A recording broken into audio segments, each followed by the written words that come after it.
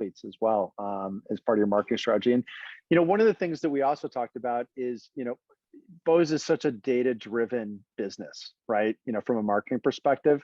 And, being able to leverage that data, to create a better brand experience for consumers and partnerships is one of the things we talked about. Can you elaborate a little bit about that, how you've leveraged that data from Bose and really turn that into gold, if you will, from a content standpoint?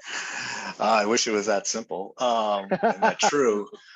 But I mean, I think, in my experience at Bose, we've been fortunate that, we compete we have from product categories, and we compete in quite a few different categories. Each of those categories is a different, the consumer has different needs and motivators and drivers. At the same time, that we get to understand kind of what's most important to the consumer, and that's really what we try to do. So, I mean, just to give you a little bit of understanding there, I mean, there's lots of different product.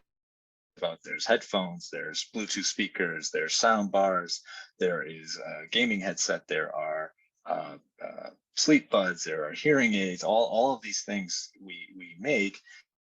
There's all different ways people use these products, right? So if you just keep it more in the traditional, what we call audio entertainment. So, headphones, are they in ear? Are they over ear? Are you listening to your speakers yourself or with family and friends? Like, each of these occasions are different. There's different mindsets and motivators and preferences for the consumer, and then bring back what you might call data points. I think to try to keep it simple, the biggest takeaway I have is to really focus on and prioritize ruthlessly around what are the critical few most important things to the consumer. And really make sure marketing and partnership strategy is to that. So we spend a lot of time, understanding what is most important, why consumers are kind of using our products, and are or are not choosing Bose, and really try to focus on making sure that we're delivering on that consumer experience and her or his wants or needs. So try to keep it simple. All the data in the world, just keep it simple. What matters most? Be obsessed with what matters most. Yeah, no, there could be a lot of noise out there for sure from a data perspective, and if you don't, pick and choose the right data points to leverage and understand and focus on, you can get lost a little bit. Yeah, absolutely. And in terms of outcomes, right, and how you've used data to drive that bigger outcome.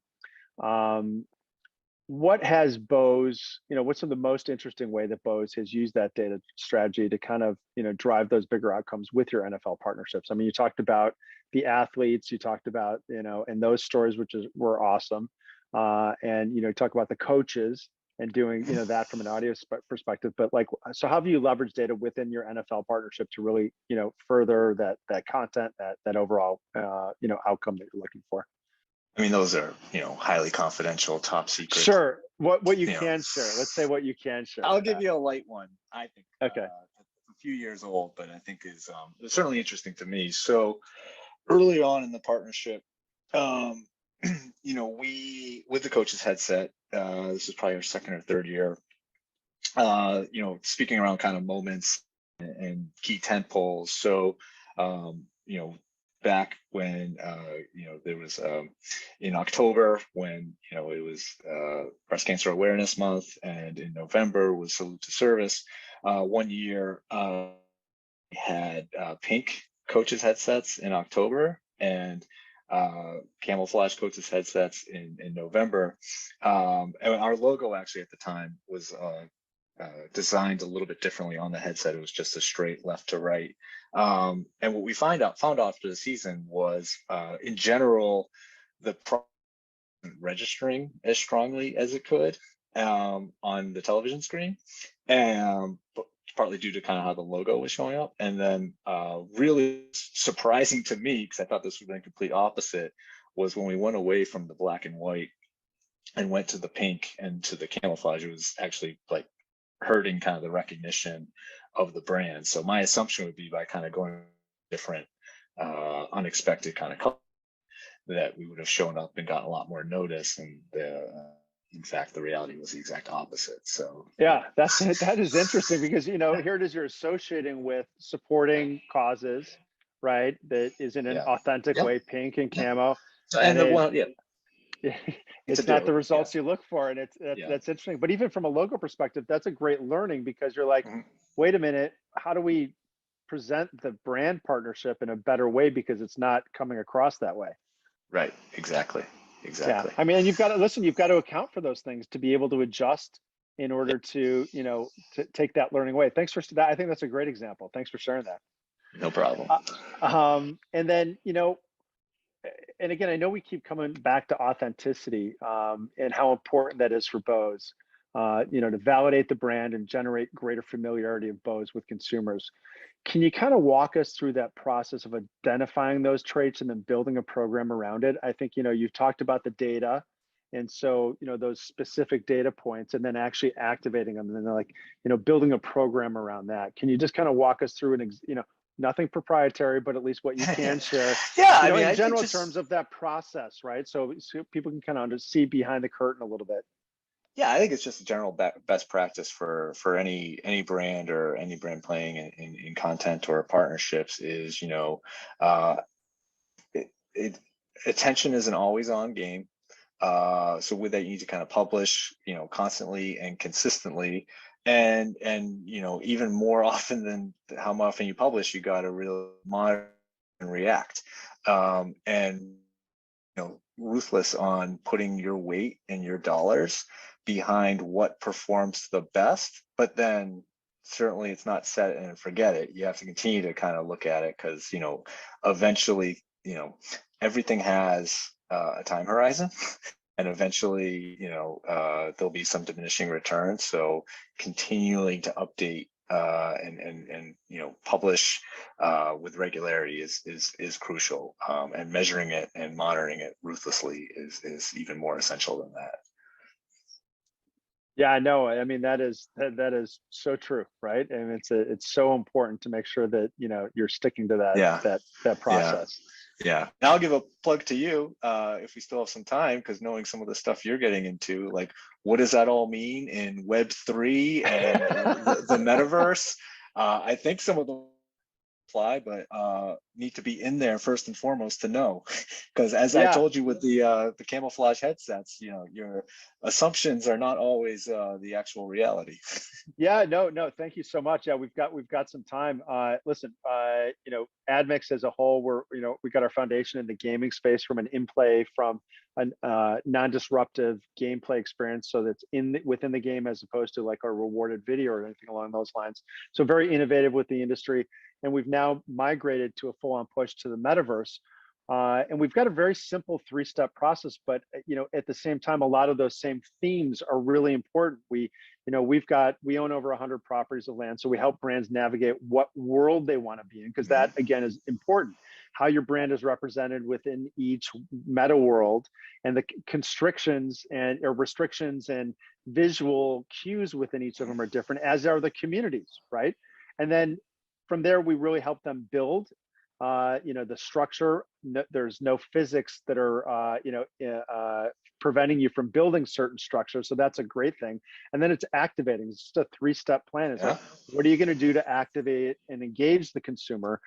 We really look at it as digital experiential because it's got to be event-based, it's got to be community-based, and it's got to be authentic. So, if you almost think about it from an offline world, like when you're looking at participating in an event, what meta world makes the most amount of sense for your brand, and then how are you going to engage those consumers? And we talk about brands really leveraging their offline partnerships. So whether it's an NFL partnership that you can somehow bring in an authentic way into the metaverse to leverage further, that's really the way brands have to look at it. And it's kind of a crazy world out there right now, and I think brands are trying to figure out how to navigate it. And we've really been a great guide to help them understand that. But it's super interesting. But again, those same themes. I don't think it matters Yeah. what you're doing today in this in this environment. It's got to be authentic, and it's got to resonate and land right.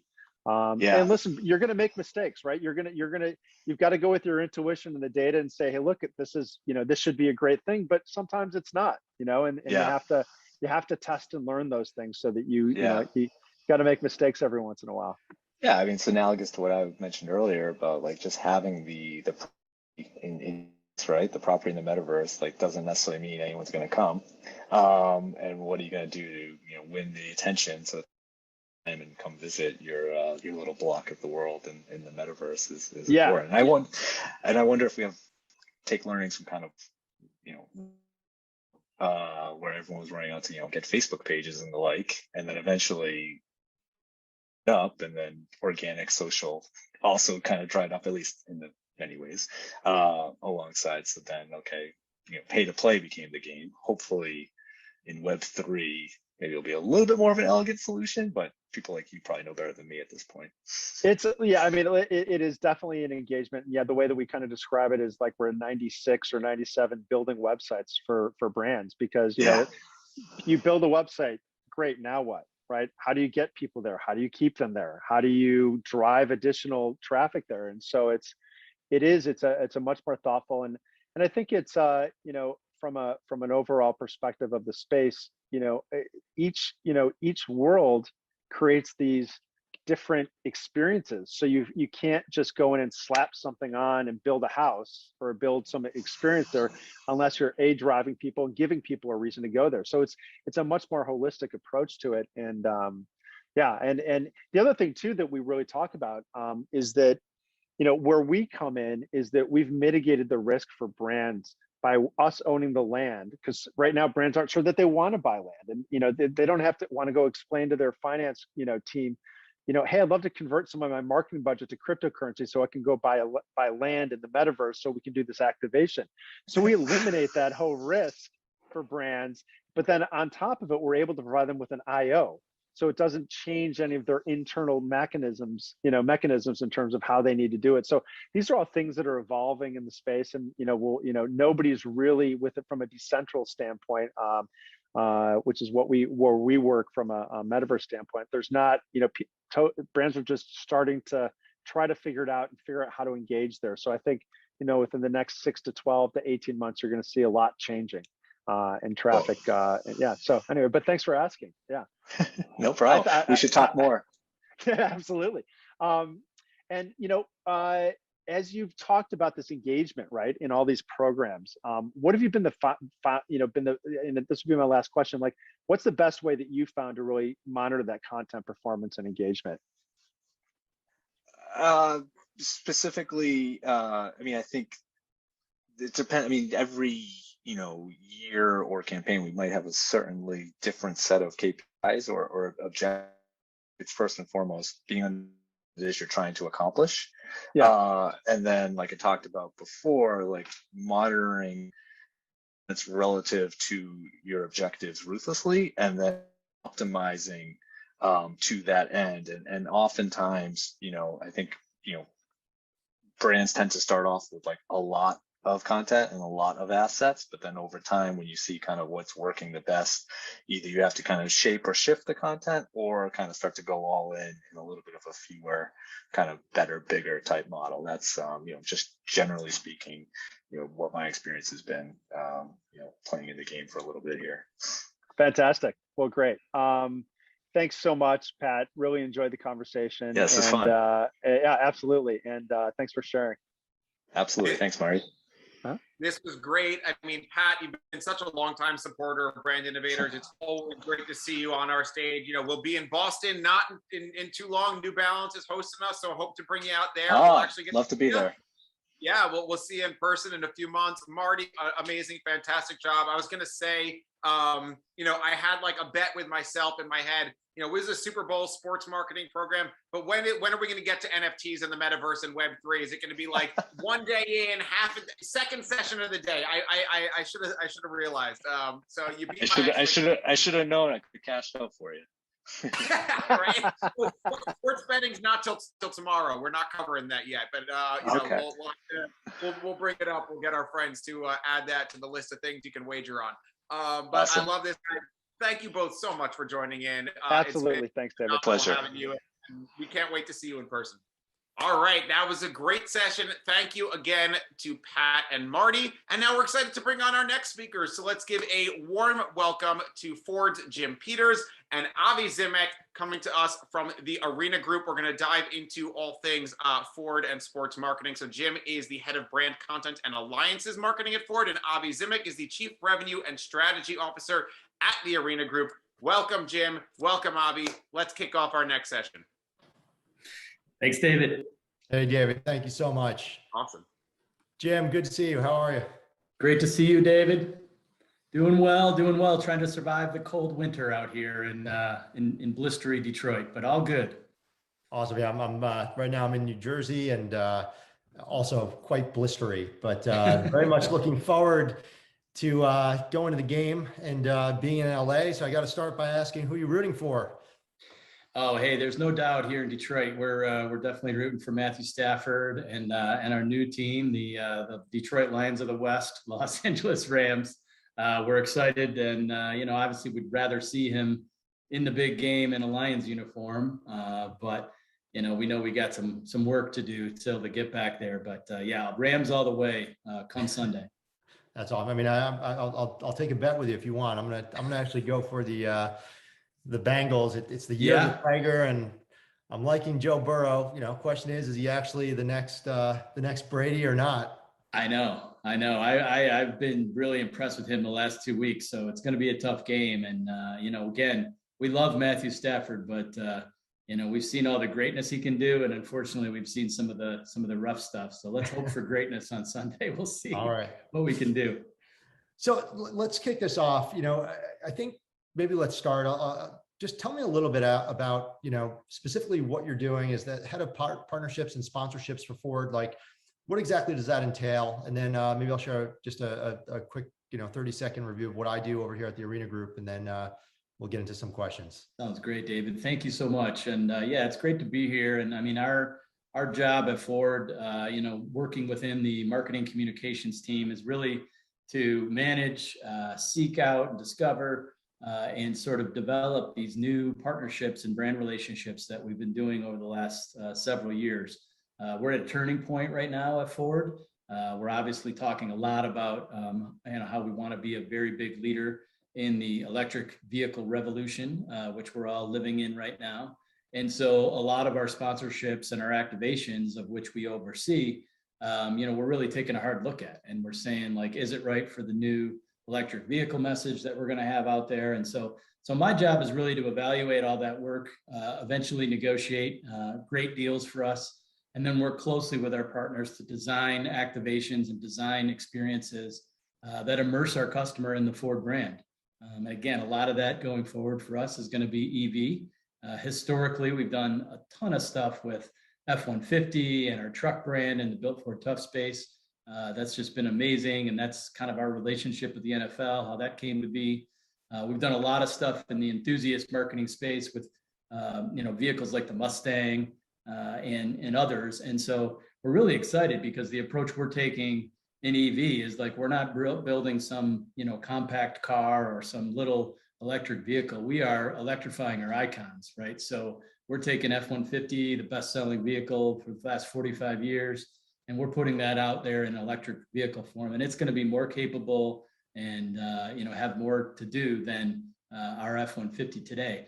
And then we're also doing the same thing with Mustang, with the Mustang Mach-E. So I'm really excited. I know our team is really charged up about kind of getting into this race in this electric vehicle revolution, and using sponsorships and activations to really start changing people's perceptions about electric vehicles overall, because there's still a lot of sort of myth busting that we need to do about charging and sort of that anxiety around that experience. And I'm used to my car this way, and so how is it going to function differently? And so we have a lot of education, and of course in our space we want to do it in a way that's fun and engaging and relevant to the partners we're working with. And so that's going to be our charge this year, and we get it started in a couple weeks down there in LA, which I'm excited about as well. So we got a lot going on. It's a Super Bowl, and one of the biggest things we'll talk about is our Ford F-150 Lightning electrified tailgate experience that will be at the NFL Experience. So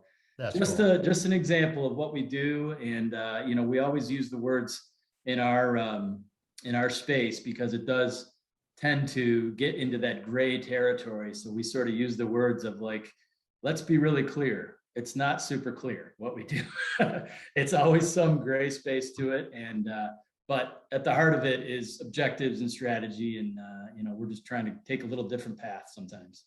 I think, you know, it's interesting. The, you know, the F-150, just such an amazing truck, right? I mean, and look, Ford, I think arguably can say, you know, your Ford stock price went up more than any other automakers, including that new electric vehicle maker that everyone talks about.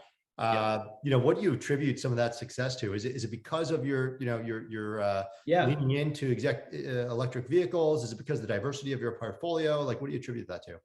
That's a great question. And I mean, I might not be the best person to answer it for, but what I would say from my observation and where I sit is that I think our leadership has done an amazing job of sort of leading with some really big examples of how we're not just going to make a vehicle, an electric vehicle, and then go back. Like, we are converting our fleet. We are setting up a charging network that's, you know, better than anyone else has out there.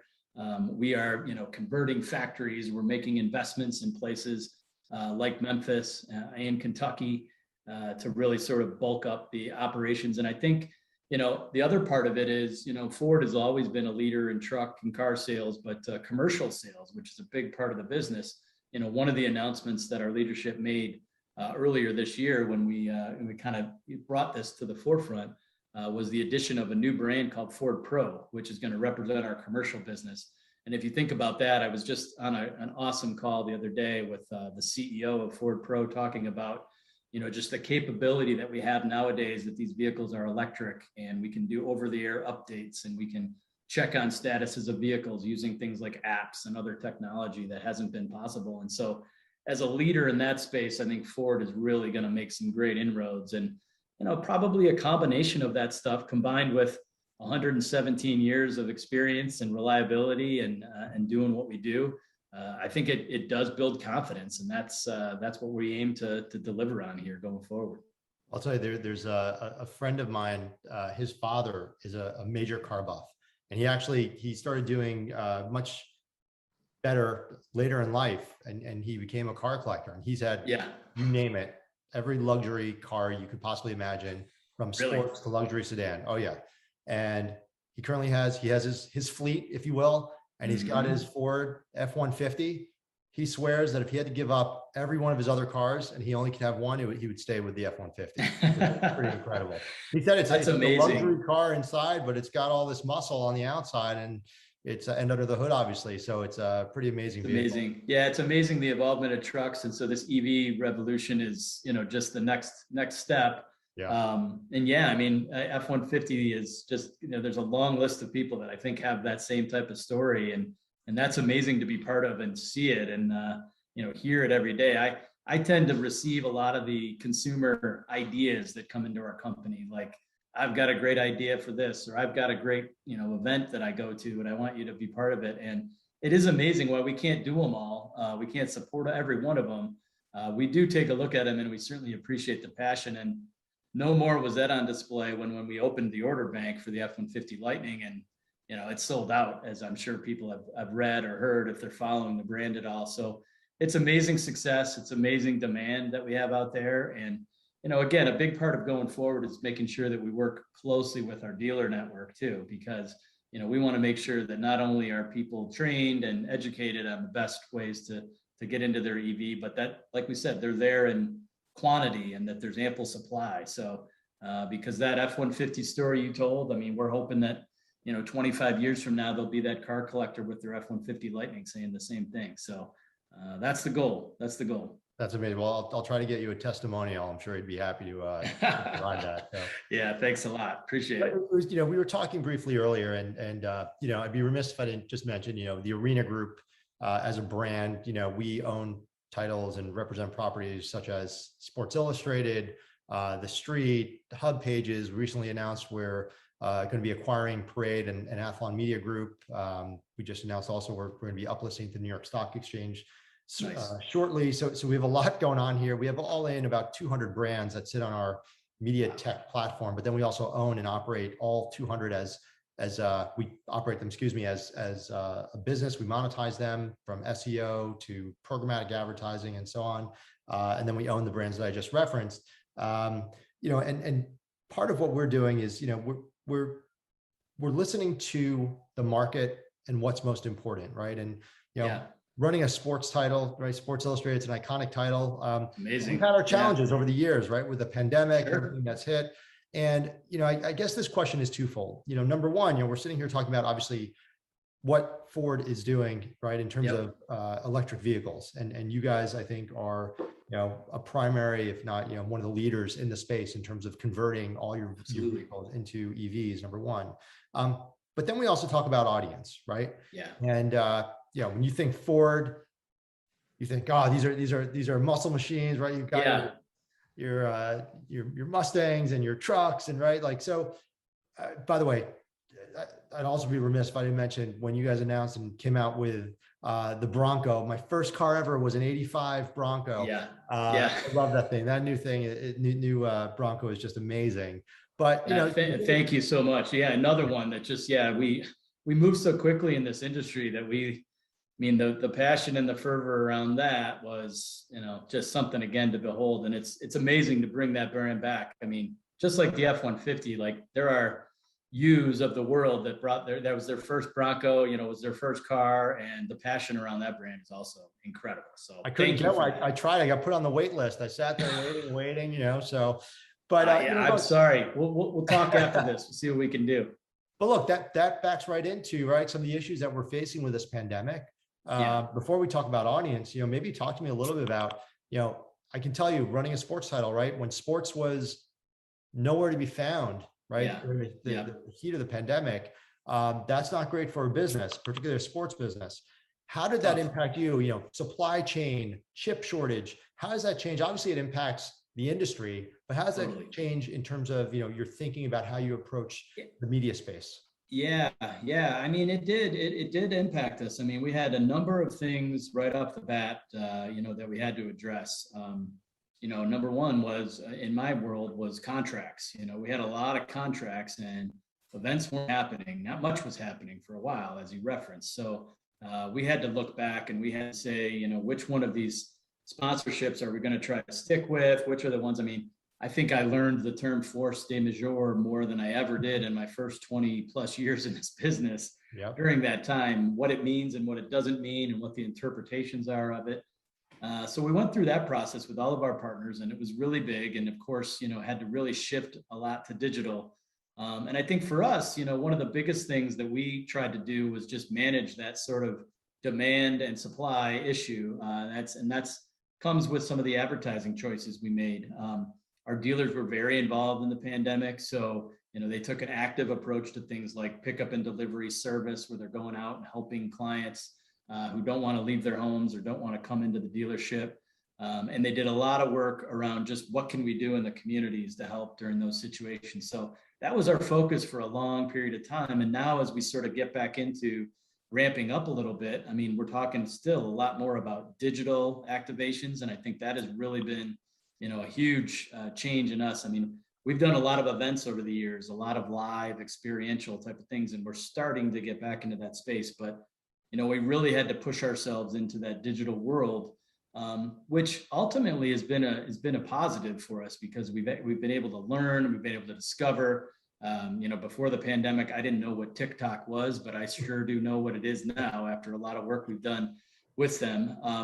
And we've also been really shifting our efforts there and our resources there. So things like ambassador marketing and influencers, we've done a lot of work in that space over the past year, and pivoting away from maybe more traditional sports marketing into more like gaming and interactive, immersive experiences. But so there's been a big impact, but I would say the biggest thing that we're really glad about when it comes down to the dealers and our business as a whole is where we were and where we are today with our e-commerce solution, and the fact that people could still buy and sell cars, through the online service that we had provided. And I think that, ultimately was a game changer for us to sort of keep things going. And then the chip shortage came. And so, we're dealing with that on a regular basis, obviously keeping very big eye on volumes at dealerships as to not mislead customers to go in and ask for a product that might not be there. And that's unprecedented, right? That has never happened in the industry before, where, even in a great business like the auto industry, demand has never outpaced supply. And that is the first time in our history that we've had to really deal with something like that. So it's continuing now, as we moved into EV, but we still have a lot of vehicles that are great vehicles. You mentioned the Bronco earlier. Ford Escape is out there right now as an awesome vehicle. And so we've got great vehicles in our dealerships today, and we're just really trying to balance, that sort of supply and demand thing again, just to make sure that we're leading with the best customer experience as we can, which, again, is part of our new sort of march forward. Is the customer is at the center of everything we do. We're going to build products, and we're going to develop services, and we're going to develop, ideas and initiatives and experiences, but we got to keep the customer at the forefront, make sure that they're getting the experience they need. And that goes for when they buy their vehicle all the way up until they end up getting rid of their vehicle. Yeah, I'll tell you about my just another anecdote on that with the chip shortage. My wife, literally right as the pandemic was hitting, we were due for a new car, and we have one new, and then we have one certified pre-owned that we had purchased. It was a Lincoln Navigator. And it was look, it's an amazing, talk about another amazing car. It's an amazing car. Thank you. Yeah. And, I have a whole Lincoln story that we'll talk about sometime. So we had it we bought it. It was 2 years pre-owned, incredibly low mileage. We actually had it shipped up from Texas because it was the exact car, model, color, everything with all the bells and whistles that we wanted. Yeah. We got it. And about 4 months in, the dealer called us and offered to buy it back for $5,000 more than what we paid for it. And it was just because there was such high demand, to your point. Yeah, exactly. High demand and not supply. And so we lived it. And I think, to an extent, I think we're hopefully, knock on wood, coming out of that, but it's, there is still a bit of that. I mean, I know you guys announced, right, with the Maverick, right? You can't keep them on lots. Big. Yeah. It was, again, demand there. And that's a product that does have a hybrid version to it. It's a whole new segment for us. And so, we were so extremely excited to bring that to the marketplace. And the demand, to your point, like almost before we got started, just again speaks to the industry and sort of these unprecedented times. Before we got started marketing it, it was the demand had already been kind of accounted for. So it's a changing time, but Maverick is an exciting product, small utility. You talk about audiences too, and that's one of the key reasons we developed a product like that. We want people to be able to experience the benefits and the capability of a truck in different environments. So whether that be a city environment or just maybe more of an urban lifestyle that you live, then, how can a truck really help you, make the most of that? And so super proud of the Maverick and how that has come into the place. But it's the audience is really important. Like you said, consumers in the center of everything that we do. And now we're starting to develop the products and the strategies that go with that in mind versus, let's build what we think is the best product and hopefully people will like it. That's certainly not the way we go about it anymore. No, I mean, talk about the market speaking, right? When you put that out and you have sales, amazing sales, right? Like you had that's certainly a signal for sure. It is. It is. Just pivoting a little bit, but staying in the same line of questioning. We started by talking about how do you evolve the brand, or how do you change your marketing strategy based on the times that we've been living through. We've seen it ourselves, right? Over the years, we totally, as a brand, Sports Illustrated, we have something called Sports Illustrated Swimsuit. And we recognize 75 years, right? This year, 75 years. Yeah, we're going strong, man. We're going strong. Nice. Swimsuits an iconic brand as well. But with everything that's happened, in that space over the years, right? We've also recognized that. But we also recognize that we have a really strong, dedicated base of women who love the brand, and they really are a community. And we launched an app and a community, and within weeks we were up to over 50,000 members. So we've pivoted that brand. And actually, we launched ourselves an initiative called Pay with Change, where we are ensuring that any advertiser who runs, whether it's in the magazine or on the website, or as part of the entire activation, an initiative, they must have an initiative themselves that supports women's and gender Like it. equity and equality. And if they don't, we're actually going to run, for example, in the magazine, a blank page that says an advertiser was supposed to run here, and then Yeah. proceeds, a percentage of all the revenue will go towards a charitable fund. Now, Ford has been there, right, for a few years now. You have your own cause, right? Warriors. Yeah, you're right. I mean, we're doing a lot of things in the cause marketing space. And as we approach these new audiences, one of the programs that we're really proud of, that we're, looking to evolve and seeing how we can learn from it and build the new things. But, Warriors in Pink is a brand that Ford has known and developed for about 20 plus years now. We've been in the fight against breast cancer. We've partnered with people like Susan G. Komen, the Pink Fund, and some other great organizations over the years. And really at the heart of it is like, what can we do to help the breast cancer industry? So for a while it was raise money and sell merchandise and apparel. We partnered with celebrities to do that. And then really though, what we've transitioned into, which, I'm really excited about, because, I believe in these partnerships, even when you get into spaces like this, relevance is super important. So as a transportation company, as a company like Ford, what can we really do for breast cancer patients? And the reality is obviously raising money helps, but the number 2 reason that people do not survive breast cancer in this country is because of transportation challenges. Wow. And so we took that insight that was given to us by one of our partners at Susan G. Komen, and we took that and we developed a mobility initiative to where people could sign up to get Ford rides to and from their appointments. We've had some ups and downs with it, but through its initial phases, we were delivering thousands of rides. And just to be able to do that as a car company and really make an impact on those causes that are very important to women and men around the country is something that we really take a great pride in. And so now we're looking to take that work and sort of advance it into, what's next? Who is the next group? What's the opportunity for us going forward?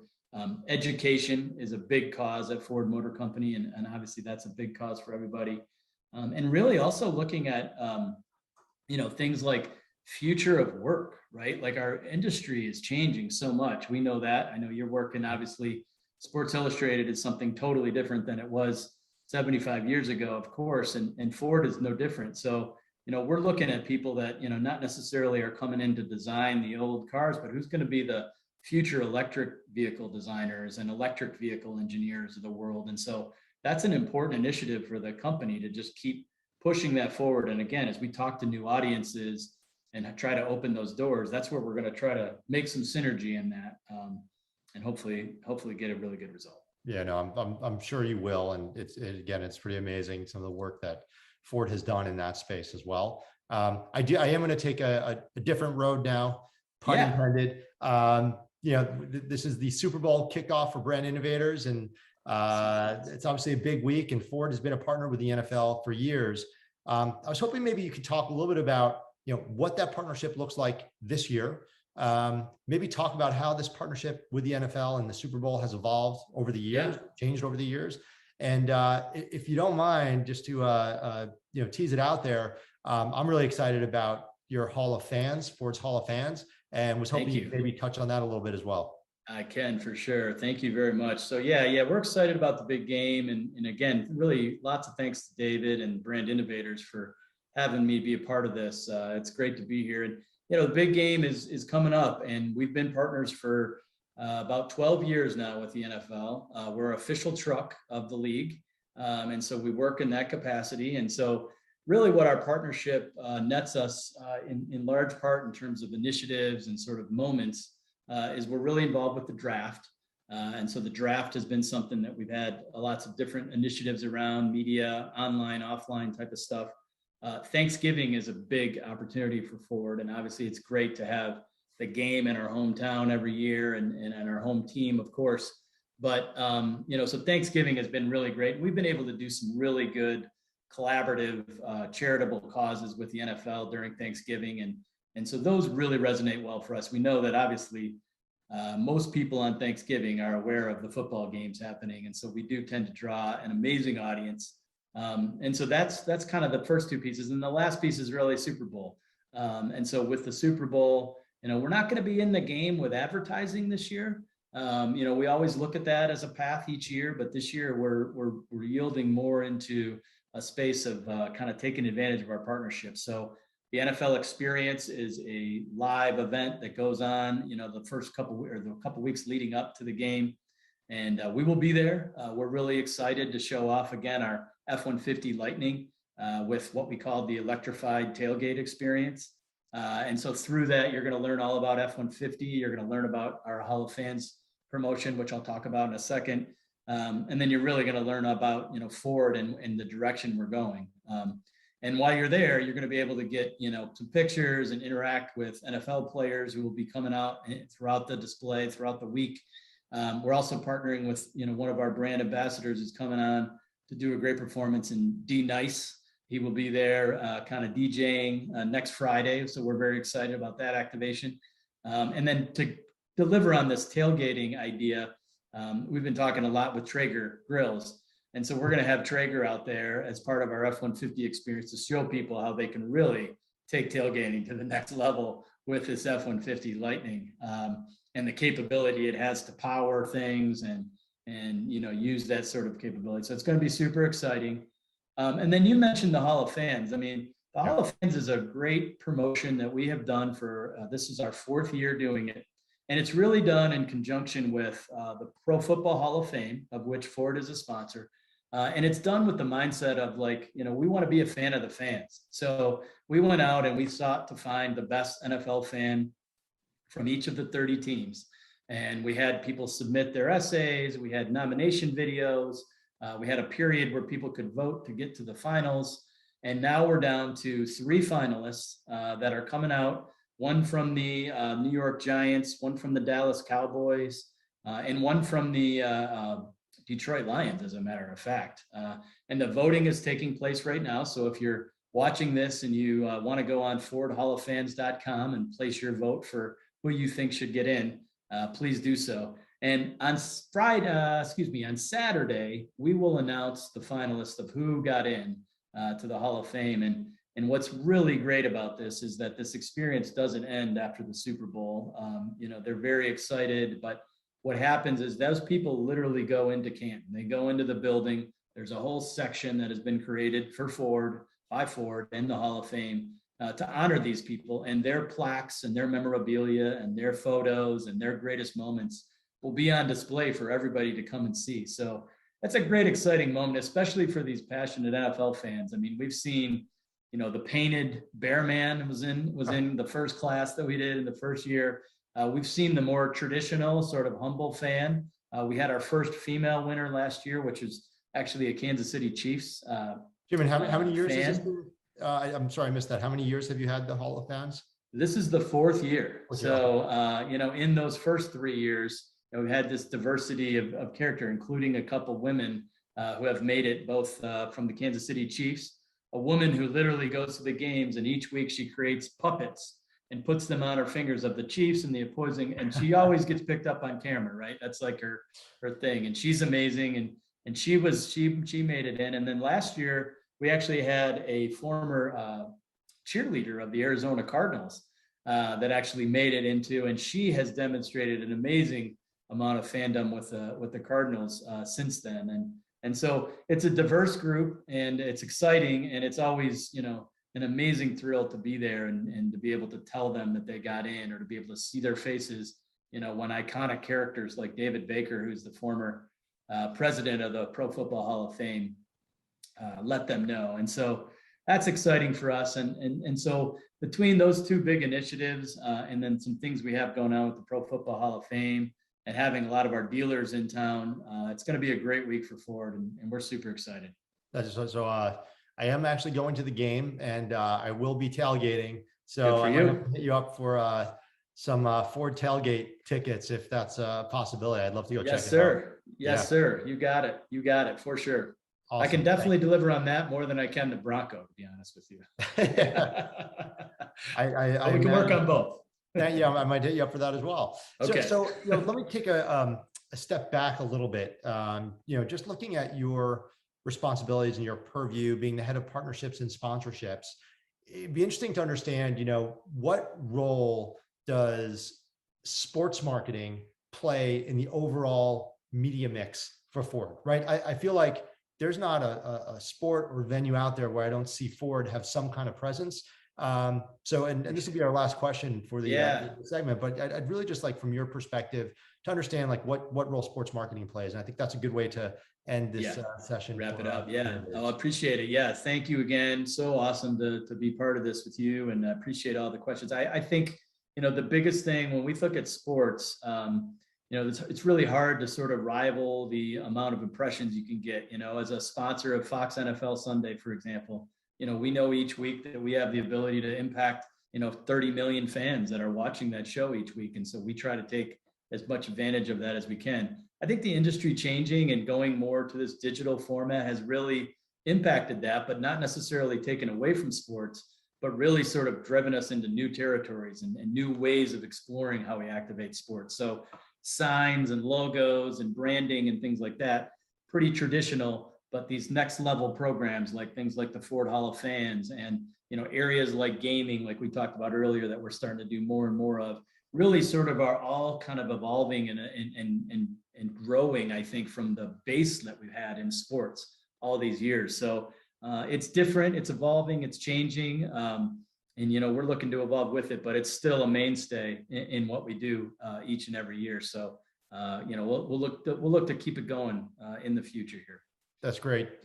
Jim, thank you so much. Very much appreciate it. I'll be rooting for Detroit to take home either a Super Bowl or other championship trophy soon. And thank you so much for your time. It was really a pleasure. Thank you, Avi. Really appreciate it. It's awesome to be here.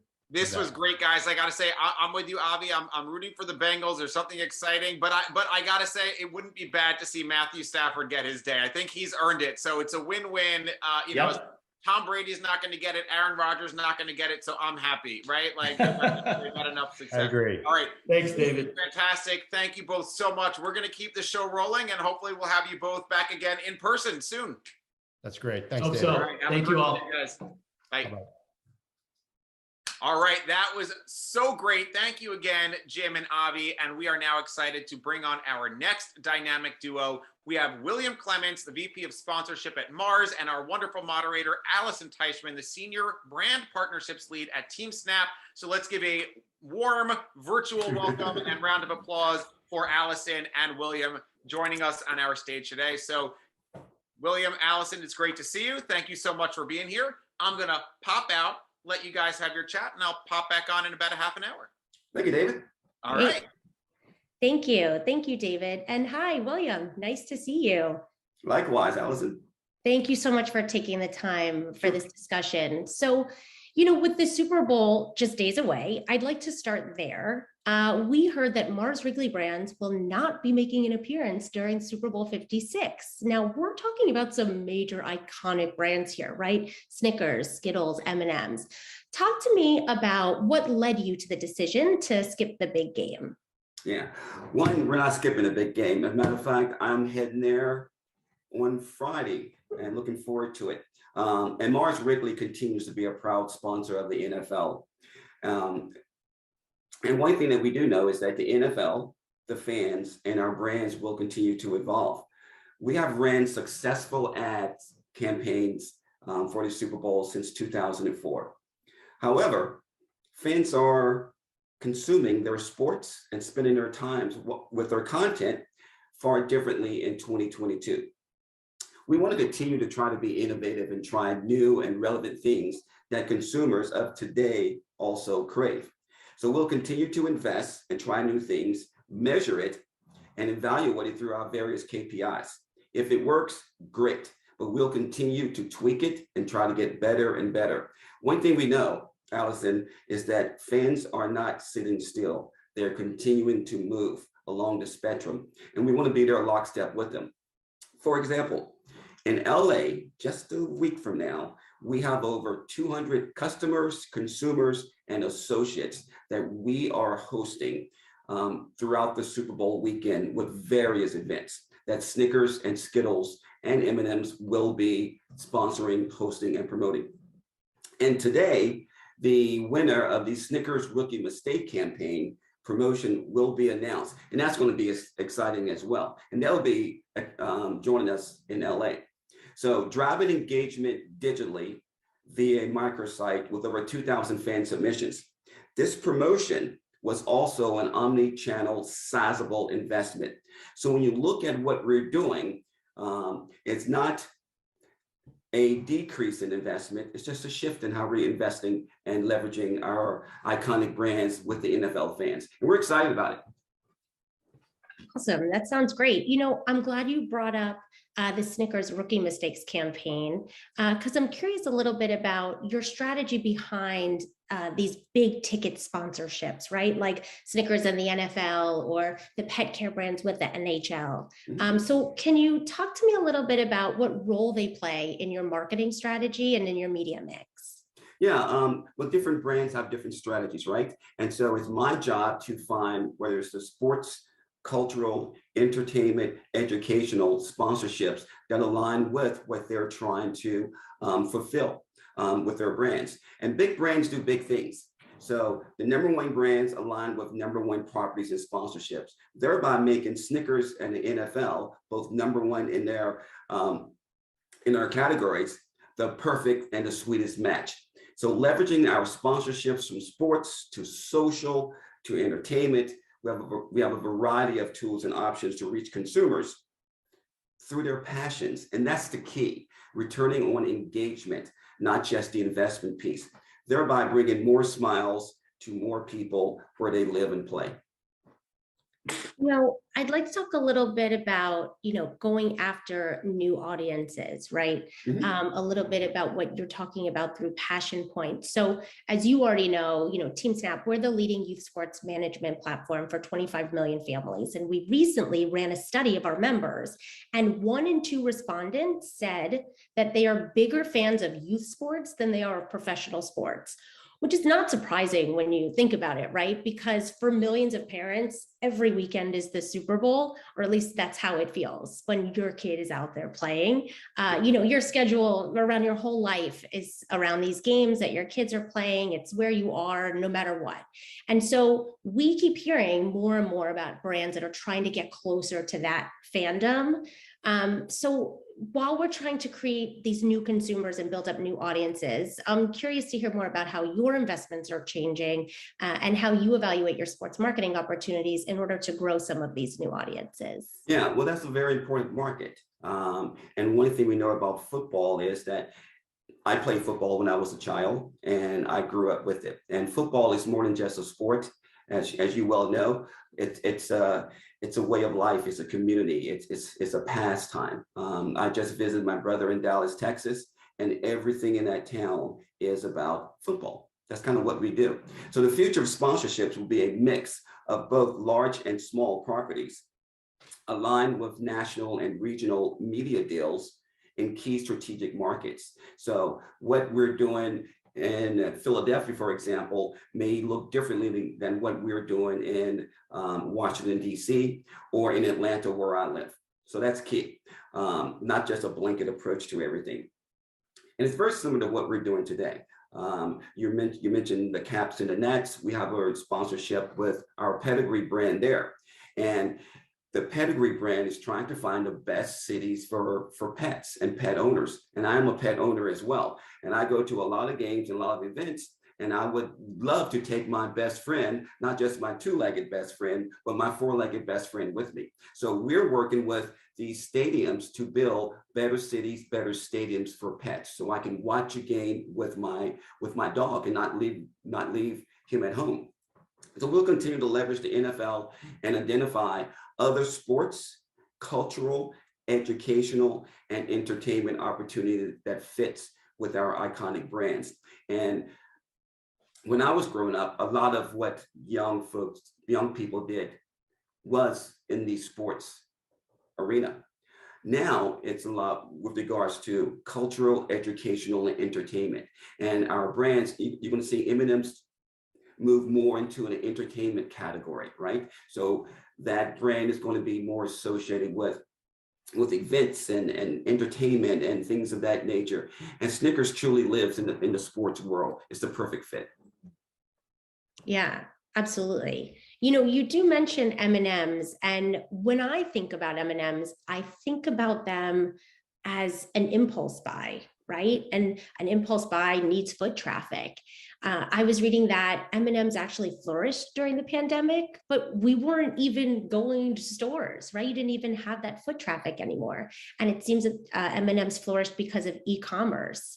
So I think that really proves that consumers still want to have these moments of fun. They just are still having them at home.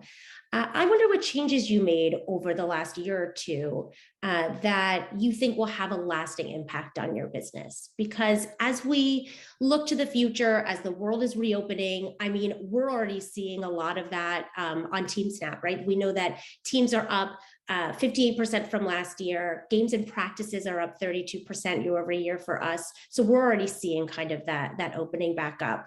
So what changes did you experience in your role? And what I would say, do you view as having the most impact as we look ahead? Yeah, there's a couple things. One is the pandemic, I'm sure that's what you're referring to. And I promise I will not use the word pivot. So I'm going to try my best not to use that word. But it not only disrupted our lives, it impacted us, everybody, so dramatically over the last couple of years, and it still is. But we also found out something that people in our industry, and I'm in the sports marketing industry, that we know, is that live sports play a vital role in our everyday lives and the everyday passions of millions of Americans across this entire country. We love it, we missed it, we yearn for it. You start seeing any sport that started playing, if you were not even a fan, just to be a part of a live sporting event, people started to attend. So it was no surprise when different sports started seeing an uptick in viewership and things of this nature. NASCAR, for example. NASCAR was one of the first sports that actually came back live. But while the races were postponed, they were iRacing. So we're sitting there watching on network TV, basically gaming. It was absolutely phenomenal. So what we did was we created a promotion called the Snickers Rookie Mistake, and to engage our fans and consumers from the safety and comforts of their homes by uploading their rookie mistakes, things that we all do. Red pair of socks thrown in our white laundry, and what do we end up with, right? Packing my bags and having the trunk popped up. I back out of the garage and I forget to put the trunk down. All rookie mistakes. And we engaged thousands and thousands of fans throughout the entire country uploading and competing in a contest. And that's what you have to do. You have to follow where the momentum is going. And we think we did a really nice job with that. And we're looking forward to making that announcement this afternoon. Excellent. We're looking forward to that as well. I know you mentioned that a lot of these submissions are video based. How do you measure a campaign such as this? Well, the good thing about it is when it's video based, we can tell exactly how many people are engaged, right? And that's a key component. So having over 2,000 people engaged and uplifted and viewing content and millions of eyeballs on it and just web traffic and that traffic going to our Snickers site, all of this stuff calculates to sales with our products. And the main thing is keeping our products fresh and top of mind with consumers and young and relevant consumers. So we're doing that through their passions, and that's the best way to build lifelong consumers. Yeah, I love that. I mean, look, the pandemic has been disruptive and just really, really heavy for all of us. But on the flip side, both of our brands really have something in common, and it's just all about having fun. So I'm curious if you can give us maybe a sneak peek into what you've got cooking and what's coming up in 2022, and how are you going to just continue as the world is looking for more moments of joy and celebration? What do you have in store for us? Well, I can't share but so much because most of it is still, we're still working through some final things, believe it or not. However, you're going to see greater and continue activation in all the sports and properties that we are invested in. A promotion or a sponsorship deal is only as good as the activation you put behind it. And there used to be an old theory: for every dollar you spend in your sponsorships, put another dollar towards activation. I would think it's probably 2 to 1, because to really bring it to life and to make it relevant to consumers and fans, you really have to be invested across the entire spectrum.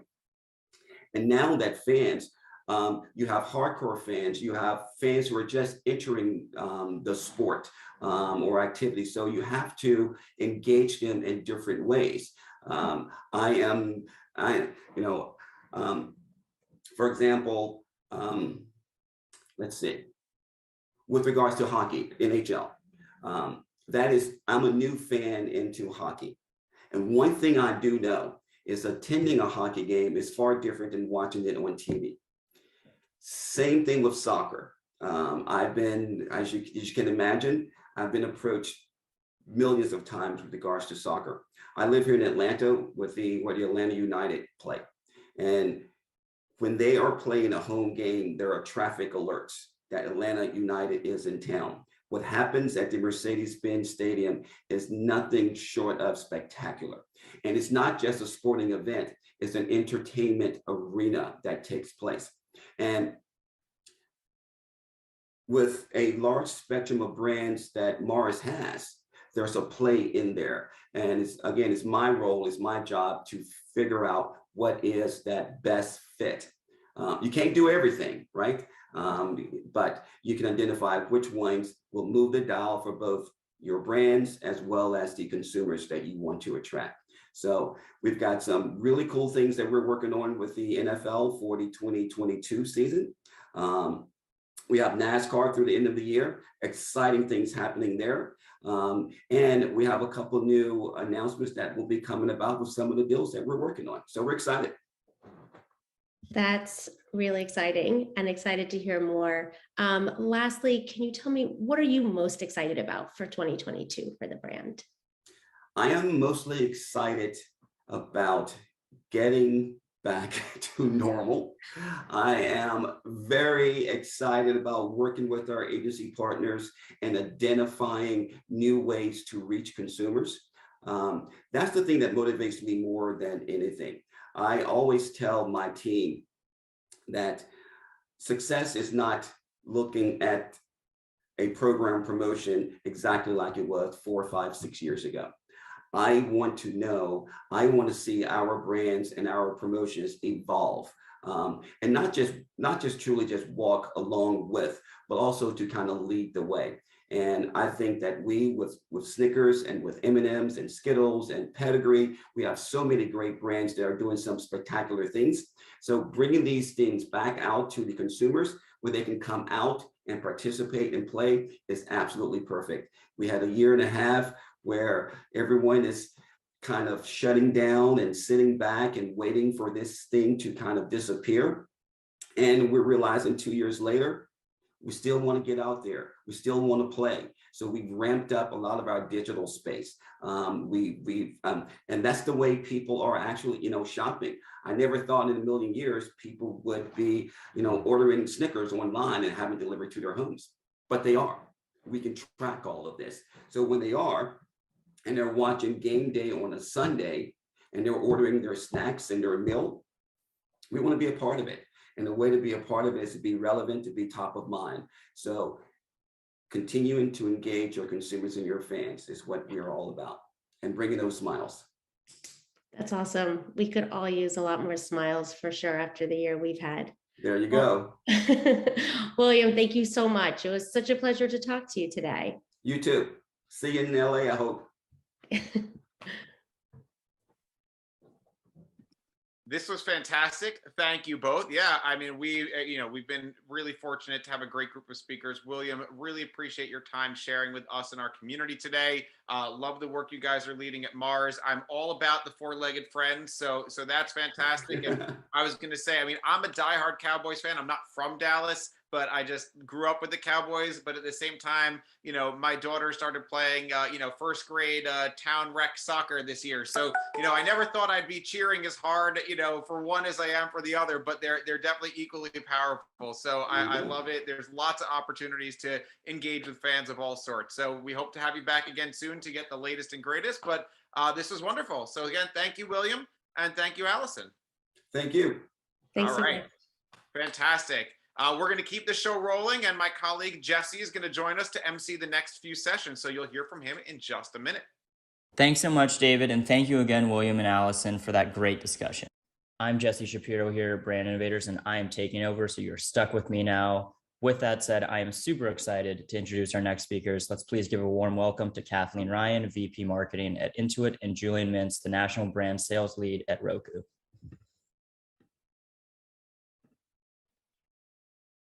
Thank Hello. you, Jesse. Of course, welcome. Kathleen, how are you? I am great, Julian. How are you doing? It's great to see you. You too. I'm going to kick this off with one of our favorite questions. It's a really tough one. Get ready. What are you streaming right now? Oh, that's a great question. So one little nugget, I always seem to be about a week or a month behind cultural trends. So I am just about to complete Mayor of Easttown, which is fantastic. I did finally finish a guilty pleasure, America's Next Top Model. And I am looking forward to starting Yellowstone soon. Yes. Yeah, we actually just finished that one and are struggling to start a new one. So I'm pretty much sports and sports only on streaming right now, which is a really great segue into this. I want to talk to you a little bit about Intuit TurboTax's strategy around the big game this year.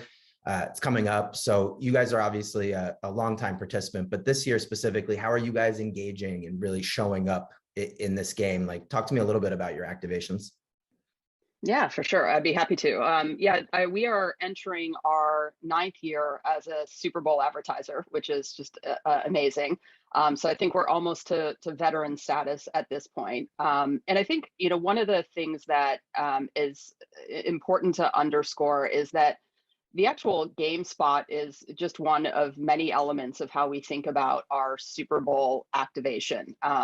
In fact, I think we devote as much time, if not more, attention and investment on our digital extensions, our other activations that are in and around the game and the weekend and all of the excitement that leads up to the game. So, we're taking our Super Bowl concept, which is still under wraps, but you will see it come to life through a lot of digital extensions across many partners, inclusive of Roku. Things like Tinder, we have a TikTok hashtag challenge that weekend, the tailgate sponsorship. So just lots of fun things that really allow the brand to be part of the celebration and the excitement and extend well beyond the linear spot. Yeah, we're excited to see the concept come to life for sure. So you talk about it's been 9 years in terms of developing your strategy. How are you really engaging users this year in a way that makes TurboTax stand out? And talk to me a little bit about how that strategy has developed over time. I think it's evolved in the ways that we want to be where our customers are and where the viewers of the game and related activity are, and I think that's where you've seen the most change over time. With kind of newer entrants like TikTok, there is so much second and even third screen viewing of the game that you really need to surround in all of the ways that people are consuming the content. Things like the Super Bowl halftime show. So we make sure that we're surrounding the artists that are naturally going to get elevated as a result of being in the halftime show. So making sure that we have a brand message surrounding those playlists, as an example, and bringing our campaign to life that way as well. That's great.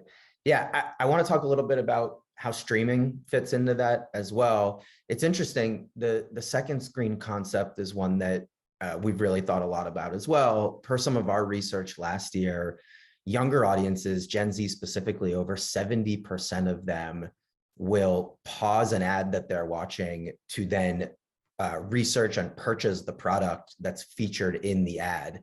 I think we see our users specifically willing to lean forward. They lean back to watch their content, and then they lean forward to engage with a lot of the brands that are engaging them on screen.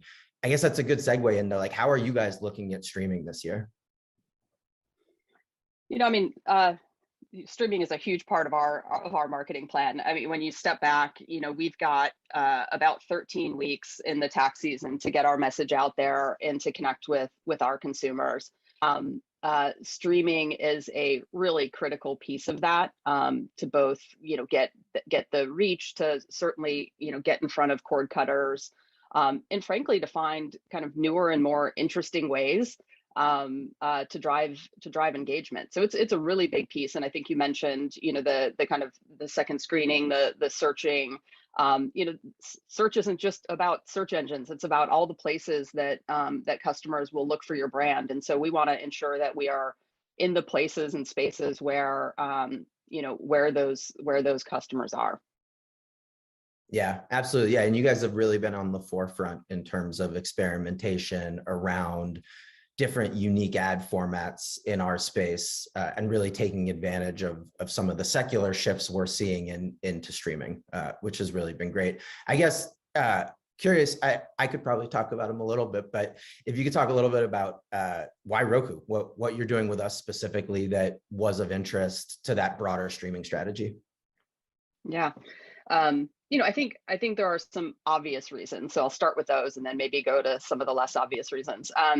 I think, we with Roku, we have the opportunity to reach consumers at scale. Roku has a direct relationships with its consumers, and our ability to leverage our data. It's just better ad targeting, better measurement. So kind of obvious reason number one. Obvious reason number two, I think there's a lot of premium inventory on the Roku platform, and we as a brand can advertise with trusted, editorially curated premium channels, local networks, film and TV. So the inventory itself is brand safe and allows us to have just great content adjacency. I think the other maybe less obvious reasons are, I think there's the opportunity to innovate and be creative with how we build interactions with viewers. It's well beyond the 30-second ad and really taking advantage of that full, kind of streaming environment. Julian, as you know, we are always eager to push for never been done integrations. I think, going back a few years, the first mini ad on the Roku home screen, just really thinking about ways that we can continue to innovate on how ad integrations happen, whether those are pause breaks, things like that. And I think, maybe another kind of less obvious reason, and, this applies to Roku as well as a number of other partners, it's really about the strong partnership. We have built a relationship over the years. We've established, mutual trust. And I think where I get really excited is the opportunities to create mutually beneficial integrations. And by mutual, I'm including Roku viewers in that, where, we can unlock content because of our brand integrations and because of our partnership and sponsorship that perhaps viewers were not able to access before. Yeah, absolutely. Yeah, that was something you said to us very early on, was that we need to think about this in a way that benefits our users, because then everybody wins. So this concept of helping users find the big game, unlocking additional content for them, has always been really successful for all parties. So I guess one of the interesting things about sort of streaming and media in general is this idea of cross-platform, of a ability to look at holistic performance, not just looking at how my linear performs and how my streaming performs and how my digital performs. Talk to me a little bit about TurboTax's strategy there, specifically around sort of this holistic measurement to drive performance outcomes. I think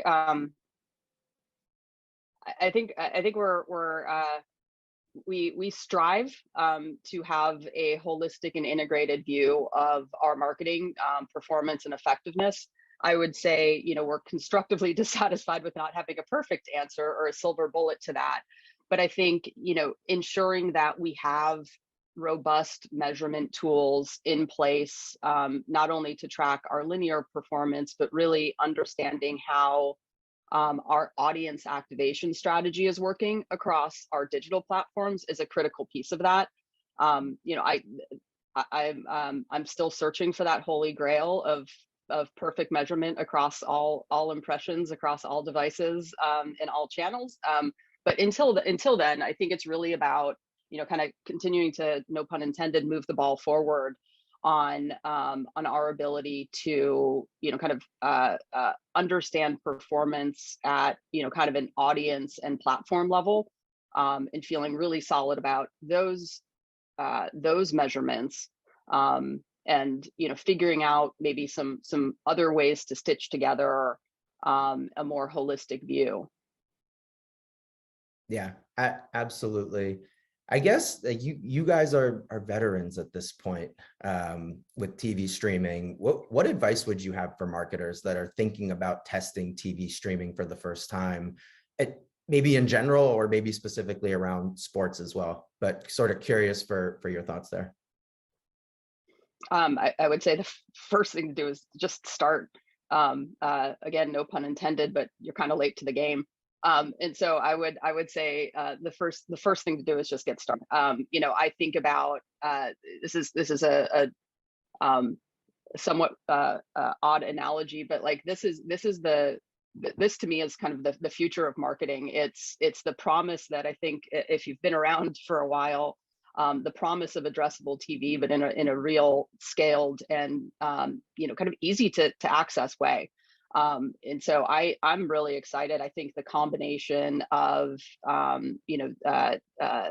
targeted, data-driven brand marketing at scale, we're at that precipice. So if you haven't started yet, just get in the game. There we go. Yeah, and I guess interesting too about the way you guys have developed your strategy is really leaning into the scale and the high impact and all these different creative executions that drive brand. But to your point, always having an eye on performance as well, and having the measurement tools in place as best as possible right now to understand if it's actually driving business outcomes for you guys as well. I think that's one of the promises of streaming that you guys discovered very quickly in terms of the development of your strategy. Yep, absolutely. Yeah, brand without performance is not does not drive business results. Yeah, that's right. Put it on a t-shirt.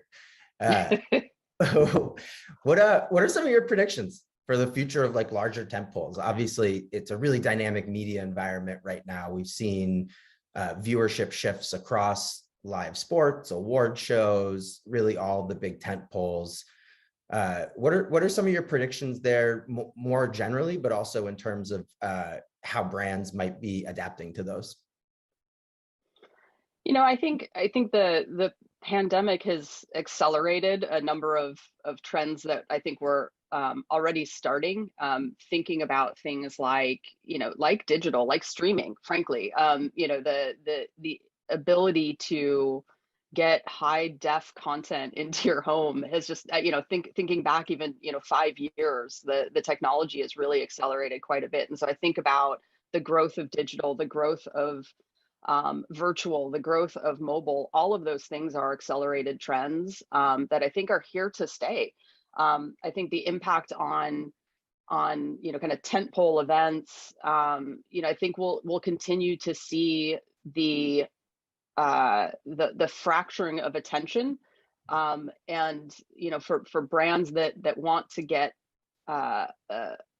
involved, really making sure that you aren't just thinking about the linear viewing experience, but really thinking about the multiple screens that you as a consumer probably are also using, but thinking about your target customer and knowing that they're likely leveraging multiple screens, and it'll be more important than ever to surround the tentpole events with digital and other platforms. Got it. Okay, I'm gonna ask for one more prediction. Rams versus Bengals. What are we feeling? Oh, this is a hard one. I'm leaning Rams because I adopted the Rams as my West Coast team. My OG team, the Bears, are not doing well. So the Rams are kind of my second team. All right. That being said, I love the upstart Bengals. I love the rookie energy, like the youthful energy of the Bengals. So I'm honestly hoping for a really great game. I think it will be the playoffs to date. The divisional games, the champ games. You couldn't have asked for better matchups, both as a fan and certainly as a marketer heavily involved in the games. But it was high expectations for the Super Bowl. Amen. I'm right there with you. All right, Kathleen, amazing as always to talk with you. Thanks for all the insight, and good luck in the lead up to the big game. Thank you, Julian. It was great to talk to you. Take care. Awesome. Well, thanks so much, Kathleen and Julian. That was such an incredible conversation, and we hope to have you both back soon. All right. That was fantastic. Thank you again, Kathleen and Julian. And we are excited to bring on our next speakers. And thank you to Jesse stepping in and emceeing for me for a bit. But we are excited to keep the show rolling and bring on our next dynamic duo. We have Kamal Bandal, the Vice President of Global Consumer and Brand Marketing at Invisalign. And we have our wonderful moderator, Joe Hall, the co-founder and CPO at Spaceback.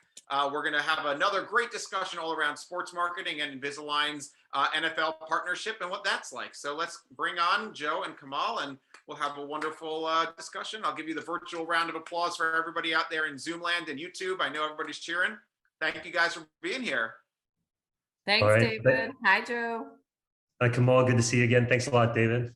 Absolutely. The virtual stage is yours. I'll see you guys in a little bit. All right. How are you doing today, Joe? I'm doing well. The sun is shining and the sky's blue, so I can't complain. Okay, good stuff.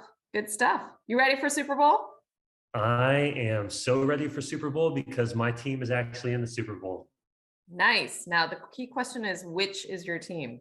That is the question. I'm a Cincinnati Bengals fan, originally from Cincinnati, so I will be rooting for the Bengals. Okay. All right. Well, unfortunately, we are on the opposite sides. Because I'm rooting for the other team. As a Californian, I will have to be rooting on the Rams. All right. Well, that'll make it fun, and yeah, we'll see who wins. I'm excited for it. So this is an exciting week to be having this conversation. So thanks for making the time today, Kamal. Yeah, absolutely. Thanks for being here with me. Awesome. Well, let's kind of dive in. Maybe you could just give a quick overview of Invisalign for people that might not be as familiar with you as a company, and then we can kind of start jumping into the marketing questions. Sure thing. So I lead consumer marketing and brand marketing for the globe here at Align Technology. We are best known as the makers of Invisalign clear aligners, and the entire Invisalign system actually is a way for you to straighten your teeth without having to use braces. And we've got the most advanced system out there in so many different ways. And so I've been with the brand for a number of years, and we are very much a brand that believes in connecting with consumers and where they spend their time. And so sports definitely fits its way into that statement very quickly. Awesome. That's exciting. I was doing a little research today and learned that Align was founded in 1997. So a lot of technology there, good heritage, and that's you all are the leaders in the space. So let's talk.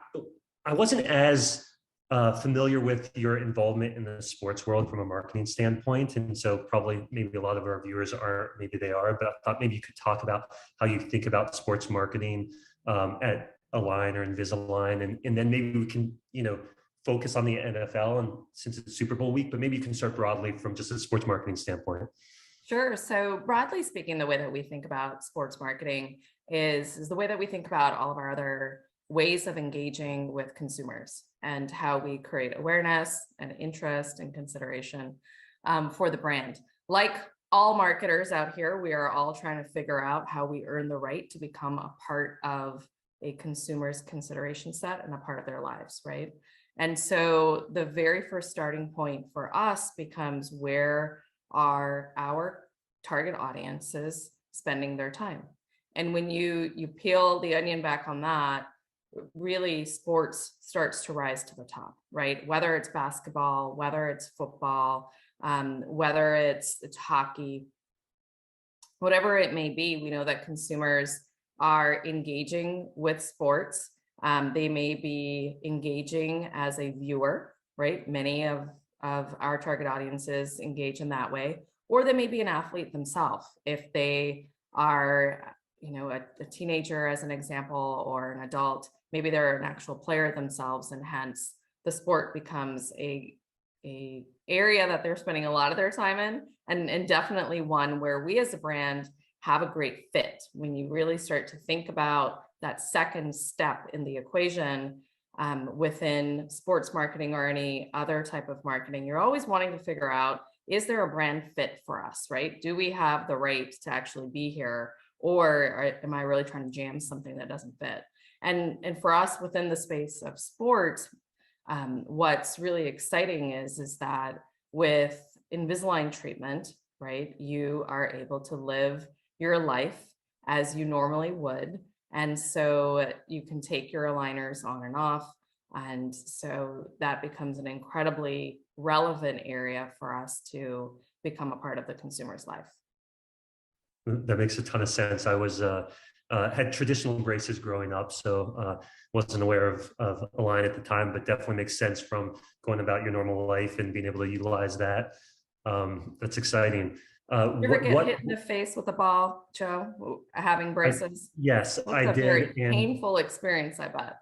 Yeah, not fun at all. So, what are some of the sports that you are all involved in on a professional level? From a partnership standpoint. From a partnership perspective, we have a partnership with the Golden State Warriors here in California, being a California local company. We also have a partnership with the Hurricanes in Raleigh, right? That's where our HQ is from a US perspective. And then we have relationships. Our largest sports partnership is with the NFL. So we are a league sponsor. We entered that sponsorship and that partnership a couple of years ago. And not only do we partner at a league level, but then we also partner up at a local level with a variety of teams, so that we have both that national air cover as well as that local activation. I think what you said on the last question about the fit, you talked about how important it is for a brand from a marketing standpoint. We want to be involved in, every conversation on one level, but the reality is you want to be in the conversations where it fits. You want to be in the conversations that make sense. And so I want to call that out as kind of we're going through this, or like things that stand out to me, which is from a marketing standpoint, being involved in the conversations where your brand has a right to be a part of, where they can add value, is really important. And I think that's something that you all do really well. And you called out from a sports standpoint, it makes a ton of sense. I think you have something around, smiles. I think maybe I saw something with the Olympics and maybe the NFL. Maybe you could talk about some of your, how you bring these partnerships to life. Sure. I think you might be thinking about our activation and our partnership with US Ski and Snowboard. We are a partner with them as well. For us, and the NFL is a good example, is we start with the players, right? And we always have been a brand that is about transforming smiles and changing lives. That's at our core, and that starts with the end user, the consumer who's using our product. So from an NFL perspective, we have many players who have chosen to straighten their teeth with Invisalign, as opposed to an alternate way, such as braces. And hence the way that we activate is we activate around the player, bringing to life what their story and their experience actually is, and then talking a bit about the role that Invisalign was able to play in shaping their smile and helping them get their winning smile, right? We always talk about winning smiles, but our focus has always been on the person, the individual person whose smile we had an opportunity to transform, but really talking about the story with how their life may have been changed. That's awesome. I think another call out, the end consumer, which is, amazingly important. And you're talking about that. You've got professional sports athletes, NFL players. You've got, the everyday athletes who will one day grow up to be professional athletes. And how do you connect with them, through, I guess, activations with maybe the NFL, through like dentists and orthodontists? How do you connect on the individual level with the consumer? Yeah, it's a really good question. And one of the things that we do, you just said it, Joe, right, is we connect in with the individual player who is looking to get treatment. That player then chooses a doctor in their local area that they want to get treated by. And really then the opportunity for us and how we lean in is capturing that story and capturing that connection that's happening at a local level in local communities. One of the things that I love about the sports space is that all of the athletes are so involved in their local communities. I think every single athlete that I've ever met feels a personal responsibility and a commitment to improving the communities that they're in. And so for us, part of that activation really does become about the community. It may be that it's capturing that journey with the player and the doctor, or it may be capturing the moments where the player is engaging in their local communities and helping kids thrive. And we have the opportunity then to just be a part of that story, amplify that story, and really become a part of the local conversation. I think that's another great example where you talked about fit. I know all sports teams, try to connect with the local community, but I definitely can speak from personal example. In Cincinnati, the Bengals, the NFL team there, did a lot with the local community, and that stands out to me. So again, another great example of kind of alignment. So makes a ton of sense with that. What are some things, Super Bowl week, you're excited about?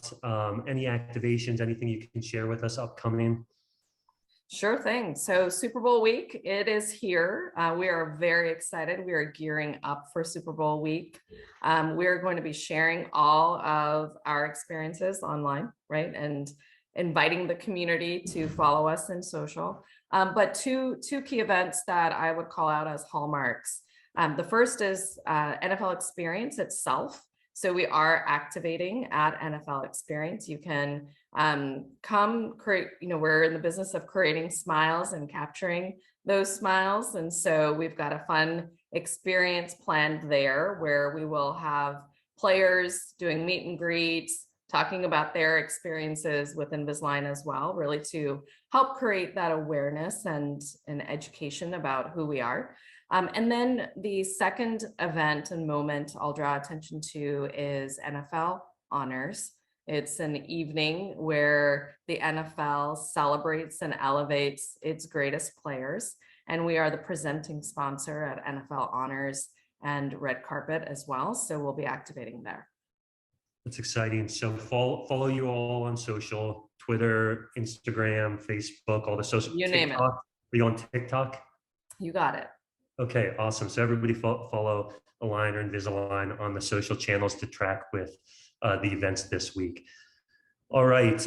Anything else NFL wise, Super Bowl wise, any other sports related before we shift to some questions on esports?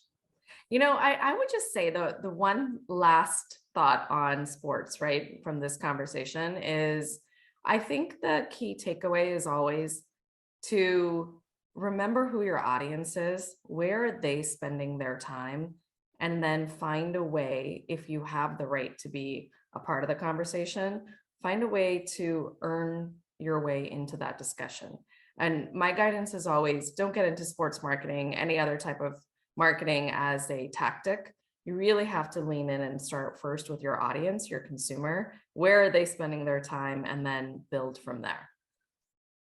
Makes sense. Those are good reinforcement and recommendations and suggestions that every marketer can learn from. You've communicated very well the alignment between sports and Invisalign and how important that is. And yeah, just that's a good reminder of that. Innovation. So sticking in the sports arena, innovation, esports. Have you all? We'll talk a little bit about innovation in general, but as we transition to esports, have you all thought about that? How do you approach new emerging technologies or emerging spaces? How do you think about that at Invisalign? So esports, have we thought about it? Yes, absolutely. Part of our relationship and partnership with the Golden State Warriors includes the Golden Guardians, which is their esports league. And really the way that we think about it is again, where are people spending their time, right? We know our target audience, consumers are spending their time gaming.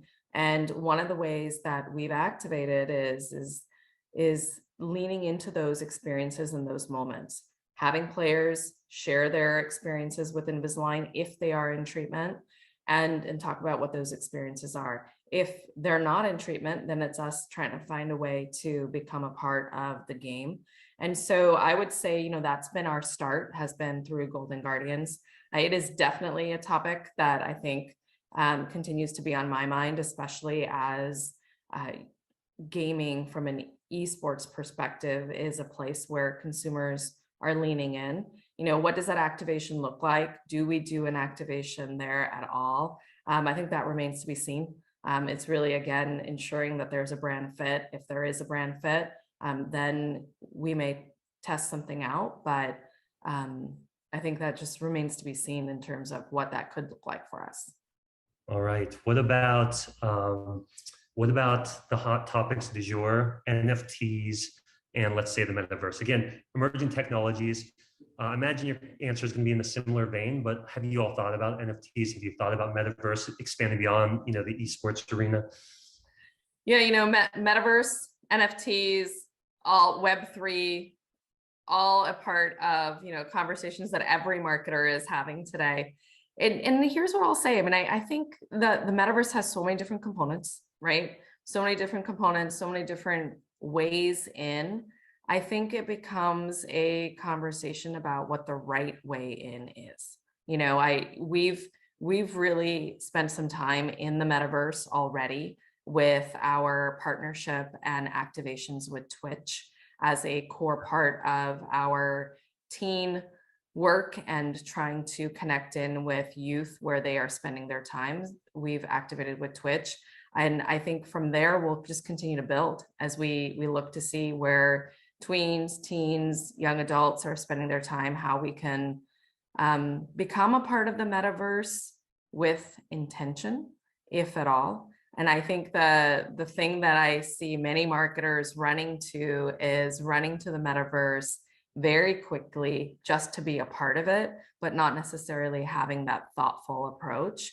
And ultimately, at the end of the day, right, our goal is to be where consumers are at, but also ultimately get consumers to choose Invisalign as a result of engaging with us somewhere. And I think it's still a little too early to figure out exactly what that play in the metaverse looks like.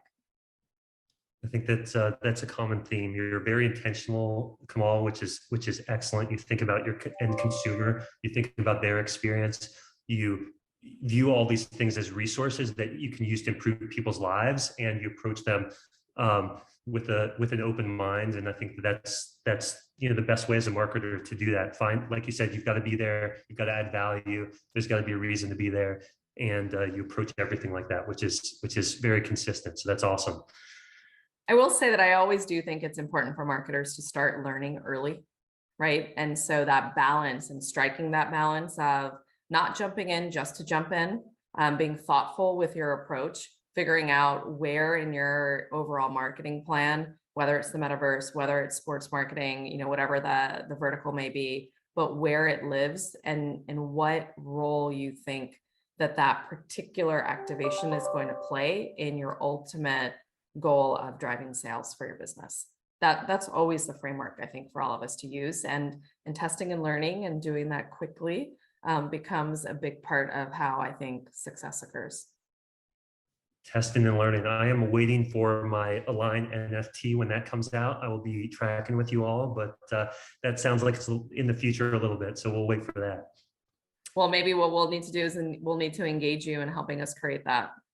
Exactly. We can talk about all those things. I look forward to. Maybe it's already in the works. We don't know. Everybody will have to wait and see. Social. So you talked about social a little bit with the NFL, with some of your sports.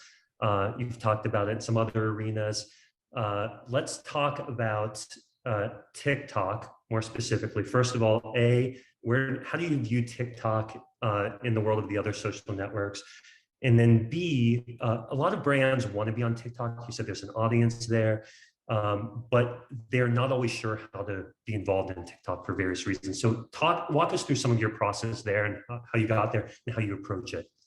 So TikTok, what a brand that had its moment during the pandemic, right? And I think the way that we think about TikTok and the way I always think about it is TikTok is community at its core, right? It's people coming to life, expressing who they are and finding really interesting, silly, sometimes educational, sometimes just plain and simple fun ways to engage with people just like you, right? Or just like me. I think what is really interesting about TikTok is how it's evolved. It first started out with just dancing, and now you've got full on TikTok made me buy it phenomenon going on, right? I mean, just a pure cultural phenomenon. So the way that we really think about it is we first start with the community. We know that people who use Invisalign are on TikTok. We know they are creating content left, right, and center. And we're leaning into that. You know, I think for us, we've always been a brand about the community and about the people who have chosen to straighten their teeth with Invisalign aligners. And for us, the play on TikTok is inviting them into our content creation process, right? Really inviting them in, not on the back end where you're just amplifying content, but really on the front end to be the creators, which is what they do best, right? Is create and think about the community as creators so that we are not manufacturing content and stories about Invisalign, but really bringing authentic, real life experiences to the forefront. So that's how we're thinking about it. You know, I think it's still a space that we are learning. I will be the first person to say that. But what's been awesome has been just how quickly we can learn on TikTok, try new things out, get results very quickly, and then pivot from there. I think TikTok resonates to me at least, as authentic. And I think you talked about early on capturing some of your experiences of people who've used Align technologies in an authentic manner and kind of go on that journey with them. Align makes a lot of sense to align with TikTok in that arena. And it's all about the community. At the end of the day, you know, everybody has the opportunity to be a creator, and I think that's what TikTok has really done is leaned into people's creative sense, and we love that. You know, we love our community. We love the people who use Invisalign and engaging them to become a part of our marketing content creation. I mean, that's really when, you know, it's a marketer's dream come true, basically. I don't want to rile anyone up that might be watching from the respective parties, but TikTok versus Instagram, similar but different. Do you have different approaches on how you approach those social networks? So at its core, I'll say yes and no, right? So the no part, I'll start with that, is when you start with the community and you start with the users, what becomes awesome about that approach is then you're not trying to figure out what's the right content framework, what's the right structure for this particular platform, because all of that is already there for you, right? So for us, both are a core part of our plan. And the reason why is we know our target audiences are there. We know consumers are engaging with both Instagram and with TikTok, right? We know that there's different types of content. Creating a TikTok is a very different approach than creating a Instagram post. Let's just call it that, right? And so I think that from an approach perspective, that's where our approach is different across platforms, because creating a TikTok, there's a whole new way of approaching that.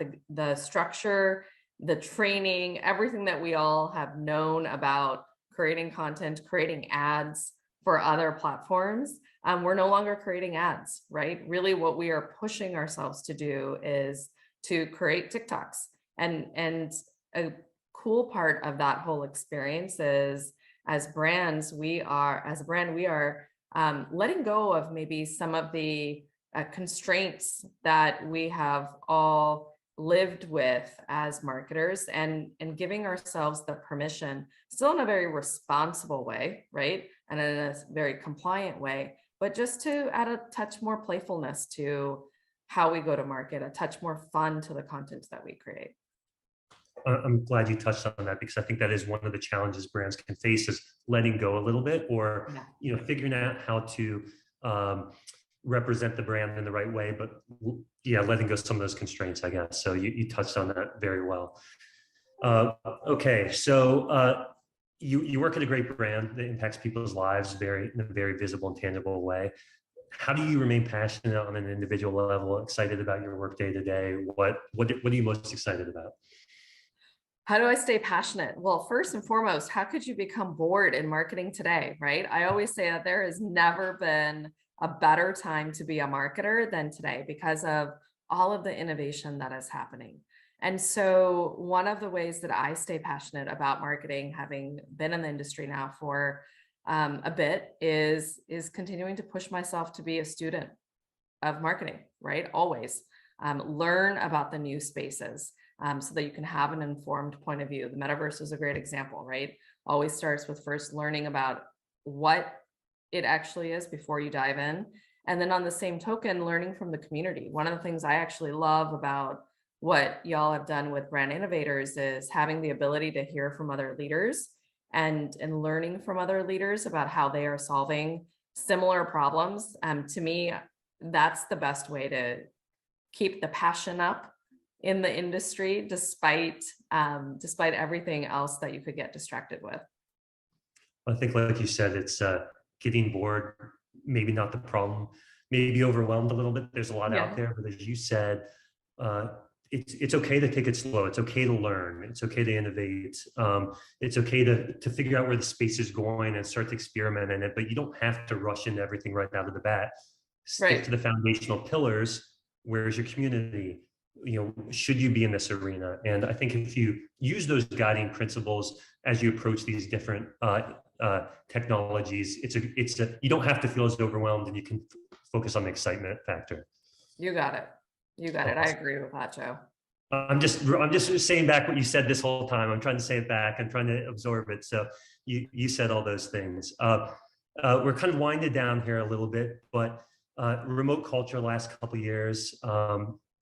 How have you, in your team, how have you celebrated successes? What are some challenges in that space? Do you have any recommendations for the rest of us who are kind of going through that, the remote culture? So I think a couple of things have come to mind for me, that have become true. First is they always say, put your own oxygen mask on first, right? And I think that has proven to be true over the last couple of years. And that really is starting with figuring out what works for you, what works for you, what doesn't work for you in terms of keeping yourself sane and grounded. For me, that became incredibly important, because only then could I lead my team. And then the second thing that I would call out is as leaders, I think it becomes incredibly important to get to know people individually on the team. We don't have the luxury of the casual encounter that may have occurred in the hallway or, in the cafe. And hence, I think we've got to be really intentional about getting to know individuals as individuals, get to know their story, especially people who started with you during the pandemic, build that relationship, and then figure out what does each person need, because there's not going to be a cookie cutter way. And then, I've really leaned into flexibility and all aspects of that word, because every single person needs something different because their challenges are very unique. That's a good recommendation. Flexibility on individuals, approaching marketing in general, flexibility, learning, being very intentional about what you do. Another common theme I'm seeing. All right, well, we are winding down here today, Kamal. So I want to give you the opportunity as we get close to wrapping things up. This is a huge week. This is Super Bowl week. We're going to be on opposite sides, but we're going to remain friends no matter the outcome. And what messages do you want to leave the audience with about Super Bowl, about Align, about what you all are doing this week? I think this week is a great opportunity for marketers to be students of marketing, right? Lean in, enjoy yourself, but watch with intention. Watch with intention, and then you be the judge afterwards. Ask yourself, what did brands do? How did they activate? And why did you think it was effective? Right? Be thoughtful and intentional about your watching. Have fun while you're doing it, and then double back on the student piece. All right, I think, and smile a lot. Smile a lot goes a long way. So I know I'm going to be learning. I've learned a lot from you. I'm going to be paying attention this week to how a lot of brands activate and learning from them. So thank you so much for your time, Kamal. Really appreciate it. Thanks for having me. Appreciate you spending some time with me today as well, Joe.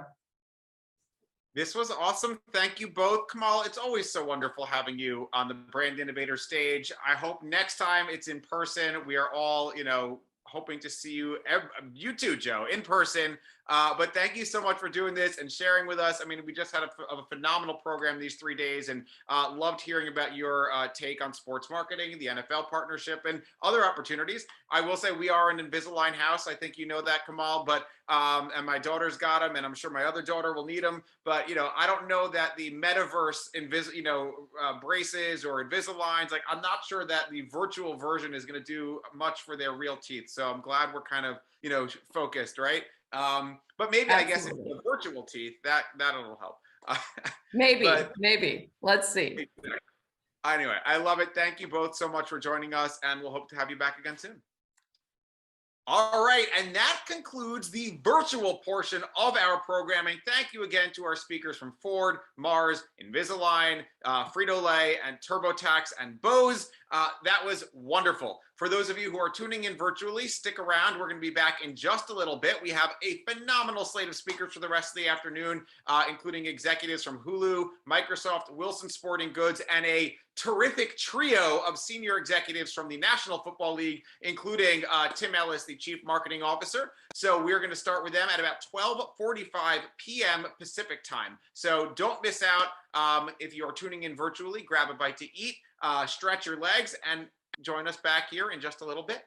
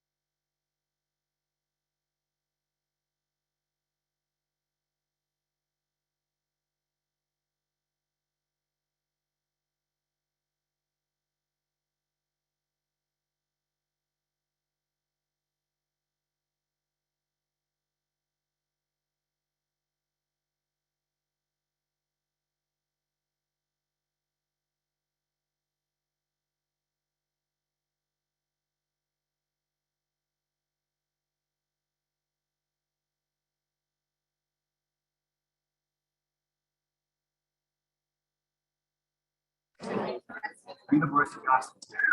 I am not the voice of God, but I am the voice of this meeting. So please. T-minus 60 seconds.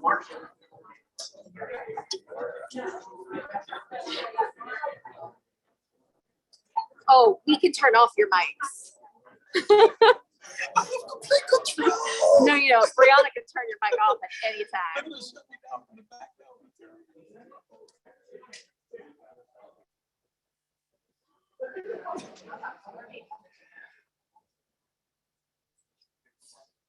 Hello and good afternoon, everybody. Hello and welcome. My name is Mark Sternberg. I am the co-founder of Brand Innovators. We're coming up on our 11th anniversary in June. We are very, very excited about that. Thank you very much. We've been pretty busy producing conferences and events all over the country during the pandemic. We pivoted to virtual, and we now produce 20 to 40 hours of virtual content. So our job, our goal is to bring the brand marketing community together. And we do that, as I mentioned, on a year-round basis. We have a community of about 30,000 brand marketers strong, chief marketing officers, heads of digital media, media buyers, heads of content marketing, mobile marketing, e-commerce, data and analytics, really all of the disciplines, right, that are driving the reinvention, if you will, of media and marketing. So we love bringing people together, and one of our favorite places to do that is at the Super Bowl. So we've now been activating at the Super Bowl for the past 5 years. Since Houston, we did a little recon 5 years ago. We went to Houston and said to ourselves, I wonder if we could pull this off. I wonder if we can bring all the brand marketers, right, who are in town for the big game, whether they're official partners of the NFL, partners of the NFL Players Association, advertisers on the Super Bowl, or mainly just in town, hang out and participate in one way or another at Super Bowl. So the following year in Minneapolis, we produced an activation at the Microsoft Technology Center in Edina for about 100 people. Then we had kind of intimate dinner in downtown Minneapolis, one of our favorite restaurants, and it was a big success. We followed up with Atlanta. We were hosted by IHG. We brought out Kevin Rathbun steak, and much to our surprise, amusement, but we were thrilled. We hosted several dozen NFL players. I think that was the first time we featured Tim Ellis from the NFL. And then we went to Miami. Every year we kind of made it a little bit bigger. Last year we were virtual. This year, I don't know, we were on, we were off, right? Is it virtual? Is it in person? And I'm so excited to say, here we are in person, and we're back.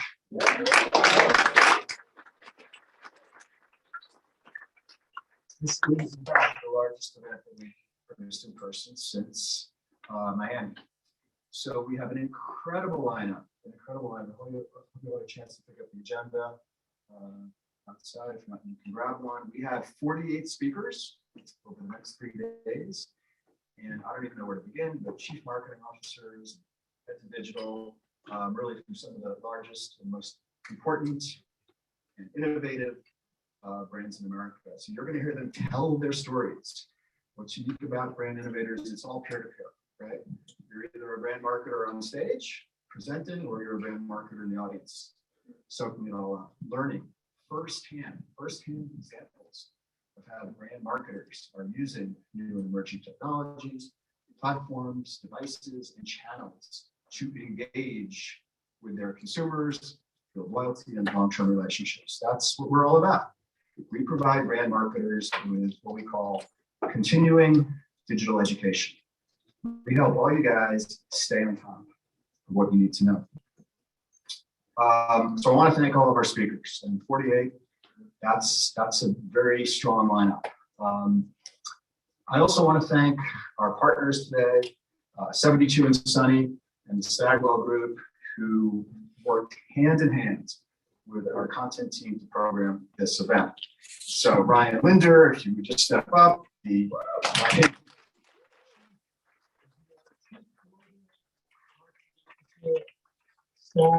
group, a consortium, if you will, of over 60 agencies, 70, 70 of some of the leading agencies, most creative agencies in the world, and one of which, obviously, 72 and Sunny. And I do want to acknowledge special kudos and thanks to Damian Journey, the Chief Marketing Officer at 72 and Sunny.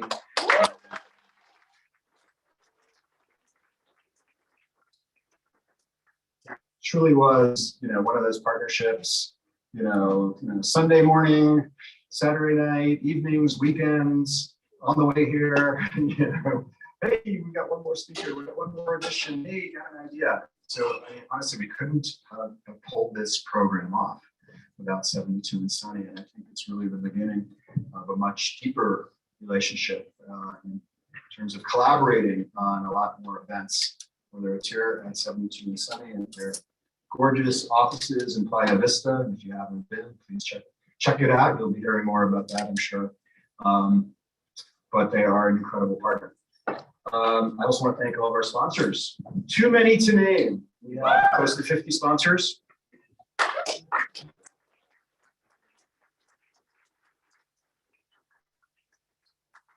What's cool about the sponsors is, again, just like our audience is curated, right? The best of breed senior brand marketers from Fortune 500 and other leading brands. You have to be selected to sponsor and participate at one of our events. So if you meet one of our partners, I can assure you they are absolutely positively best of breed. They're at the top of their game in terms of whatever that solution may be. And they are highly curated, embedded, either ad tech, emerging technology, it might be a publisher, or any other one of our companies in our ecosystem. So I encourage you to get to know some of these partners because they really do have incredible platforms. And finally, I want to thank our staff. We've got about 24 team members here today. We flew about 16 folks in from our satellite offices. And again, too many to name, but I do want to thank everybody, our leadership, Jared Hopfer, our Chief Revenue Officer, David Teicher, our Chief Content Officer, who's flying over our building right now into LAX. And who else? Lauren Kania is here, our VP of Customer Success, and Megan Hubert, our Senior Director of Marketing. And I think I covered all the leadership, but there's about 24 of us here, so we look forward to meeting all of you. And so without further ado, I want to introduce once again to the center stage, Damian Journey, our MC today.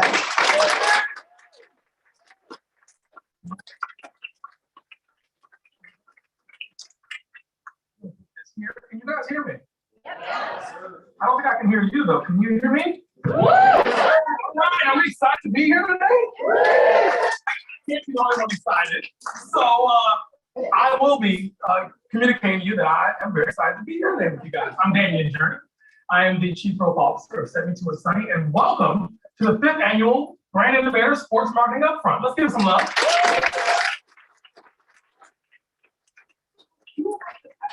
Be in a room together in the last year or so. And so this is a really unique opportunity for us, and I want us to engage with it, not as if we were on Zoom, but as if we were actually around other people. So let's use our hands to applaud, let's raise our hands, let's do all the things we would do as natural human beings to enjoy the time, all right?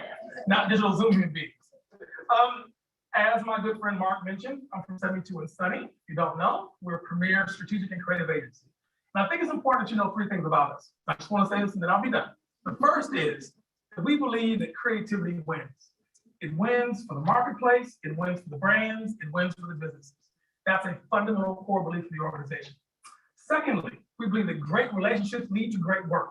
It's really, really hard to build creativity to connect to a 330 million or 6 billion population if you don't have a good relationship with your partner. And then thirdly, we believe that diversity matters. It's an imperative. In fact, our mission is to diversify and expand the creative class. And so with that in mind, I would just like to just take a moment to acknowledge that this is not only the Super Bowl week, the greatest week in sports in America, but it's also Black History Month. And so in your personal time, Black History Month.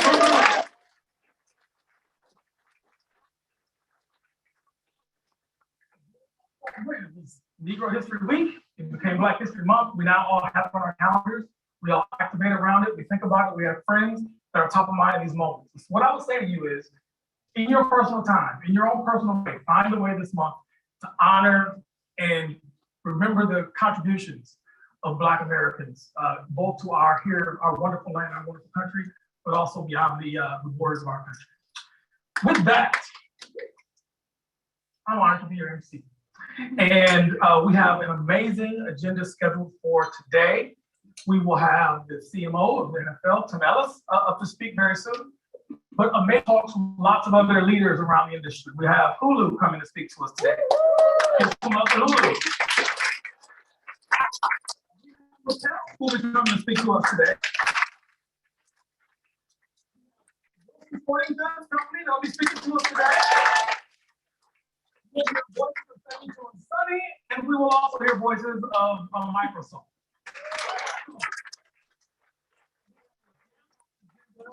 So let's not take any more time with my shenanigans up here. There's one other group I want to mention is you all.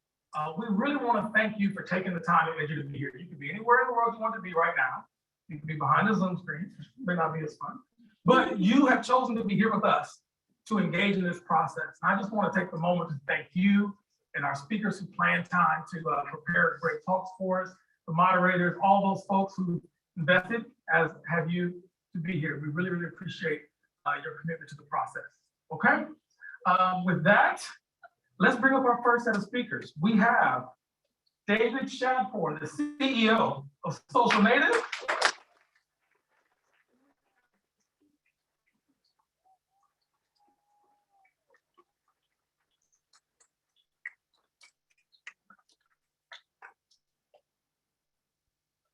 Good afternoon, everyone. I'm excited to be here. I hope you all are also.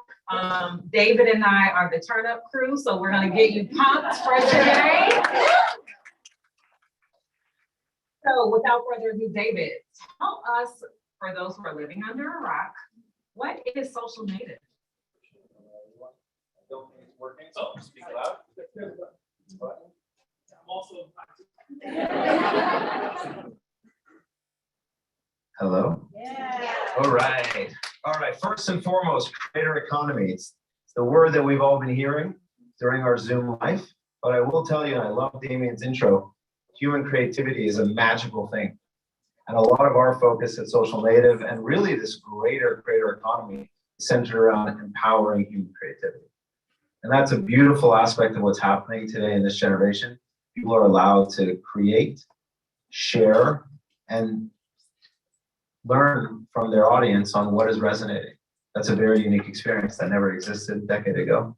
So a lot of Social Native is how to empower that creativity and harness it for your brand. So on a personal level, tell us about your journey. How did you become the CEO of Social Native? Personal journey has been wild. I'm born and raised in Los Angeles. I had a bit of a unique story. I'm the oldest of 6, first generation born outside of Iran. My parents fled for prejudice against Jews in that country. And I grew up very poor, welfare, food stamps, things like that. And I had a big luxury, which was I went to a private school in Beverly Hills. So I was that kid that was on financial aid, but I was exposed to wealth. And I really believe your exposure is everything. And going to a lot of points about our lives and what we choose to do with it, if you take the time to help people that are not as lucky and as fortunate as we are, you can have massive effect. That's what happened to me. And I was born an entrepreneur at an early age. And that eventually brought me to building Social Native. And my primary motivation behind the business was this attention span shift that I saw happening both in my circles and my children. My oldest is 14 now. I grew up sneaking out of my bed on Saturday mornings to watch cartoons on TV. I didn't really have options. I didn't have choices. I just watched what was available. But the new attention span, kids are going up choosing what they watch whenever they want, wherever they want. And so with that new currency, you have to ask yourself, how can I maintain their attention span? I need to find new ways to create content. And so that led to the birth of the organization. So you mentioned the creator economy. I was recently watching something on television and it called it the hustle economy. It sounds a lot like where you were from back in the day to where you are now. So I think there's something there about this creator economy also becoming a hustle economy and turning into entrepreneurship. So I think that's fabulous. Talk to me a little bit about what are some of the current priorities that Social Native has for the company right now? Funny enough, we didn't plan this, but the hustle economy is one of our priorities. So we have an internal mandate on the amount of income we generate for our creators. And it's not a mandate around 100%, which you might see from other marketplaces like Uber, where they want you driving full time. We're focused on secondary sources of income. So for us, you could be an attorney, you could be waiting tables, you could be a stay-at-home mom, whatever it is that you're doing on a day-to-day. We want to create a secondary source of income for you centered around creativity. And it doesn't always have to be income, but, just to give some perspective, some people are already organically creating content on behalf of the brands they love. So our ability to do rights management and then utilize that content on brand channels is another form of currency. It doesn't have to be money. So for example, this young man here creates some content around Adidas. He gets featured on their homepage. That's pretty exciting. And that has value to both the creator and to the brand. But as we progress and grow the business, and as the creator economy progresses and grows, we're very focused on the hustle economy. And then one more point is on the brand side is helping brands really understand that the customer journey has changed. And in that evolution, how do we speak to this new generation of people that care to hear more from their peers than they do from the brands themselves? It has definitely changed. We all know that we're kind of still in the pandemic now, but so much has changed in terms of influencer marketing and UGC. What are some of the challenges that you're facing right now with influencer marketing or even UGC content? I'd say we're challenged with the same things you all are challenged with. There's so many names and they all mean something else to someone else. Like, what is an influencer? What is UGC? What is creator economy? And there are many different shades to this color. So what I would encourage everyone to think about, and a lot of what we preach at Social Native, is the creator economy is the opportunity to activate human creativity. It's really a beautiful thing. It could be an influencer with a lot of followers. It could be someone who's not an influencer and doesn't have a lot of followers. But if they can make something really compelling and interesting for your brand, that's exciting. Now, I sat down with a president of a large brand recently who shared with me that a young kid made a TikTok video and sold out their product in retail stores. And this is a $2,000 product, sold out nationally. They couldn't replicate it, right? They tried, right? But there's beauty and there's magic in that authenticity. And so that's a massive opportunity for all of us, especially those of us who have prized brands. So what can brands like my brand that I work for, Hulu, do in partnership with Social Native? What are some things that some of the takeaways here that brands should think about? My 9-year-old this morning asked me to tell you that it would be nice if Hulu had Harry Potter. So I'll take that back to my programming team. I was like, are you sure they don't have it? Let's Google it before I say something. But he's going to love it. Look, the way that I think about it, Hulu is such a good example. It's like Hulu, so we're all hanging out. It's like, oh, what are you watching? Oh, well, you should check this show out, right? Like that virality of that authentic, like, I like this show, that's why you should check it out, is very powerful. There are plenty of shows that everyone here can talk about forever and very likely influence me to watch them. But are we harnessing that? Are we taking that and saying, hey, this is awesome. This person loves this show with real enthusiasm. How do I partner with this individual? Whether or not they have 100 million followers or 10,000 followers, that's kind of a new currency that we've all fallen into. The real question is, are they passionate? Do they really love it? And if so, are they creative? And if they are, that message will resonate with a lot of people.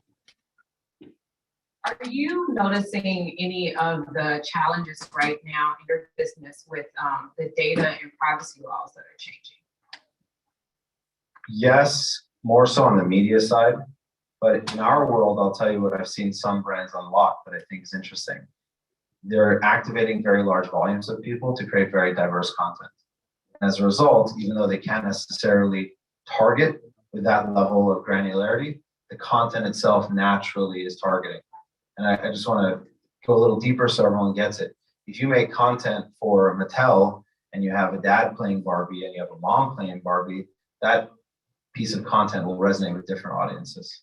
And so that allows you to do targeting. And this is something that you'll hear from me, you'll hear from Facebook, you'll hear from many other players in this space.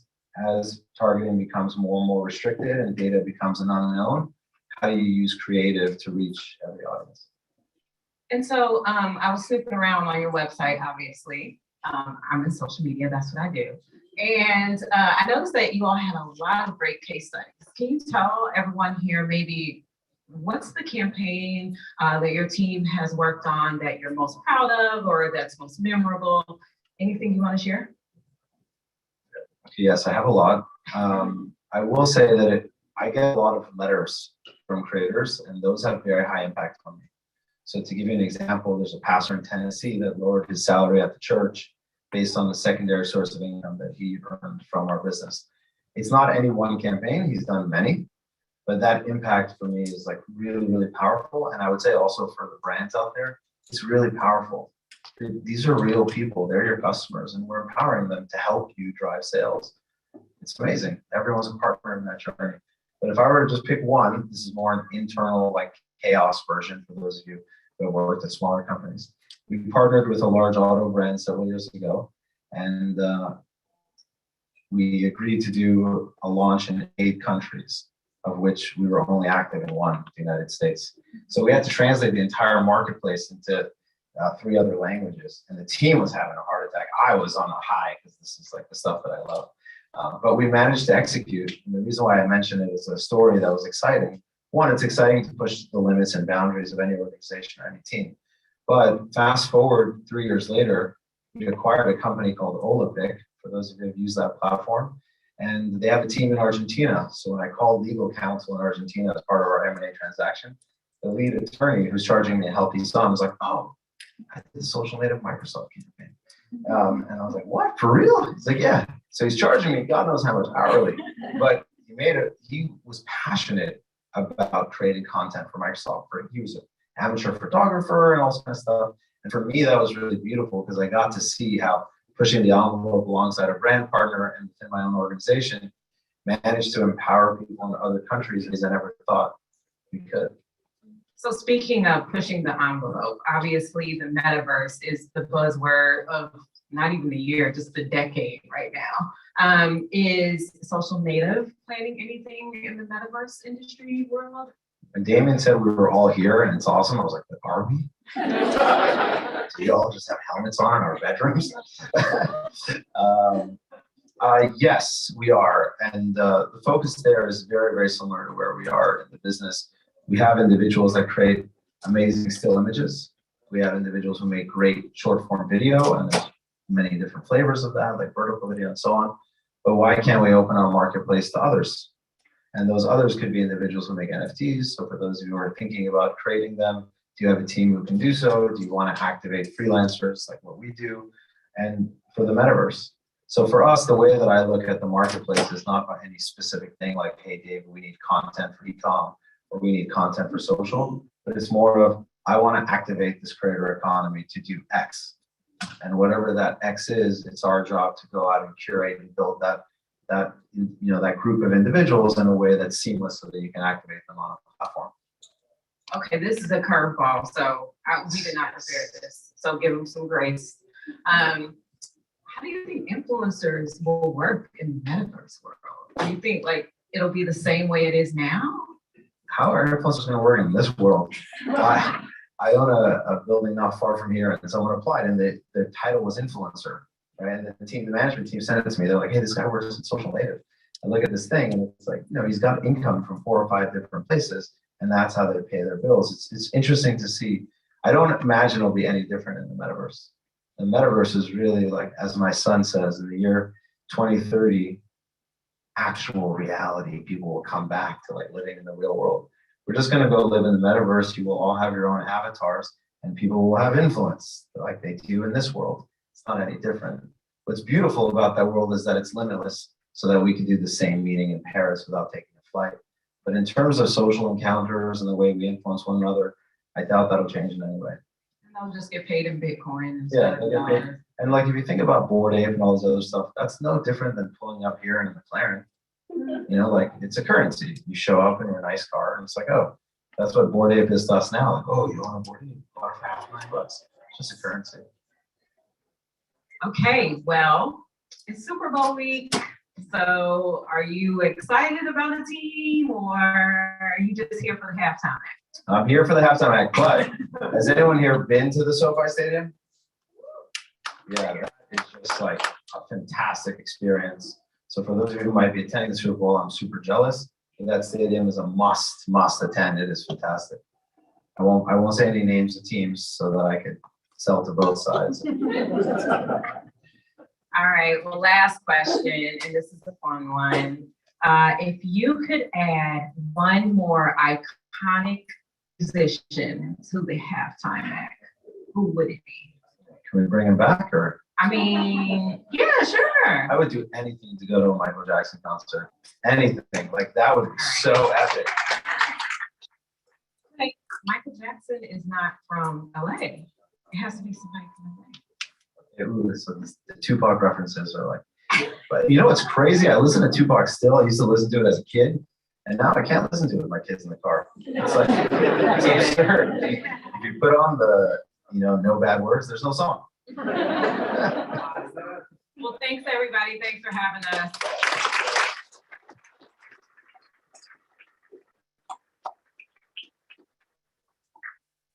What do we do? We lost our QB. Does anyone have any questions? Yes, do you have a question? I'm just raising your hand. I love you too. Can we throw some questions at Tatiana while she's up here? Yes, go ahead.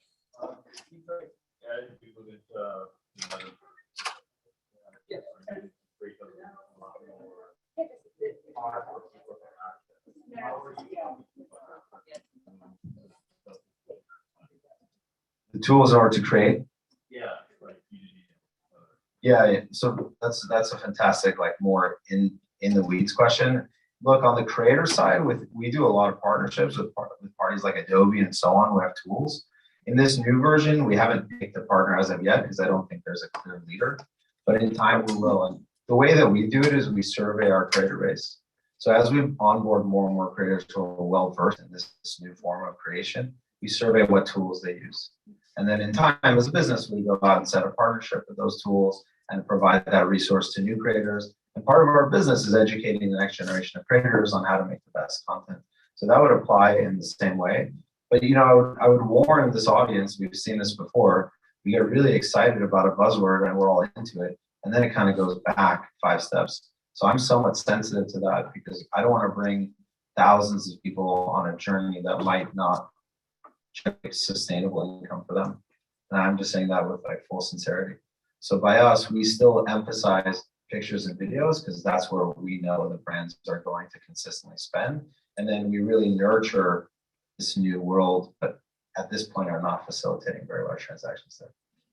That's a really good question though. On the brand side, I know we are always trying to find what are those tools to accurately measure the ROI of those influencer relationships, right? Obviously, pre-pandemic, oftentimes social was added value and just thrown on additionally, right? And now it is a key part of our marketing mix. And so we have to be able to justify the dollars that we're spending. And when you have a one TikTok person who wants $60,000 for a 15-second video, of course you're like, wait, I'm in the wrong industry, number one. But 2, how do I justify this back to my CEO or, the powers that be on why we're spending that much and what is the ROI and the value? So I do think whatever leading tool that is that can really, really find a way to put that in place will certainly be they're onto something. Let's go deeper on the ROI side because it is tough. You hire someone for $60K on TikTok,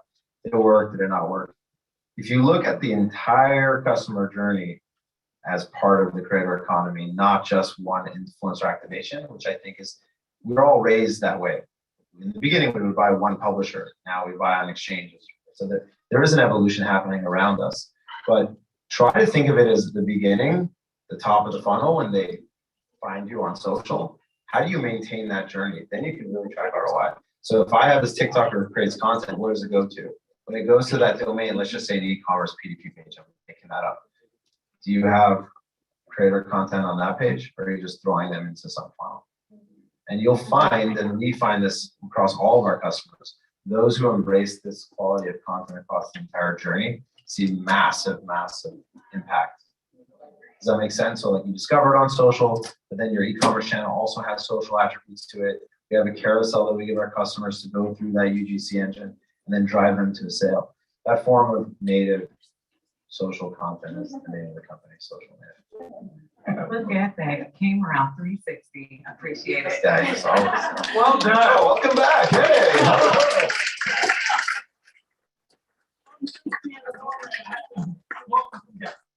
Thank you both for your wonderful words. Well, so you guys are off to a great start, right? All right, let's give them some love on that. And next up, we have a wonderful talk with including Lisa McKnight, Senior Vice President, Barbie and Global Head of Dolls at Mattel. I know you're on one. And we also have Suzanne McNamee, Head of Sales, Media for PCH Media. Welcome. Where is my good friend? Ah, there we go. Hi, Lisa. So this is why doing this is so awkward, because I've met Lisa on Zoom twice already, but because we're wearing masks, I could not have picked it out of a crowd. I know. Well, and there you are. Right here. And then I thought Ashley up here was you because you had similar hair, so I went for it, but then I met a new friend. I don't like following the turnip crew, that is for sure. So well done. So nice to meet you. It's so great to be here in person. Like, I don't know about you, but you take your mask off and you're wondering what your breath smells like, and if your lipstick is on, and if your pants are gonna fit. So kudos to the brave souls out here who have braved to be in person. So it's terrific. So it's great to meet you. So our friend Lisa has lots of news to share. You may have seen some of the news yesterday with the Barbie partnership with one of their partners, but I won't steal your thunder. So if you wanna roll the clip first, what do you think? Let's roll the clip. Sure. Why not? Okay. Everybody, I am Suzanne McNamee, and I am the head of sales at Publishers Clearinghouse.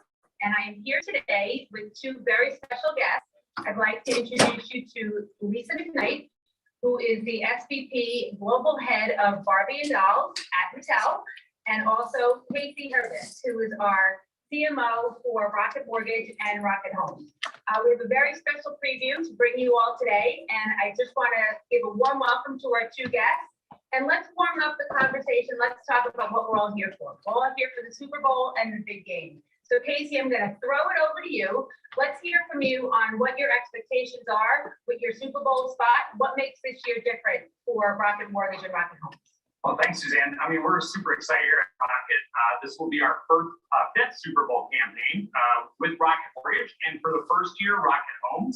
And when we started the creative process 6 months ago, the idea that everyone will see here on Sunday, we saw the idea early, and it had featured obviously Barbie, and how excited could we not only be in that room, and as we had the opportunity to get to meet Lisa and the Mattel team, we're like, this idea is gold. I mean, if you think about Super Bowl, world's biggest stage, I don't care if it's your first time or fifth time or even more, you got to make sure your Super Bowl campaign is simple, it's epic, it's relevant, and it's unexpected. So we're super excited that this year, unexpected one is Barbie, one of if not the most popular, celebrities in the world. It's her first time in the Super Bowl. Anna Kendrick, A-list celebrity, first time in the Super Bowl.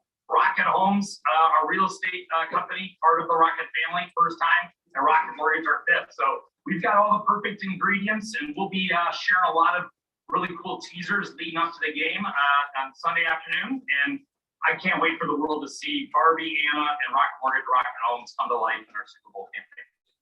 That sounds like a win, which we love on Super Bowl Sunday. So Lisa, over to you.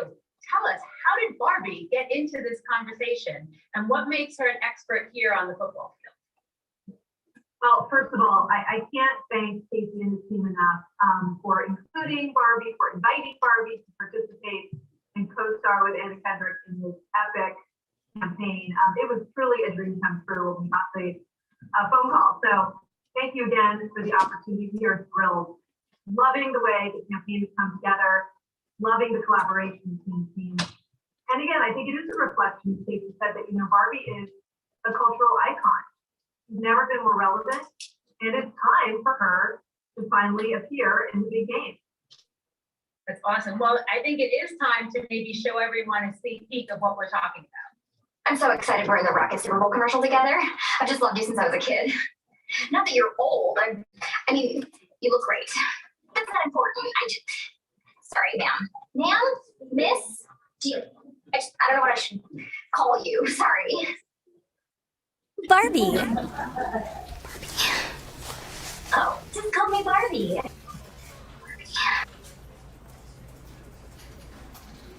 So very exciting. So tell me, Casey, what are you most looking forward to this week? And again, as you're bringing Rocket Homes into the fray here. Yeah, and so as I mentioned, it's our 5th Super Bowl campaign. Everyone is different, and we put a lot of pressure on ourselves. But I can tell you, what you just saw there with a teaser is just a snippet of what's to come.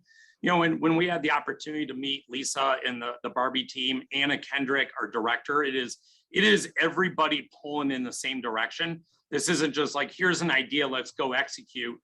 The Mattel Barbie brand knows that brand better than anybody. We know the Rocket brand, Anna knows her brand. So it's literally a big collaborative effort to pull together not only teasers, but the big spot in the game, all the digital and social content that comes afterwards. It truly has to be a team effort, and that's what I'm so excited about. 6-7 months of hard work. It culminates on Sunday night, and then we turn it to the world of public opinion of what's great, what's okay, and maybe what didn't do okay. But I'm just so excited to have the world of public opinion of what's great, what's okay, and maybe what didn't do okay. But I'm just so excited to have the world see what we've been working on for the last 6-7 months with Harvey, Anna, and our Rocket Homes brands. Can't wait. And Lisa, how did you find the whole process turned out? Were you really thrilled with the end result? Was it fun? Oh, so much fun. And honestly, that's what's been great about the journey that we've been on with Barbie, even in the most years, the past 5-6 years, is we have been celebrating the fact that it's a cultural icon and getting more and more comfortable handing the brand over to partners like Rocket and building on each other's ideas.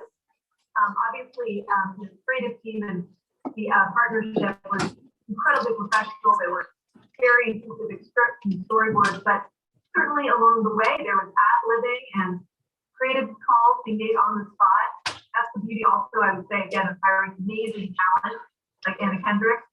The way she delivered her lines, the performances that the team got out of the kids that you're going to see. I mean, anyway, it was very collaborative and very creative. Great. We can't wait to see the whole thing, and we'll see everybody on Sunday. See you there. Thanks. Looking forward to it. We're done. Now we're done. Okay, now we'll jump into the in-person portion of the programming. So I did do my diligence, and the Barbie that I was talking about was Beauty Secrets Barbie. Oh, okay. So when I was a kid, single mom, getting a Barbie doll was a big deal for us. And I lost the lipstick accessory, and it has still stayed with me my whole life. And I just, right before we come up here, I did a little check, and she had this big pink frilly Morgan Fairchild jacket. So, and she's retailing for about $200 on eBay. So that aftermarket is real. Yeah. So I may treat myself. So why don't we hop in? So it's great to be here. So why don't we start with the obligatory intro background question? And can you walk us through your 23 years at Mattel? That's amazing. And how did you land here at your current role as SVP Global Head of Barbie and Dolls? Okay, great. Well, yes, I've been at Mattel for many years. Just a quick background. Before that, I was in advertising. So I've got a true appreciation for the creative process with advertising. But in any case, I've been at Mattel for over 20 years. I've had careers within the career. I've worked on every brand in the portfolio, from Thomas the Train to Hot Wheels to Barbie in different roles. And that's what's kept me at the company for so long. It's a very diverse portfolio. We've also got the privilege of working with studio partners, Disney and Warner Brothers. So many things to work on, different brands with different positionings, different target audiences. And it's been a pleasure. Having said that, I've always had a connection to Barbie. I've got a personal connection to Barbie. Grew up with a sister in San Francisco and played with Barbie for hours on end as kids. Even a little bit older, I was probably a 10-year-old playing with Barbie, which today kids unfortunately grow out of toys a little bit earlier. But anyway, always had a connection to Barbie. So when I got the opportunity to work on the brand, it was amazing, dream come true. I've had a few stints. I was VP of marketing for Barbie around her 50th anniversary. Then I got to pick up the business again for her 60th anniversary, 60 years young. And now the global head of Barbie and what we call our doll division. So we've got other brands like Polly Pocket and Monster High and Little Mommy. And then you might have read, we just announced we are working with Disney again on the Princess franchise, which we're really excited about, as well as a great partnership with Universal. Very exciting. I think maybe Queen Elizabeth is the only person who's had a longer reign on this earth than Barbie. Indeed. That is quite an act to follow. So what brings a good question is, so how has the Barbie brand changed or evolved over the years? Well, what's interesting is at the heart of the brand has always been female empowerment. Barbie was created by a woman who was the co-founder of Mattel. She was a business lady. She had 2 kids, Barbara and Ken. True. It's true. And her offices were near, Mattel's offices were near here in Hawthorne. So it's an amazing story and I could spend hours on that. But the idea behind Barbie all along was to give her daughter a way to imagine her future self and to role play different careers, different experiences to help her find her voice. She felt that her daughter was underserved at the time in the toy market. Her son had action figures and was able to pretend to be a doctor, a firefighter, an astronaut. And the only dolls her daughter had were baby dolls, which are wonderful, but they really are limited. They encourage nurturing play and, being a caregiver or a mommy. But she wanted her daughter to have a different type of play experience so she could imagine other careers and, what she could be when she grew up. So that's always been at the heart of the brand. But you can imagine in a 60+ year legacy, sometimes we drift from that, positioning and from that origin and true purpose. And so about 10 years ago, we had drifted. And the playback we were getting on the brand was not positive. Barbie was viewed as not a role model for girls. People were very hung up on her appearance, her body, the fact that there wasn't a lot of diversity in the line. She was viewed as superficial and materialistic. I could go on and on. It was painful. So we knew we needed to do a complete overhaul. But again, we went back to our roots and to the original vision and purpose of the brand. And today, the brand is about empowerment, inclusivity, diversity, and we've made some great headway and progress. That sounds great. So tell us, how has Barbie navigated the pandemic and what kind of impacts have you seen COVID have on the brand? Well, boy, that's another, I could speak for hours about that. A couple things. First was, like all of us, I'm sure, we all just immediately appreciated that we need to provide comfort for our consumers and for our audience. And so in Barbie's case, mostly it's kids, but also, we wanted to provide comfort to parents. So we immediately assessed all of our marketing, all of our communication strategies, and overhauled everything and made sure that we were in service of girls and kids that play with dolls and parents. We on social immediately had Barbie in first person start reflecting what we were all doing. Barbie started to bake banana bread. Barbie cut her own bangs, and they looked horrible. And then when Barbie went outside, because we have the social channel at Barbie Style, and she's a woke influencer. When she went outside, she wore a mask. And so we tried to do good, positive role modeling literally through that channel, which was also very interesting. That's awesome. So Barbie has a sourdough start. Is that what you're saying? Yes. Okay, got it. That's a good one. This may come out of left field a little bit, but the conversation previous kind of is spurring the conversation back here. Right? Has Barbie arrived in the metaverse yet? Well, I would say Barbie is present in the digital world, in the kids gaming space. She's quite prevalent. We also just recently launched 3 NFTs in partnership with the luxury fashion house Balmain. If you can believe it. $27,000 for one of our NFTs. Amazing. And so if those are the ingredients of the metaverse, I know it's a bigger term and it's a bigger world and universe, but we're really trying to be there. And then we're working on a lot of other initiatives to make sure that she's present, because we have to go where our consumers are. It sounds like you got some of the buzzwords right. So I hope so. That's good. I think that's a win. So let's see. Tell us what the future holds for Barbie besides the metaverse. Well, I mean, to circle back to the big game, that's the future. That's in a few days, and I mean, this is a big milestone for us. So, could not be more excited about her appearance. And again, it's a good example of how we're always trying to push the boundaries and say yes more than say no to opportunities that come our way. Having said that, what I'll also share is sports aren't new to Barbie, even though I know it might feel weird that I'm representing Barbie at the sports marketing event. But we celebrate female athletes, and we've had a great track record creating dolls in the likeness of these athletes, because part of our mission is to show girls that they can be anything by creating these inspiring dolls. So we've got a beautiful doll in partnership with Naomi Osaka. We've worked with a lot of soccer stars, Alex Morgan recently, gymnasts, Gabby Douglas, Ibtihaj, Mohammed. So love being in the sports space. And right now, back to what's Barbie's plans for the future, I'm obsessed with the Olympics. So of course, we've got our eye on a couple of these hot shots, and winning golds. So anyway, always looking at things like that. But bigger picture, I would say again, Barbie's going to go where culture goes. That is when we're at our best, when we're connecting to culture and we're showing up in areas that are topical, timely, and of the moment. So we have a bunch of career-minded folks in the room. So that's a neat data point that there's been over 200 different Barbie career dolls. Tell us a little bit more about the inspiration behind those lines.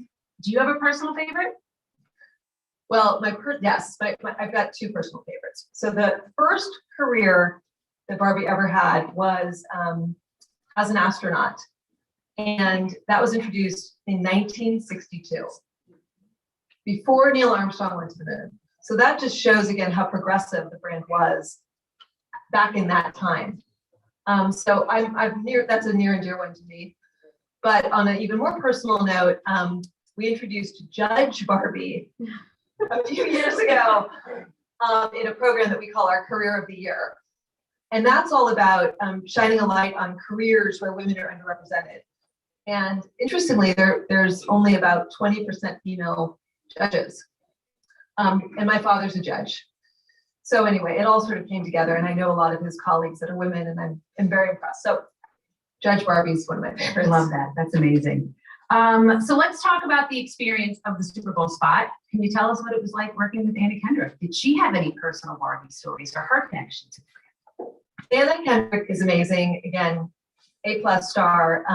First of all, really kind with the kids that she interacts with, that you'll see in the spot itself, which is lovely to see. Really great role model to these kids, coaching them, giving them help. That was really fun, kind of behind the scenes. But she's a Barbie fan. She's got the classic Barbie story that many of us have, where cut off all the hair, didn't grow back, covered the doll in a black Sharpie pen, and all those stories. But she's a Barbie fan, and she was a pro. And again, what was fun was to see her comedic timing. The way she delivered these lines, She improved a lot. It was great. So you had mentioned in your words, Barbie is a influencer. How does that phrase work with the core values behind the Barbie brand? And how do you plot that course forward? Well, everything is grounded in, the values of the brand, which is to support and promote female empowerment, equal opportunity for girls and women, inclusivity and diversity. From there, we look at opportunities that are timely and topical. And if the values fit and it all matches up, we'll partner with a brand, we'll have Barbie show up at a location, we'll have her participate in TikTok. But again, everything has to sort of immediately deliver on the macro purpose of the brand.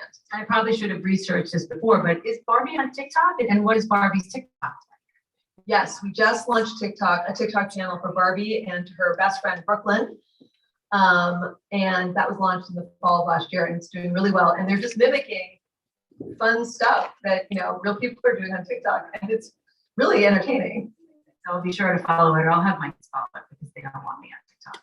Well, in fact, I will share a little tease. One of the Super Bowl teasers that's coming out is, which I think I can share because it's coming out soon, is with Anna Kendrick and Barbie having a staring contest. It's the TikTok challenge, so it's very Let me guess that Barbie wins that by a landslide is my guess.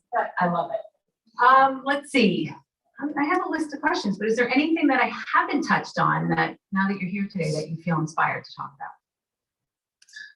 I would just say again, well, first of all, I'm inspired by all of you. It's great to be here. It's great to continue to learn and to grow. And I think that to circle back to why I've been at Mattel for so many years is because I continue to learn and grow. And I know what I don't know, and that's definitely the NFT space.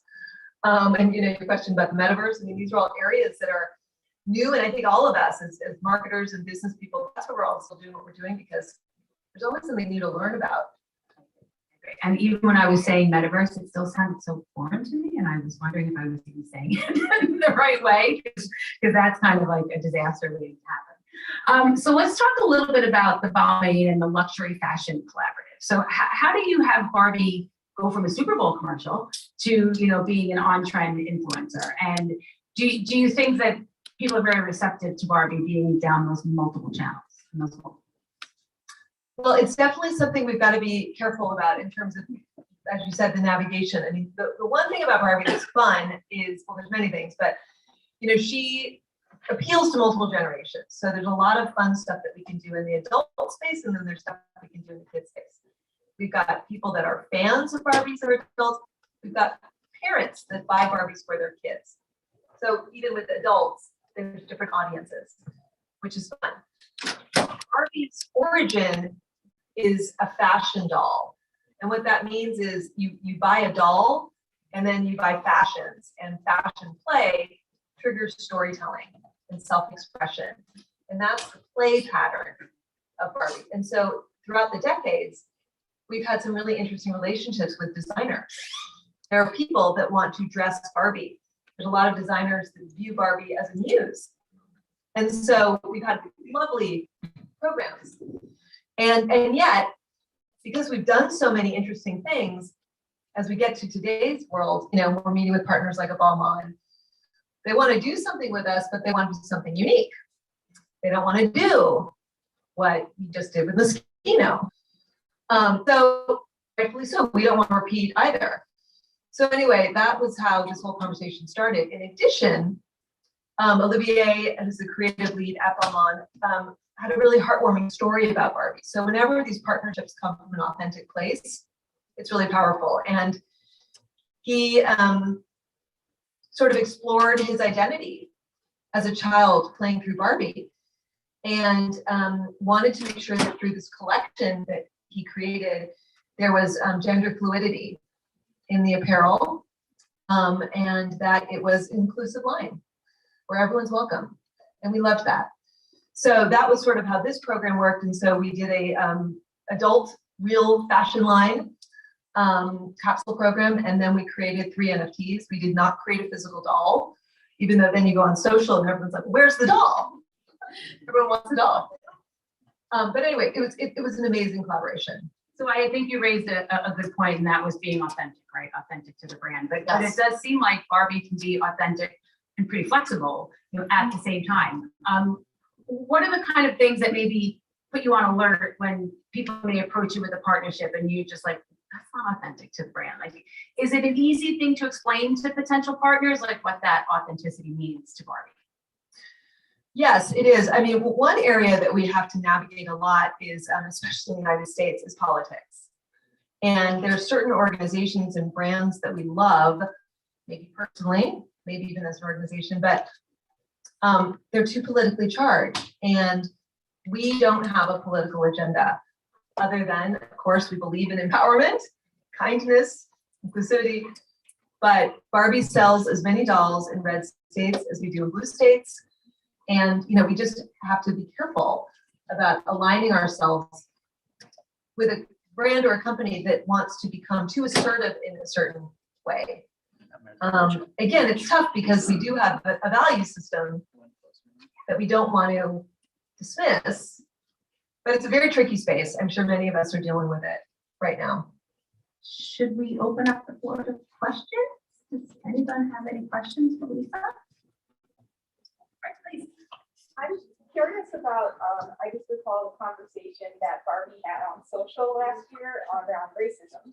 And I was just curious, more from an insider, if you could share anything about what the conversations that were had internally to decide how to address that topic, especially with a primarily youthful audience and young audience.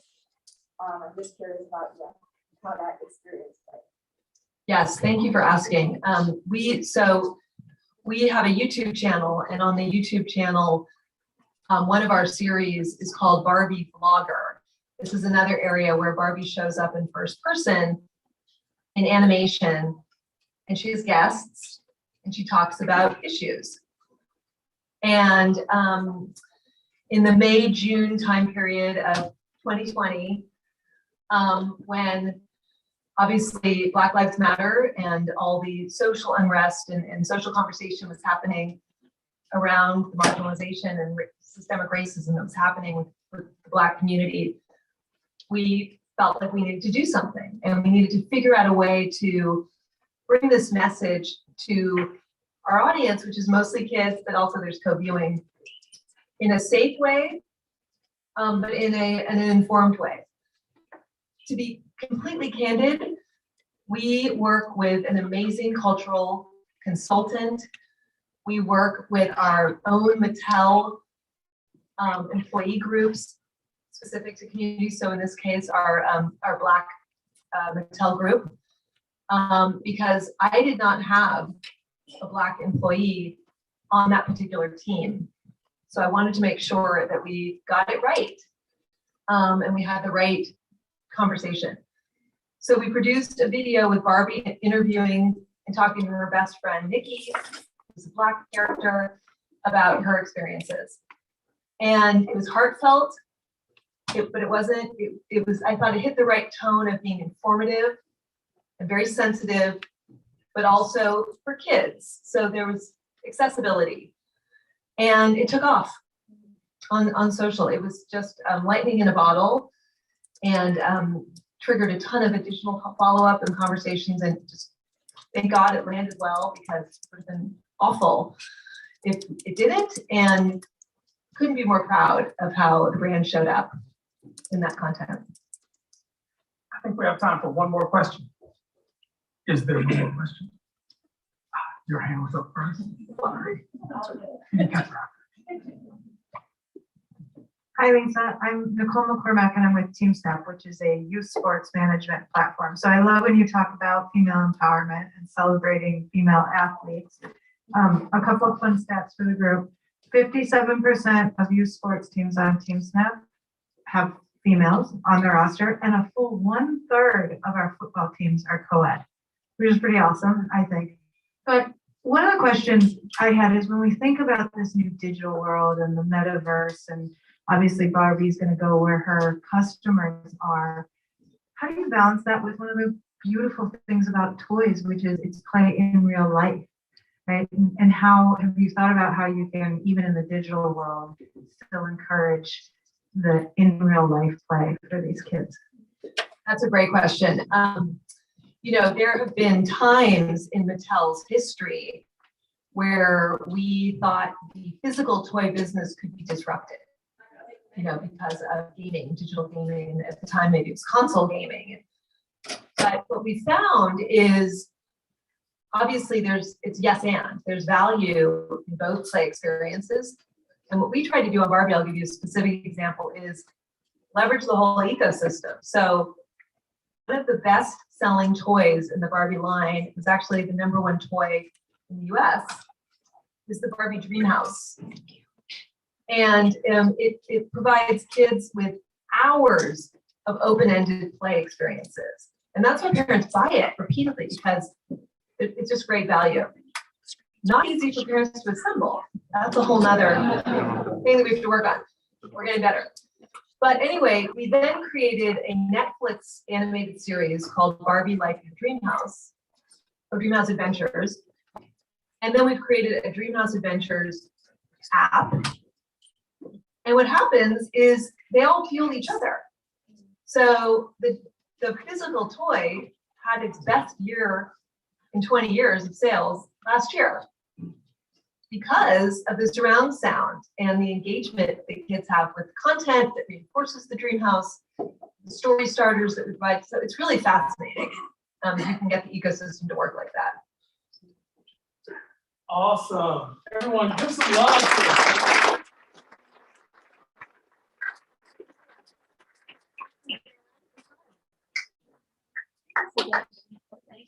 All right, everyone. Here. So I go. 5-minute break. Now I know this is tough for us folks who are very busy. 5 minutes. And then we have our, so take 5 and come on back.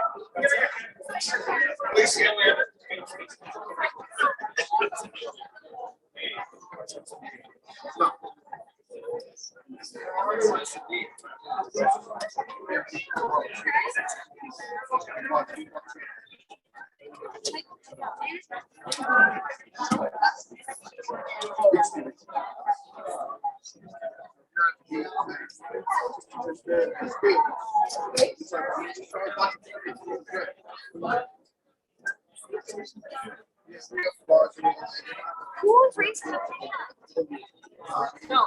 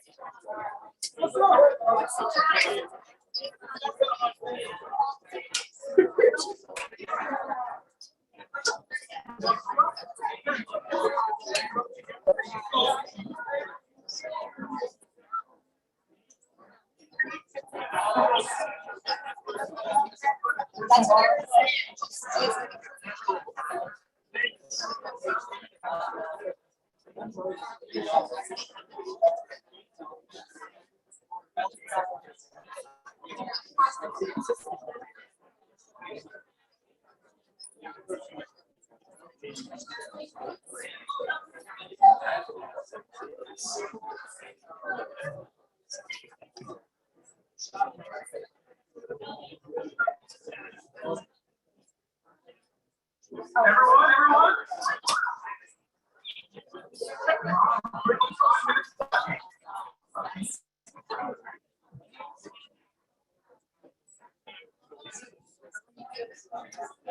Hello.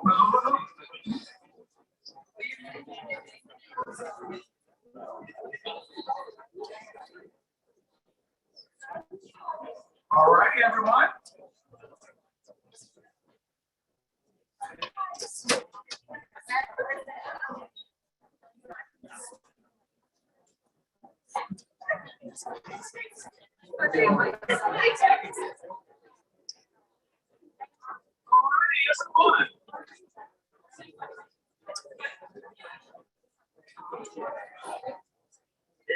Can you hear me? All right. I can see that engagement thing isn't hard for this group.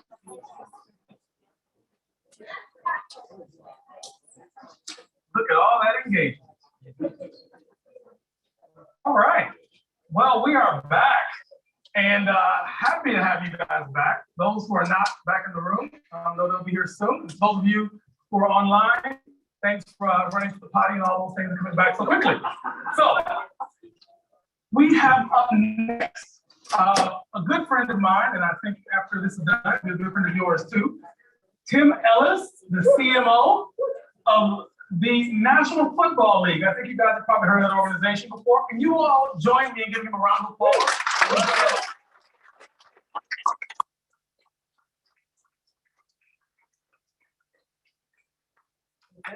This is how Tom Brady enters most stadiums, right? Thank you, Damian, and good afternoon, everybody. I don't look that, am I that serious? Actually, the photo I gave you NFL was not that serious, so I think they changed it on me.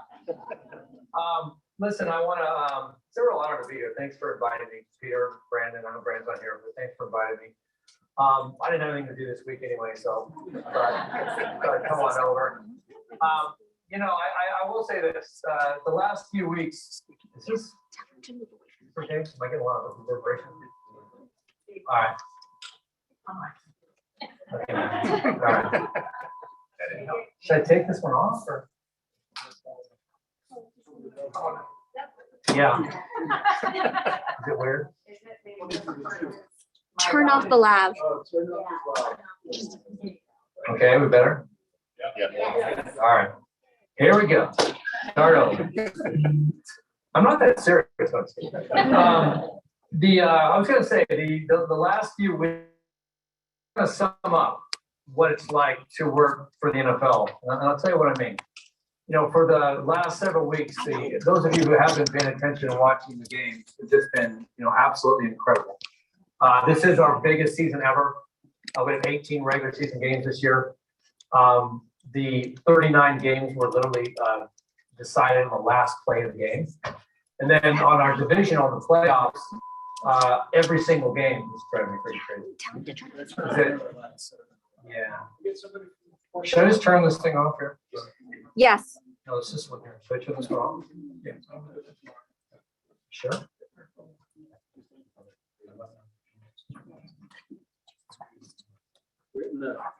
Told you we were friends. All right.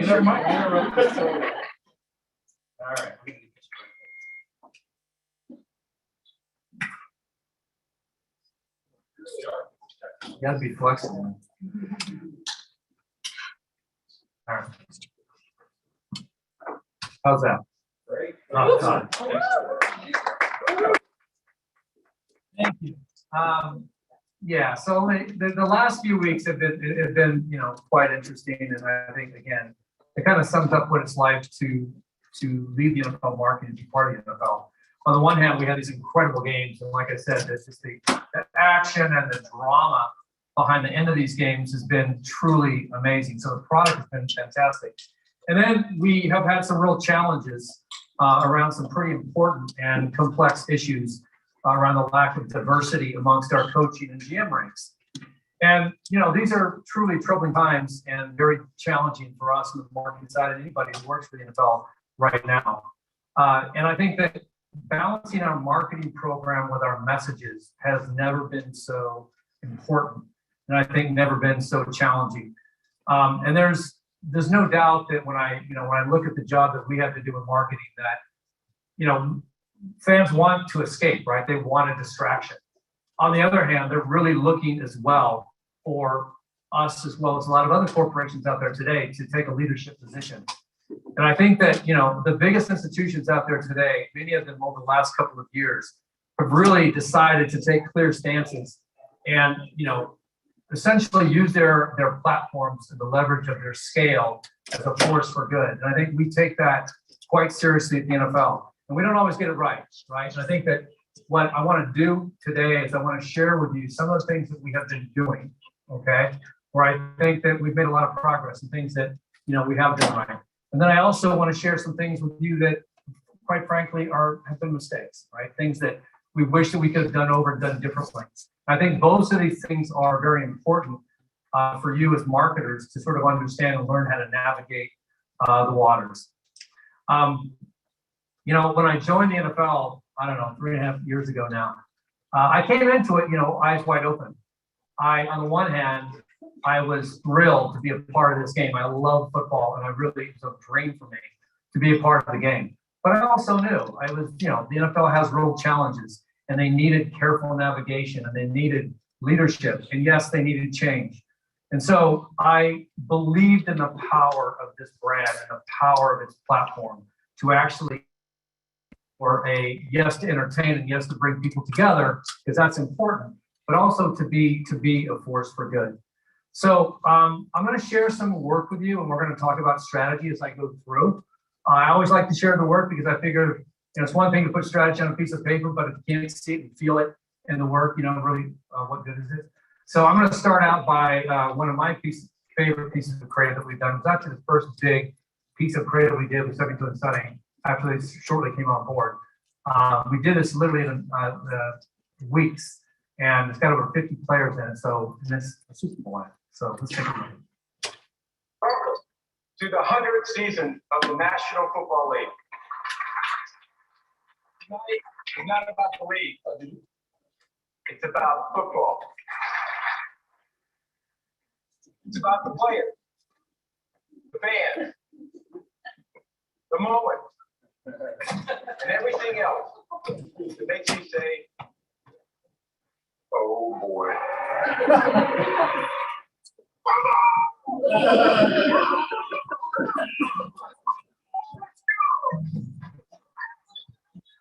Okay, cowboy.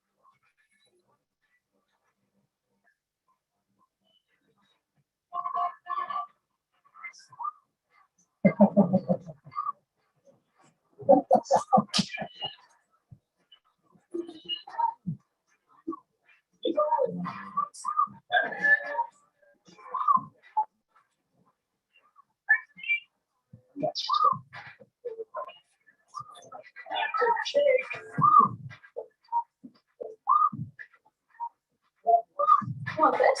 Come and get it.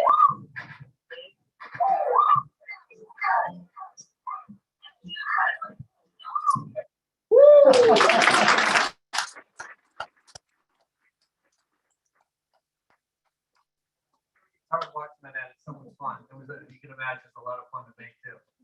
I want to share that because the strategy that we put in place before we made that ad, that you see inside that ad, is the same strategy we have had now for the last 3.5 years. And I'll talk about the impact there. A few things to point out. What you notice there is that it was totally helmets off, right? I mean, obviously from a practical perspective, football players have their helmets on all the time, unlike a lot of other sports. And most of our audience don't know our top players, right? So it's important to not only show them who they are, but also like who they are as people, not just elite athletes. So we spent a lot of time really understanding the players, what they cared about, the things that they enjoyed, whether it be entertainment or important causes. The other thing you saw in there is that we really leaned into youth culture, into younger generations. So yes, we had Jim Brown, yes, we had the 72 Miami Dolphins there, but what we're really trying to do is bridge generations and really focus on that youth culture. And you're going to hear more about that today. Ian Trombett is going to speak later today on all the stuff we're doing around social influencer marketing. And you'll see the depth of those programs that we have been working with our players. And then, just the importance, I think, of leaning into the joy and the fun of this game. Now, the strategies that we employed there really propelled us forward in a very short amount of time. Within 18 months, we hit an all-time high with our fan base. We hit close to 184 million people within the NFL fan base. On top of that, we had a higher composition of women fans, of Latino fans, and of that Gen Z fan base. In fact, the Gen Z fan base was in decline for 7 years and we pulled it out of decline. So we knew that we were going in the right direction and we were incredibly excited. And again, we have continued that strategy from that point on. However, things changed, and we all know that. That was back in 2020. And in the spring, when the pandemic hit, pretty much, everything had to be re-questioned in terms of how we move forward. And at that time, we were even debating whether we should even do the draft or whether we would even have a season at that time. And we determined at that juncture that it was more important for us, if we could do it safely, to go ahead and do that draft and to go ahead and continue to move, but just lean into technology and find ways to sort of conduct the draft remotely in a safe way. The other thing that we did is that we decided to use that opportunity to give back. And you can go to the next slide here. And to create a draft-a-thon, right? The draft-a-thon was essentially, having a group of fans of the game who happen to be celebrities and current stars of the game, and bring them together to talk about important societal issues and those who were impacted mostly from the pandemic, and then find a way to generate funds. And this forum, this online forum, ended up together with our other NFL family efforts, create over $100 million to donate towards the pandemic.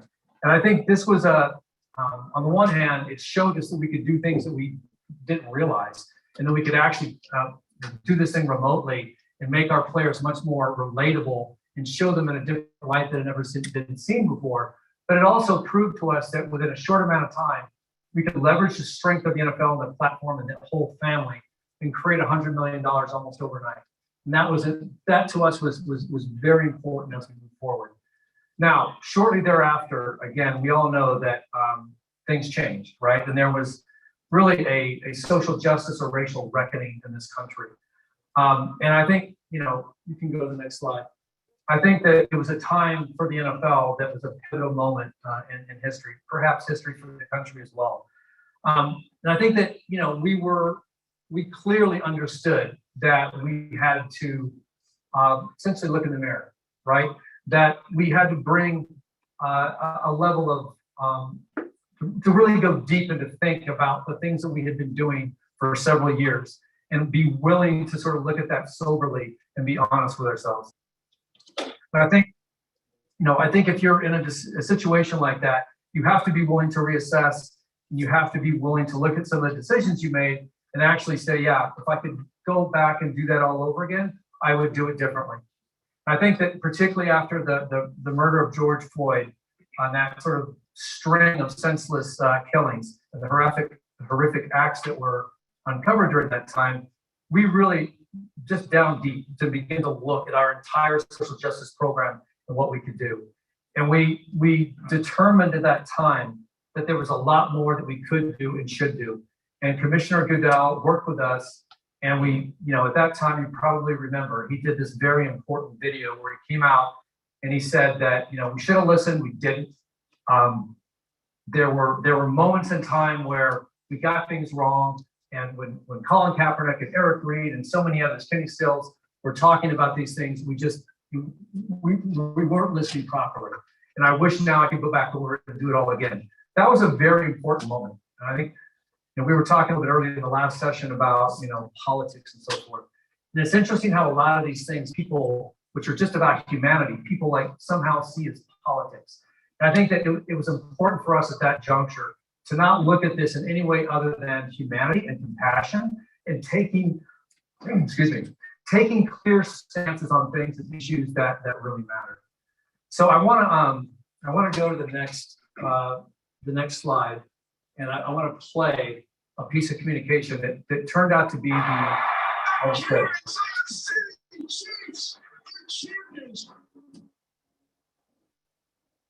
Football is a microcosm of America.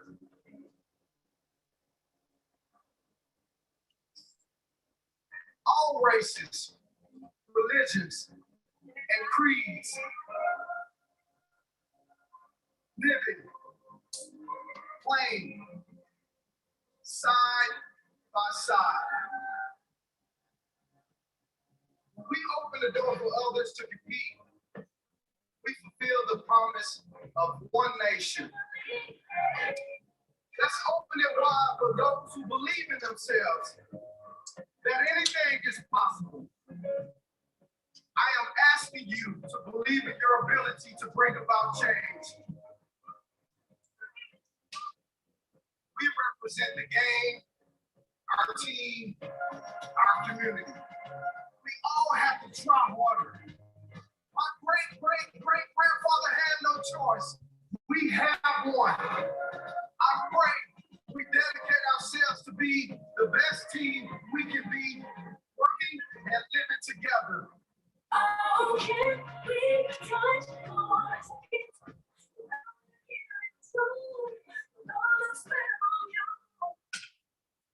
So this was, thank you. We created that platform at that time, and to this day, we continue that platform. It's with all of our social justice initiatives and programs, as well as all of our cost marketing. And I think that we listen. Working for the NFL, you can be successful or not successful based on your relationships with players, right? Excuse me. And the way in which to do that is to really earn their trust, right? They don't have to work with you, but if you earn their trust and you really treat them as true partners, and you get behind the things that they care about and that they want and that they feel are important to them, then they will work with you along the way. And I think I'm very proud of the fact that, you know, we continue to work with lots of players and they call us. If they see something that we're doing that they're interested in, they'll literally call us and ask to be a part of it. And I think that has been a part of the secret to our success. Obviously, particularly young fans love to see their favorite players out there. But I think that, you know, it has been incredibly critical to our success in that sort of earning that respect to the players. And again, being willing to be open and be transparent and really treat them with honesty and integrity. I want to share with you now a piece of creative that we do for some of our cause marketing. It's an initiative we call My Cause, My Cleats. It's a great program. Like over 1,000 players this last year contributed to this program. And you know, what you see in this is that the causes that the players get behind are so personal and so important to them.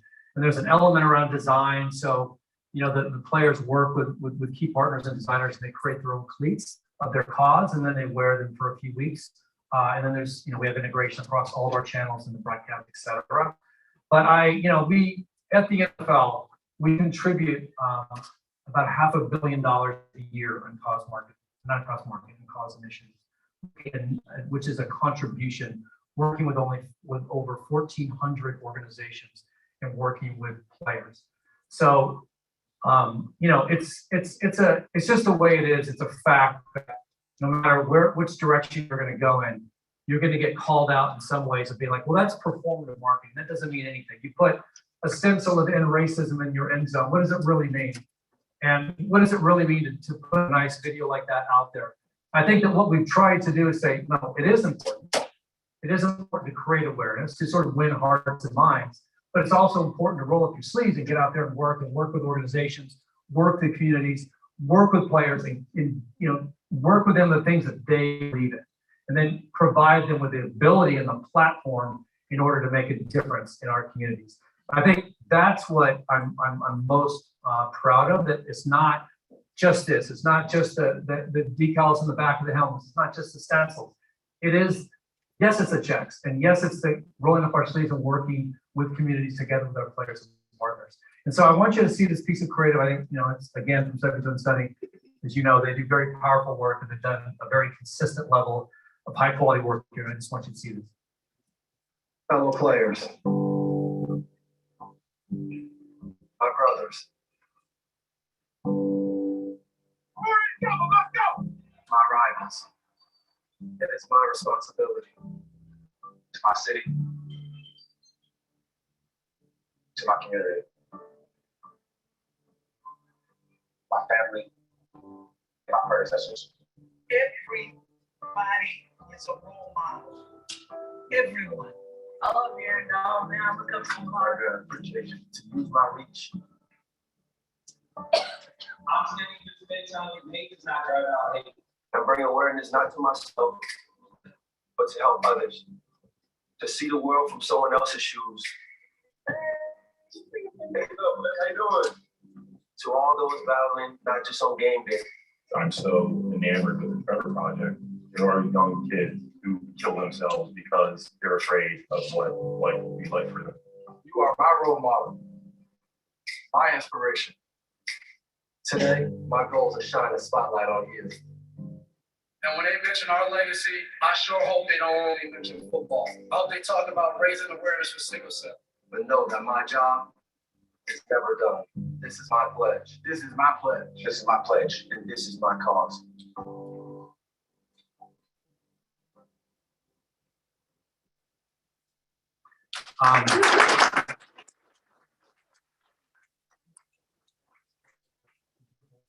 It's also it's a beautiful program.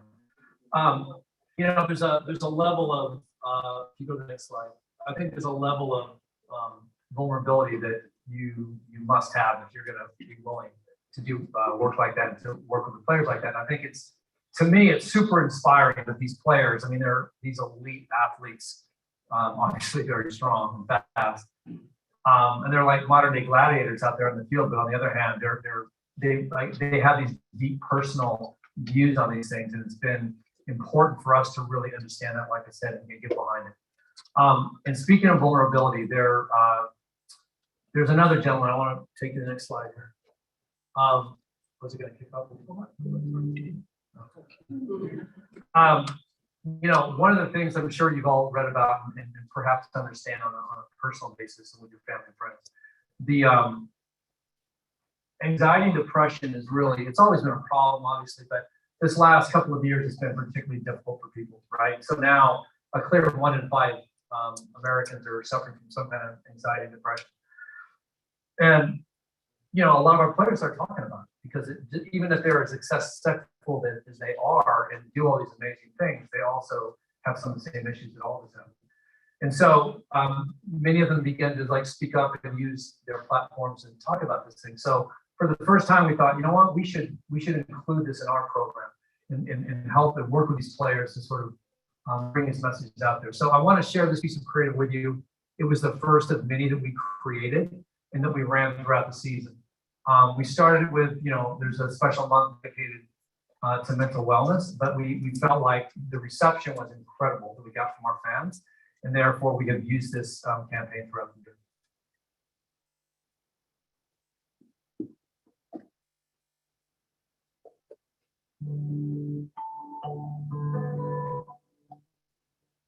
I want more compassion, you know, in the next generation dealing with mental health, more love, more patience in understanding that mental health is everything. I battled through the anxiety and depression for about 3 years. I would be fearful about things that I had no control over. I've learned, you know, various coping mechanisms to work on my mental health. Meditation for me is exercise for my mind. It means the world to me to see NFL players be so vulnerable with their struggles from a mental health standpoint. You're seeing guys raise their hand and say, hey, I'm willing to share my story because if my story can help somebody else out there, that's all that matters.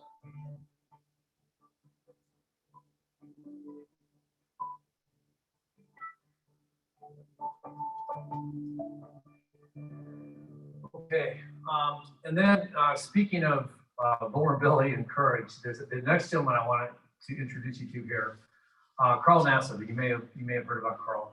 He was the first active player to come out, you know, and say he was gay, and that was a very, very, very courageous thing to do.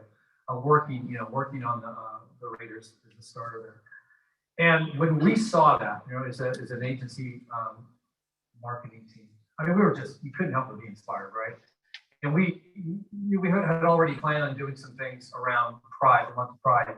But when we saw this, we thought, no, we got to do something. We didn't have a lot of time, but we put together something that I think is very powerful. And it's become almost like a movement for football is everyone, right? It took on almost a different life.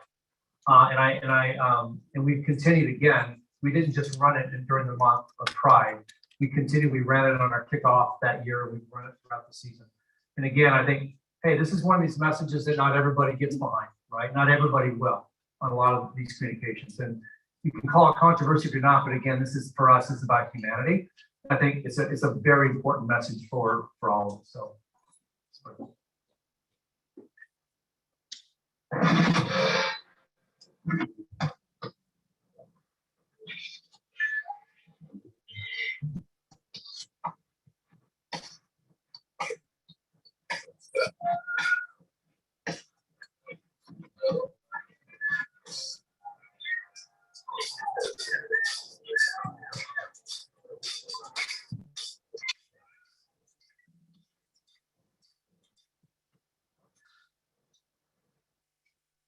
So on this one, the story kind of goes on. This next family you're going to see here, this is pretty cool. So they're from Buffalo.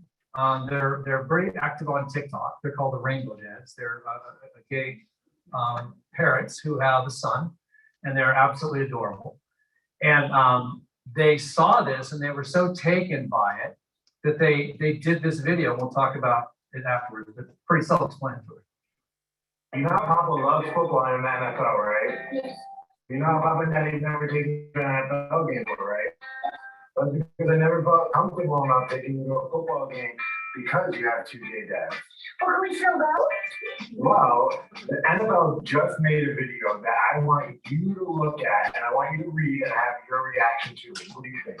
Yes. And then you can answer the question if we should go or not. Football is gay. Football is lesbian. Football is beautiful. Football is green, life, exciting, power, tough, strong, freedom. Football is American. Football is accepted. Football is everything. Football is for everyone. I don't know. I love it. I think it's time to go to a game. Yes. Pretty adorable.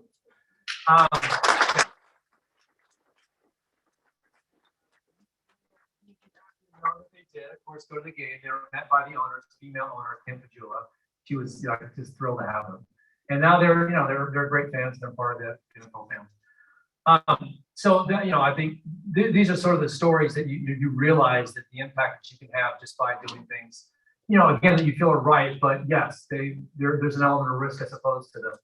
But I think we have learned that by taking these stances, by really, we have a set of values, right? And by behaving in that way, and by being willing to do things which some people consider bold, even if there is controversy, even if there are elements of whether it be inside your company or your fan base that may not like everything, that's okay, right? As long as you're moving forward, and as long as you're doing the things that you feel is right for your own brand.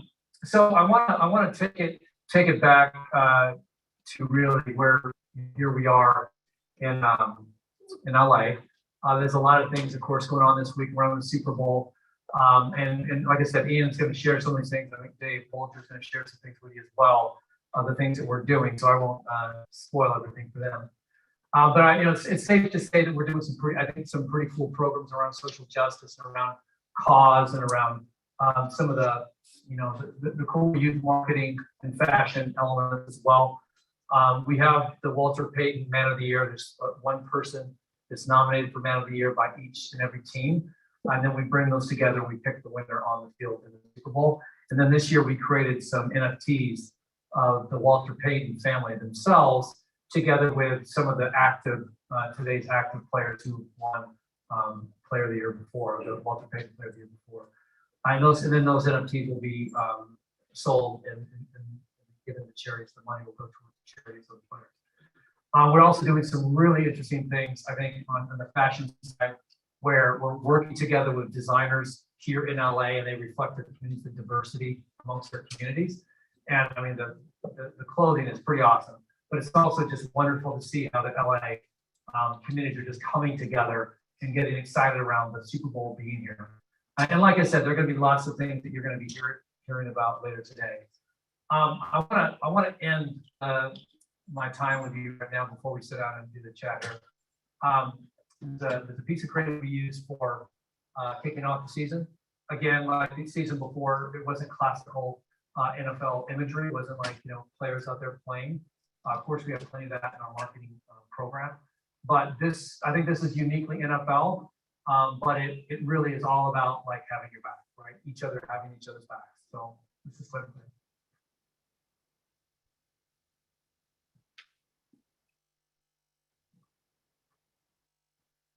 that's the NFTs.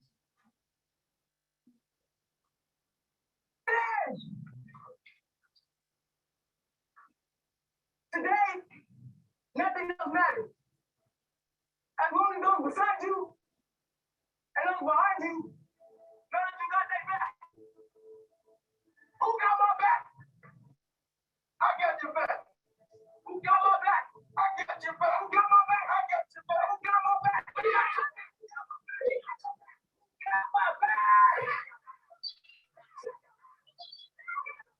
Who got my back?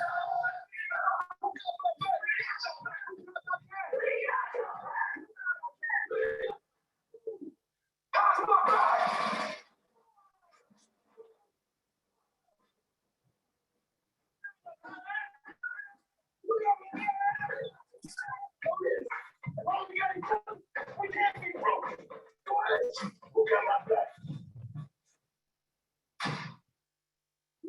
Thank you.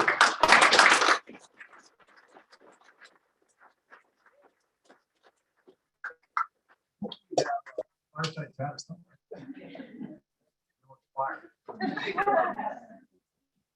You just dropped the fire. Tim, great job. Can we give Tim a round of applause?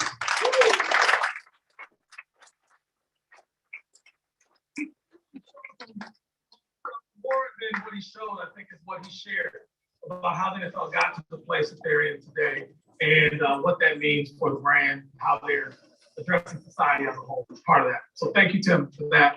And we have, in addition to Tim's talk, a panel that's going to be led by my friend Paul Dooley, who is a tremendous leader at AWS. You guys might have heard of Amazon before.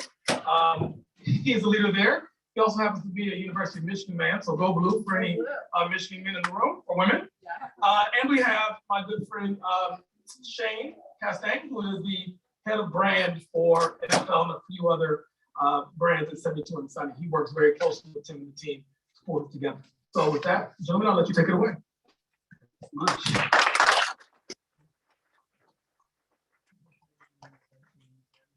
guess we'll share. Okay, great. Okay, we'll try it out.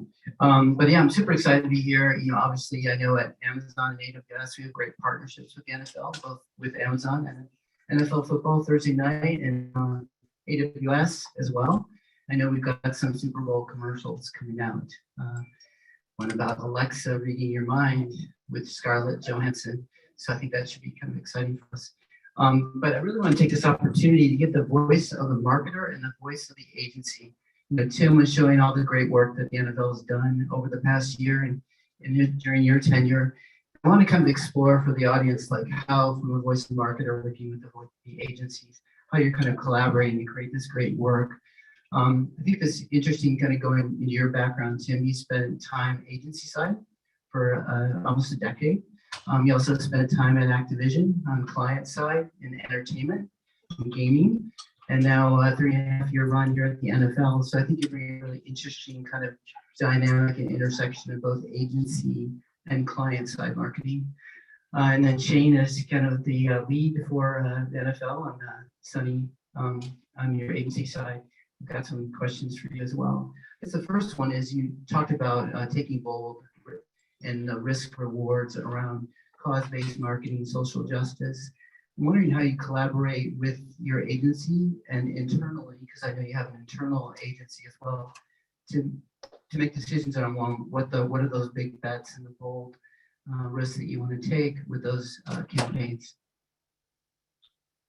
I think there's a lot of elements to how we pull that off together as partners. On the one hand, we have a pretty clear agenda at the NFL, and I think that there's a lot of commitment there. But on the other hand, I'm very happy to say that the commissioner pretty much lets me do what I think is right, which I know not every marketer has that level of freedom. The ad that you guys saw that I opened up there when Roger was actually in the ad, he saw that the night before the Super Bowl with the owners there. So it's a tremendous responsibility to be given that kind of leeway, but I think I obviously it's something that I value, and that I just do my best to do the things that I think are right for the company, and ultimately if they're not, then I can be judged by that. But when we work together with 72 and Sunny, we really are very open about how are your teams feeling about this particular subject. Let's be open about how, what we want to say and how we want to say it. I'm very open. I talked about some of the controversial things around the NFL and some of the mistakes that we have made in the past. I'm very open with the agency about that. And I, for example, if they want me to talk to their teams, I immediately get on the phone or come to the agency or whatever, and we have very open, frank discussions about things. And I may not have all the answers, but I want to be there for them, and I want them to hear from me what I think and why we're doing what we're doing. And I think that has helped us again gain a level of trust and understanding when we do some of this work together. And then at the same time, I hold these guys accountable as well, right? I tell them very clearly, like, hey, this is important for us, and maybe working with the NFL is unlike working for some other clients. We have to walk the talk, and we have to sort of be able to sort of confidently say in our own house that we're doing things in the right way as well. So I allow them and I want them to put pressure on me and to hold me accountable. And then I, in return, definitely hold them accountable as well. I don't know how tough I am, but I don't know. We'll find out. So Shane, you're on the voice of the agency side and how you collaborate with the NFL around these kind of big bets and bold statements that they're making with the various programs that you do. So I think about, like, from your perspective, what do you think some of the principles of how you work together and lead to success? And I know that's not just with the CMO level, but you have to work with this internal agency, his social media agency, his paid media agency. So how you kind of collaborate to do that holistically. Yeah, no problem. One resounding thing that came out in what Tim talked about previously was vulnerability. And you heard him talk about it a little bit just now. And I think that is key to any good relationship, but particularly client and agency, because with vulnerability comes trust and comes the ability to have these tough conversations. It comes the ability to have each other's backs and also to hold each other accountable, as Tim was saying. And I think none of that is possible without having those discussions and having vulnerability first. And in terms of working with his extended team and the great team at the NFL, especially for social, I mean, that is more an extension of that trust as well. We all know that we all have a job to do. And I think in this modern world of working advertising, people sometimes try to create lanes for themselves and, like, you know, internal agency, outside agency. But I think you're seeing more and more of those walls come down, and you have to work together and you build on each other's strengths. And I think we do that very well together. That's great. I think the next question I have here is really around, you know, think about extending the customer experience with the NFL.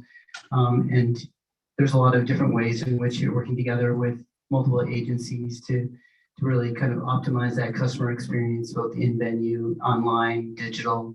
So I'm thinking in terms of, like, some of the ways that we think we're obsessed at Amazon about customer experience and how we're working with our partners. I know that we've got a program called Next Gen NFL Stats, where we're kind of working to provide stats for the NFL to kind of improve their understanding of players and player safety. I think you could comment about how you think about the customer experience for both players as well as fans. I mean, at the end of the day, it's really about engagement, right? Like bringing something new and fresh to their experience with a game that they didn't know before. I mean, fans are fascinated by players, right? These elite athletes. They want to know everything about them. So being able to get that data, right, and be able to give them, you know, facts around their speed and their, you know, power and all these things. I mean, fans just eat it up. And I think that what we've tried to do, particularly in social, but also even in broadcast and network and things like that, is to try to take that data and feed it back in a way that we know our fans will get excited about, right? And so to just kind of help them enjoy the game in a different way. And you know, we're all marketers in here, giving them something to talk about, right? Talk value. Talk value is incredibly important. Did you know, right? And so, like, throwing these little facts out there and going deep into some of these, you know, the data that we're getting from AWS, it's just been, I mean, for me, it's been fascinating. And I know it, yeah, exactly. And I know it, and I certainly know it has been for our fans, because I can see it in the numbers and how they're engaging with us. Yeah, I know you're also using it for NFL for safety around the player experience as well. Yeah, that's you know, in fact, one thing we have called the digital athlete, and we did some spots around that, which again I think fans love to see.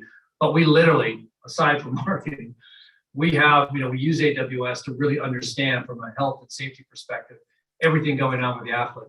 And it's everything from helmets and the impact and different angles and things like that, as well as underneath the shoulder pads and lower leg extremities injuries and things like that. So the amount of data we're constantly getting, not just in games, but also in practice, is really helping us be much better in working and reducing injuries and, you know, essentially making the game a safer game. So, and again, I mean, we use it in marketing because we want fans to understand all the things that we're doing to make the game safer. But also, you know, it rubs off on the brand as well, like being innovative and using technology in order to enhance the experience also has a brand impact as well. Awesome. I know you've got some interesting plans for the Super Bowl in terms of the customer, I guess the customer experience through paid media and advertising that you're doing during the Super Bowl.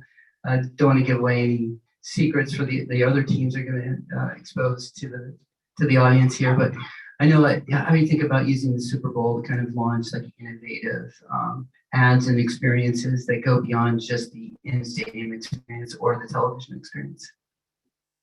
Well, talk about taking risks. We've listened the last couple of years, we've done some really interesting things, I think, pushing things technically in order to bring a completely different experience for fans. And again, we're fortunate because we have some inventory in every Super Bowl that we get. And, again, there's a level of responsibility to use it in the right way. But this year, I wish I would have had something to share with you, but we're literally still finishing the damn thing. Because it's a new technology, it's a puppetry technology that, it's a compositing of different layers using physical puppets together with animation and CGI. And it hasn't been debuted before anywhere. And next in 2023, it will be on 2 big blockbuster films. But we learned about this technology and got really intrigued by it. And we decided to take it and create a football game. So what you're going to see, not too much unlike the big spot that we did in the ballroom with the guys in the tuxedos, we're going to have a game of scrum football in these kids' house. And all these players from all 32 teams will be just basically tearing the shit out of that house, and using this incredible technology to bring it to life. So that's, it's a risk to do something that nobody's ever done before, and being on the biggest stage of the world, debuting it there is of course not for the faint of heart. But we think it's going to be incredible for fans and for all of our fans, whether they be mature or younger fans. But it's just another way for us, I think, to leverage technology in a way which reflects the brand as a modern, relatable young brand. You mind if I add something to that? Yeah. So something interesting about the NFL advertising during the Super Bowl almost changes the nature and the purpose of the advertising. You're already watching the game. So it's not like the NFL really needs to keep you there, but what they're doing is adding to the experience. So I think with that in mind, it really changes the way that we think about what that creative does and what that communication is meant for. Yeah, just a little quick story. I spent many years at the Coca-Cola company doing Super Bowl, Olympics, World Cup, and I do remember the polar bears playing the game in live, real time, as the game was being played, and setting up the technology in order to do that. And it's not for the faint of heart. Not to say that those servers didn't crash. I won't say if they were working on AWS or not, but that was a number of years ago. But I think, being bold with both, how you extend that fan experience into new technologies and where the consumers live. So I think that's a typical question that came up today was, you talked about the metaverse and Web 3.0 and NFTs and how you're thinking about extending that fan experience into other areas where the consumers may live. Maybe more people will watch Super Bowls in a metaverse than will ever go to a stadium. Well, a couple of, I think, good examples of how we're doing it right now this week is within this commercial I'm telling you about, where you have all these puppets. And these are not puppets like marionette puppets, by the way. They're in some ways they almost look like animation, but they're more real, more tactile, and it's much more interesting. But anyway, so what you'll see in there is that there's a snap code at the end of it. So our partners at Snapchat, we've created another experience so you can go into Snapchat or use this code, and so all these cool characters that you're seeing doing these things in the commercial, you'll be able to bring those into your house and see them have the same kind of fun, break eggs and do all kinds of crazy stuff in your house as well. And then for younger kids, I don't know how many of you have kids in the age of like 9 to 12, but if you do, you probably know they like to go on Roblox, right? I think I saw a stat not too long ago that 50% of all kids 9 to 12 go on Roblox once a week. That's mind-blowing to me.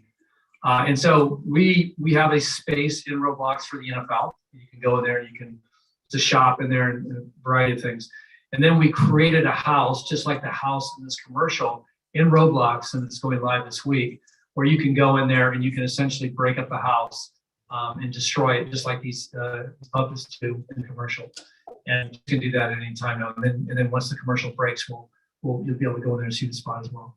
So it's kind of fun. And we're doing lots of things to sort of extend, into the metaverse and do, experiences that haven't been done before. I think, we take seriously the partnerships we have with these companies, right? These social media companies. Again, Ian will talk about this later today, but we have leverage, right? Because we have great big partnerships with them.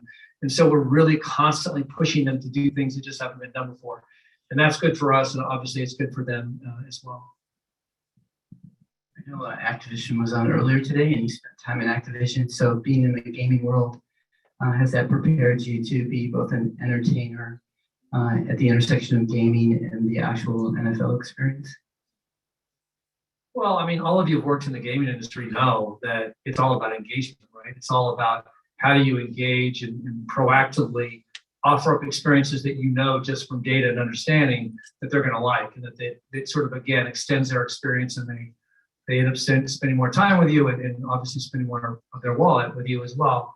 I think that the things that we certainly have learned on, sort of the NFL side is, again, to sort of constantly be looking for ways to sort of surprise and delight with these experiences, these virtual experiences. And I think I certainly learned a lot in the gaming industry of how to do that in a way to where it almost becomes a social network into itself, right? So if you go into any of you in here who are gamers, you realize that it's not just going in there and being social online, but it literally has become like a social network inside these games. And we're learning that, and we're forging relationships with gaming partners all the time. Of course, we have a very big partnership with EA and Madden, but just this, I think today, right, Ian, we launched a big gaming partnership, which you'll hear about more later today.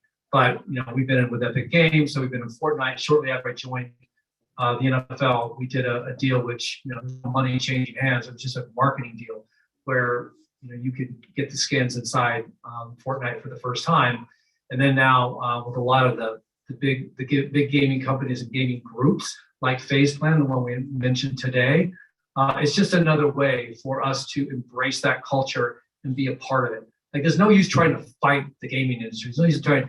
All these kids are in the gaming, in games, or they're watching Netflix, whatever. You can't really fight it. You got to embrace it, embrace the fire, and find a way to be a part of their lives there and be relevant. So we have a social network called Twitch, which is pretty popular with the younger generation. They love to watch people play games. So, but Shane, in terms of you thinking about all these different channels and the always on and the tentpole campaigns, let's keep you guys pretty happy with all the different ideas that both the internal agencies are coming up with and you guys are coming up with and working to. Yes, it's definitely something that we think about all the time, and think about these other avenues for creativity. And from our standpoint, especially working with the NFL team, these are just other ways for us to get people into the fan base and to engage fans. So welcome any opportunity to do that. Yeah, creative agencies are absolutely critical. You can have performance agencies and social media agencies, but you guys are, come up with those great ideas and curate those ideas and bring them to the NFL. How do you do like a holistic brief with the agencies that are internal that you work with on the NFL side? Well, I think everything is pretty insight driven. So as long as everyone is building off of the same insight and the same core strategy, we find that there's a way to gain a lot of connectivity there. And then as we go through the creative process, we make sure that we're all thinking about it in the same way in terms of how it's going to come to life, and try to make sure that we're as synced up as we can.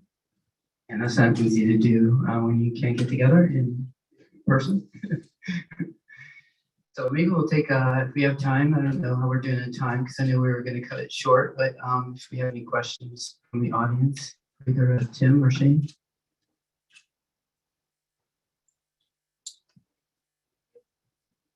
Can I give a plug? If you're not following NFL, you should follow them, because the week leading up to Super Bowl this week, there's going to be a lot of content that comes out. Check out the game 2 minutes before the Super Bowl, the halftime show. That's when the commercials gonna come out. Every device in the house. Order some snacks on Amazon.com. You said. Hi, I'm a messenger from Hang Media, an old friend of Shane. So I had a question in regards to, as the steward of the national and global brand, when I think of the NFL, I think of brands. And how does it work in terms of your global strategy? And then coming down to the team level, when unfortunate things happen like in Washington, Las Vegas, how do you coordinate the marketing plan and strategy when there's so many teams also to consider?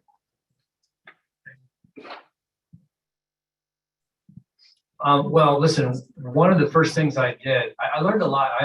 You didn't mention I worked in the auto industry, and I worked in the auto industry about 7 years, Volkswagen and Volvo. One of the things I learned in the auto industry is to like understand and work with retailers, right? And bring them as a part of your, your overall, as a manufacturer, the degree, they're the ones who are really interfacing with the customer and understanding how to work. Yes, they have different sort of jobs to do on a local basis, but you're all still part of the overall same company, same brands. And I think I applied those lessons when I joined the NFL with the 32 clubs, meaning that I immediately put together a team whose only job was to work with the individual CMOs of the teams and have a master strategy of the NFL, which included those teams. And then also we have committees, we have special committees around data, driven marketing, around Latino marketing, Latinx marketing, and around some of the other areas that are important to us in terms of our growth. But like having that level of conversation and dialogue and making sure that we're all on the same page are important. Now, you brought up the Washington club and some of the things that have happened from that perspective, which of course impact the overall NFL brand. And I don't really know, there's not really a solve for that other than good communication, right? And not, and I think, again, being open and transparent with the other teams as well. Because guess what? If something happens in one team or something that impacts the brand or the image of the NFL and another team, it impacts everyone, right? Like it's sort of it's something that we all have to bear, so to speak, right? And so I think, listen, I talked a lot about the work that's being done. And when these things happen, which damage the credibility and the integrity of the NFL, it doesn't harm the work that we're doing. We're still doing good work and all that, but it does harm our influence. And our influence is important. We have a big platform. And when people begin to doubt our integrity or doubt the credibility of us because of these things, it just sets us all back. So I think it's been very important for us to be very open and clear and quite demanding of the teams to be aligned and be transparent and work towards the same goals. And when it doesn't happen, there got to be consequences. So, thanks, Tim. We have time for one more question and then we'll wrap. Tim, this question is for you. I'm Vincent Bragg, CEO of Concreate. I wanted to speak to like inspire change and like why, how do we let more people know about the impact that you have in the community based on like inspire change and what you guys got going on that side? Yeah, I'm going to just explain the group here, Inspire Change. So Inspire Change is a platform and a program that we have at the NFL. And it's around community police relations, right? Economic advancement, educational advancement, and working together in communities for police and justice reform, okay? Criminal justice reform. And I talked about the overall amount that we sort of contribute, but we have a tremendous amount of partners and good work being done there. Again, very closely working together with players, right? And I think I'm actually proud that this last year, and we started when we realized that this is a 365 conversation. It can no longer be a few weeks a year or only in and out during the season. It has to be full time throughout the year. And I think we raised about 60 to 70% awareness around Inspire Change. And we're slowly but surely beginning to get a level of understanding about what it is that we're actually doing in these areas. I talked about those 4 pillars that we're doing. And again, like I said earlier, it is a combination of committing significant funds and working together with organizations that really have tight networks within the communities, and also working with players who are working together with us and we get funded on an individual basis for the things that they're doing. So you've seen a lot of our commercials. What we used to do, I think, 3-4 years ago, is like 1 or 2 weeks we would talk about this issue. And now we're talking about it every week of the year. And we have programs in all of our channels about it because we just feel like it's an area that just needs constant attention. And we need to just keep working throughout the year. So thank you for bringing that up. It is a very important, I think, a very successful program that we have at the NFL. And then just I'll do a little bit of word of mouth marketing here. I kind of work at the intersection of Amazon and AWS. So Amazon advertising partnering with AWS, and Michelle is here with me from AWS as well. So if you are interested in these pan-Amazon opportunities, please reach out to us. With that, to wrap, thank you, Tim, Paul, and Shane.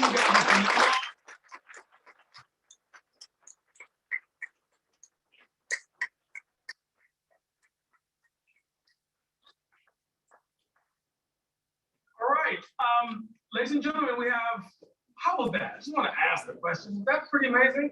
I thought it was pretty damn amazing. Thank you, Tim and Paul and Shane for all of that. But we're not done, there's more to come. Next we have Dave Bolger, Vice President of Consumer Media at the NFL, and Adam Fishman, VP of M&E at LG Ads. Give them a round of applause.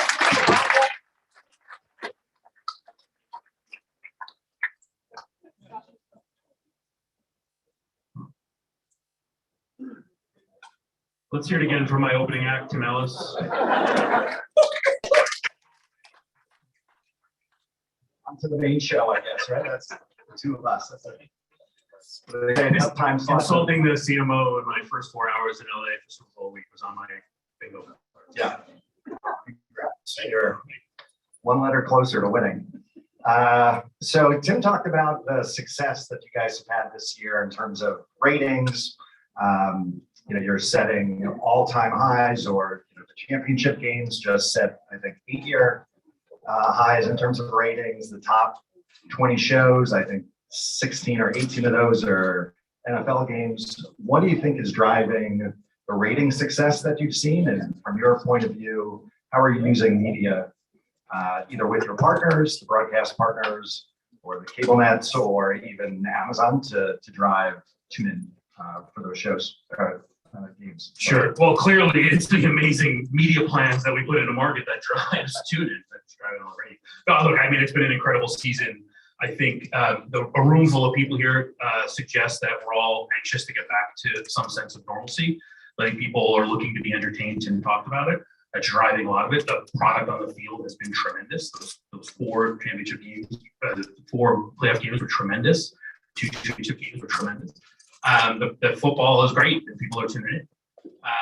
I think, my team's job from a media perspective is just to ensure that all of that great content that Tim talks about to engage fans gets seen. Now, it's easy to say, well, okay, you just run some commercials on NFL games, which is the biggest thing on television, and call it a day. But the reality is, when we talk about how do we get new fans in, how do we continue to grow, our goal is not to have a smaller fan base, it's to have a larger fan base. The ratings need to get bigger every year. So we need to invite more people in. Shane said it, showing a spot in an NFL game on the Super Bowl has a role in deepening engagement with the fans who are watching. But if I want to attract a new, younger fan, chances are they're not watching the game. So we have to go out and do it. So to answer your question about how we're using media, it's to go out and address the growth audiences that we need to go after, largely a younger, more diverse audience to protect the health of the future of our fan base. Right. And how do you partner up with your broadcast partners in terms of, the driving tune in for the games themselves? They have their own budgets. Do you complement that? How does the partnership work? Yeah, it's a good question. I mean, they have a vested interest in driving tune in to their own networks, and they do that. And we work in concert with them to ensure that whatever we're doing at a league level is complementary and works in concert with them, and not cannibalizing each other. And largely we do that. We want to make sure we're driving tune into all of our network partners, our broadcast partners, and they're responsible for each of their individual games. I think what the leadership of my boss, Andy Kaufman, one of the things we're pushing for is how do we get smarter, more advanced, and leverage the shared learning, the shared data that can exist with our individual partners to get even smarter about how we do exactly what we talked about, which is putting the right message in front of those fans. And at a tactical So level. I pissed off the CMO, but I kissed my boss's ass. I just want. In terms of the specific tactics that your team uses versus the network, where, I guess, do you differentiate from what they're looking to do in terms of, either building ratings or just in terms of reaching some of the target audiences that Tim mentioned? There's a couple of things. I think we will work, under Tim's creative leadership, work with the partners just in the tone for what are we trying to say? What's the key message we want to deliver across the year? How are we going to communicate with our fans and ensure that our partners are working under sort of that guideline? But they are, again, responsible for driving specific date time tune in for their network. We, as the league, want to ensure that our fans are aware of all of the ways in which they can consume those games. So we work in complete concert with each other. And you talked about some of the audiences, and Tim talked about some of the audiences that you're looking to grow. When we talked earlier, there's clearly the avid NFL fan, that core audience that tunes in each and every game. Can you talk about sort of how you think about the different audiences that you're engaging with and how you specifically message to them? Is it different based on the specific target audiences? Love to hear. Sure. I think it's probably not too dissimilar than many of the marketers in this room. Of there's protect the core, grow the core, and attract new. The same for us with our core avid fans. We want to deepen engagement, deepen avidity with those audiences. So our NFL media properties do a great job of home for football 24/7, whether that's our digital products or our cable network. And then certainly the games themselves, we have an opportunity to message all the things Tim showed and making people feel good about their fandom. And then going out and acquire new fans, again, predominantly younger. What does the future of our fan base look like in 10 years? We're thinking about that in marketing now, and how do we engage with them?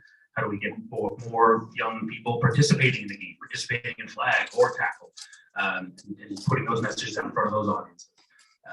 If we're going to attract in more fans and represent the country, football is for everyone. We need to ensure that we're talking to a diverse audience and going to the places where they are and messaging it. One of the things that struck me when I joined the NFL was just how much incredible content comes out of the building every single day. Ian's team is an absolute machine. He'll talk about it.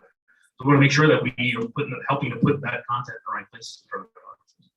And when you think about reaching the youth audience or Latinx, or I think Tim mentioned women as well, are you partnering up with the local teams and doing local initiatives, or is your mandate sort of more broad and working at on a national level? Yeah, I would say first and foremost, we try to benefit all 32 clubs, so work at a national level. But certainly if there are times and places where we can support what the clubs are doing, we do that.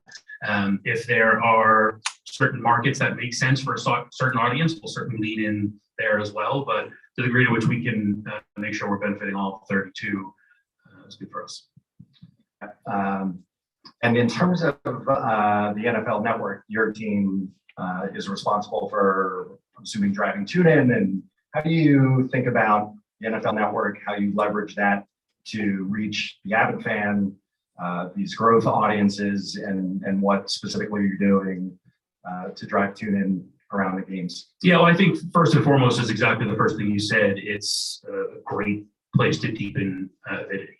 So it's a great home for avid fans and the source of football 24/7. So we start there, try to draw in, but then we have a number of big tentpole events. We have a number of exclusive games every year that air only on the NFL Network, and we leverage those to the best of our ability to help drive the network, the brand of the network. then bring them in and promote some of the great program we have, like Good Morning Football. And you talked about using data, obviously, to grow your audiences. How do you think about data in general? Are you relying more on first-party data, working with partners on that?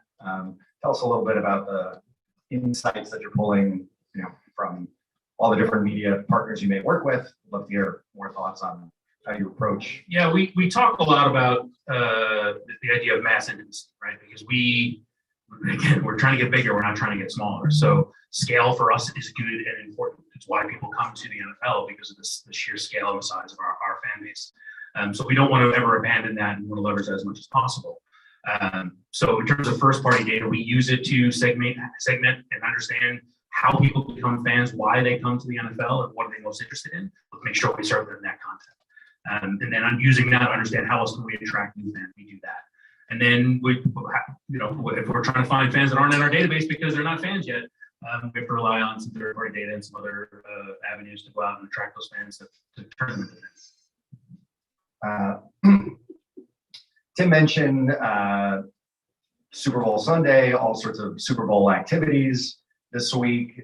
You're able to leverage your on-air promos, reaching a massive audience. How do you think about your on-air promos, and then how are you leveraging that this week and for the Super Bowl? Yeah, well, we will act and are acting like many Super Bowl advertisers this week.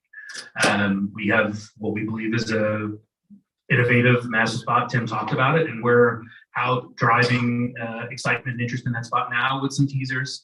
And then once that spot airs, my team will kick into motion and ensure that people can see it again and again and again, and help tell the story, and some additional content will come out after that.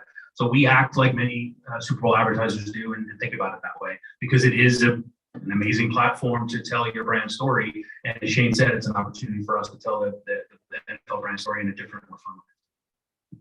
Now, this is your, I think, third season here at the NFL. How do you think about the off season and what is top of mind once the Super Bowl does end? How are you thinking about summer and fall and re-engaging those audiences? It's funny, I have neighbors say to me all the time, "Oh, you must be excited, the season's ending, you have time off now, right? You get to relax." And the reality is, I have a meeting in a couple days to talk about next Super Bowl. We pivot immediately to talk about the combine and draft and pro days and go right into next season. So we're almost, I think we're pretty much busier in the off season than we are, because the reality is, and I think Tim said it, this isn't just start of the season, end of the season, and we're done. It's a 365 endeavor. Fandom doesn't end, and people are hungry for more and more and more. And we have developed a great way to engage fans all year. So we'll be right on to paraphrase Bill Belichick, we're on to the draft. And in terms of how you work with your different media agencies and developing an in-house team, can you talk about sort of how you approach those relationships and partnerships? Sure. Yeah, we work with two great agencies. OMD is a strategic partner of ours, and then Tenuity is a performance media agency that does a lot of our biddable buying. But then we're also, like many brands, have stood up an in-house team. And we've done that to allow us to be just fast to market. I mentioned the sheer volume of content we have, and we want to make sure we're constantly putting them in front of the right people and putting fuel on that with paid media. It's a lot easier for us to do that in-house.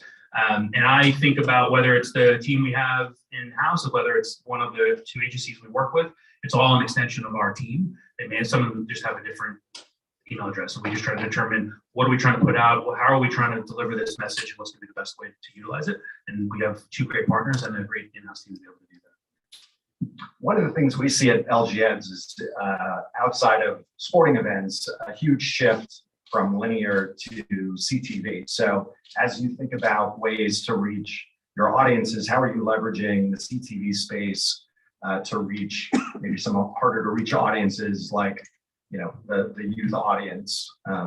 Absolutely. I mean, it's what we look at and think about all the time. Again, just back to how do we reach the right audience where they are, and more as we think about young audiences, they're not necessarily sitting down in front of a large screen television for 3 hours watching a game. So we need to find other ways to engage them and talk about and encourage them to watch, whether it's our media properties, watch the NFL Network, or watch some of our games. So it's becoming an increasingly important part of our media mix for sure.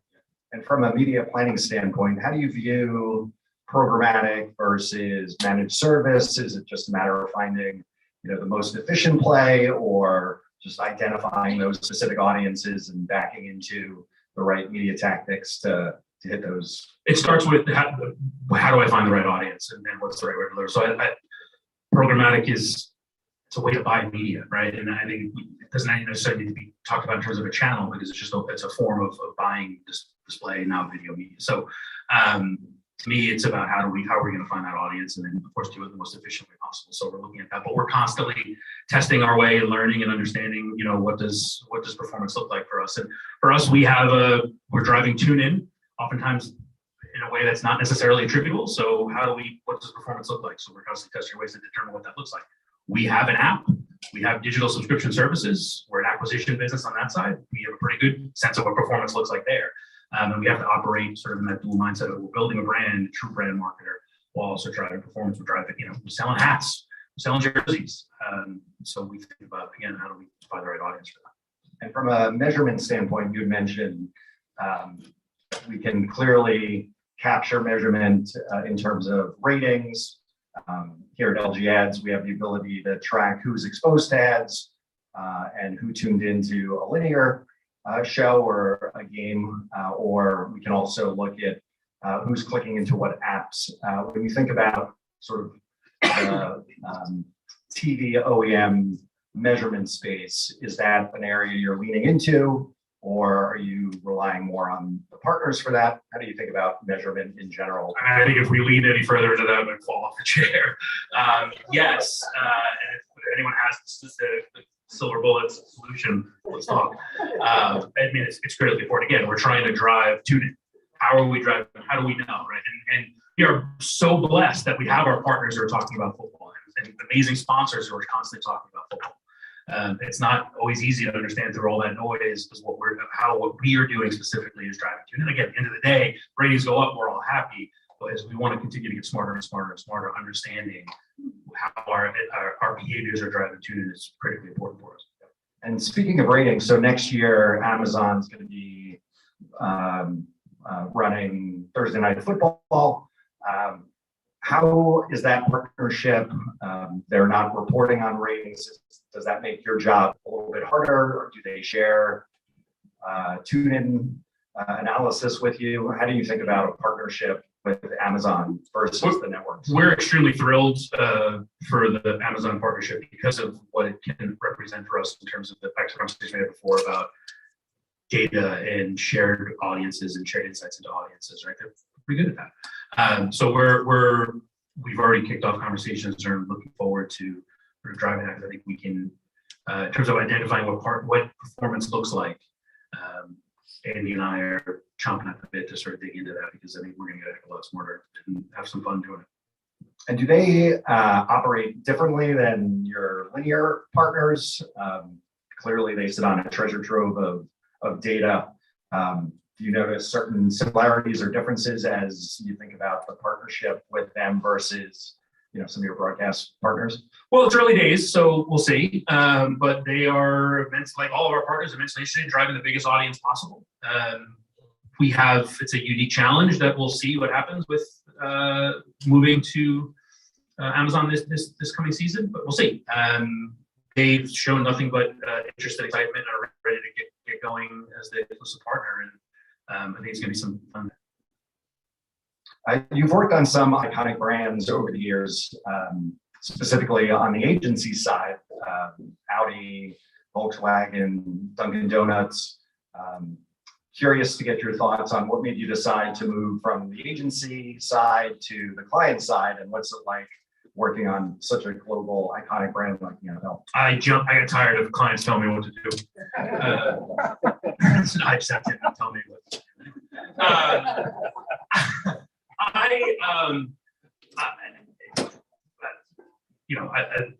playing fullback for the New York Giants was a dream. It didn't happen, so I had to find a different way to get to the NFL. My 40 time wasn't quite what it needed to be. But I jumped at the chance to work in this role at a time when talk was just starting to happen that the league was in early stages of negotiations of the re-upping the rights deals. And as a career-long media guy, that's literally the future of television. So aside from working in football and getting to work with Kim and doing that, just was immensely interesting to have a little bit of an inside look at how that happened and what was going to happen from that result in something like the Amazon deal. I found that to be incredibly exciting and interesting, and one of the big reasons why I wanted to make the jump. And what are some of the, I guess, similarities or differences working at the NFL on such a global iconic brand versus some of the other brands that you worked with in the past? The thing that has hit me time and again, and Tim talked about it, is just the platform and the sheer scale. And I knew we had a meeting. I know what the audience looks like, but I don't think I fully appreciated what that meant culturally, and how literally everything we do has an impact on society. People react to it, and that has meaning. And I had, as a football fan, had a view of the league office or the NFL in a certain way, and then working with the people now and just how serious everyone takes that and how meaningful that is to people, and are protective of that and making sure we do, as Tim said, do the right thing. Not to say those other brands don't do the right thing, but it's a completely different level, completely different scale.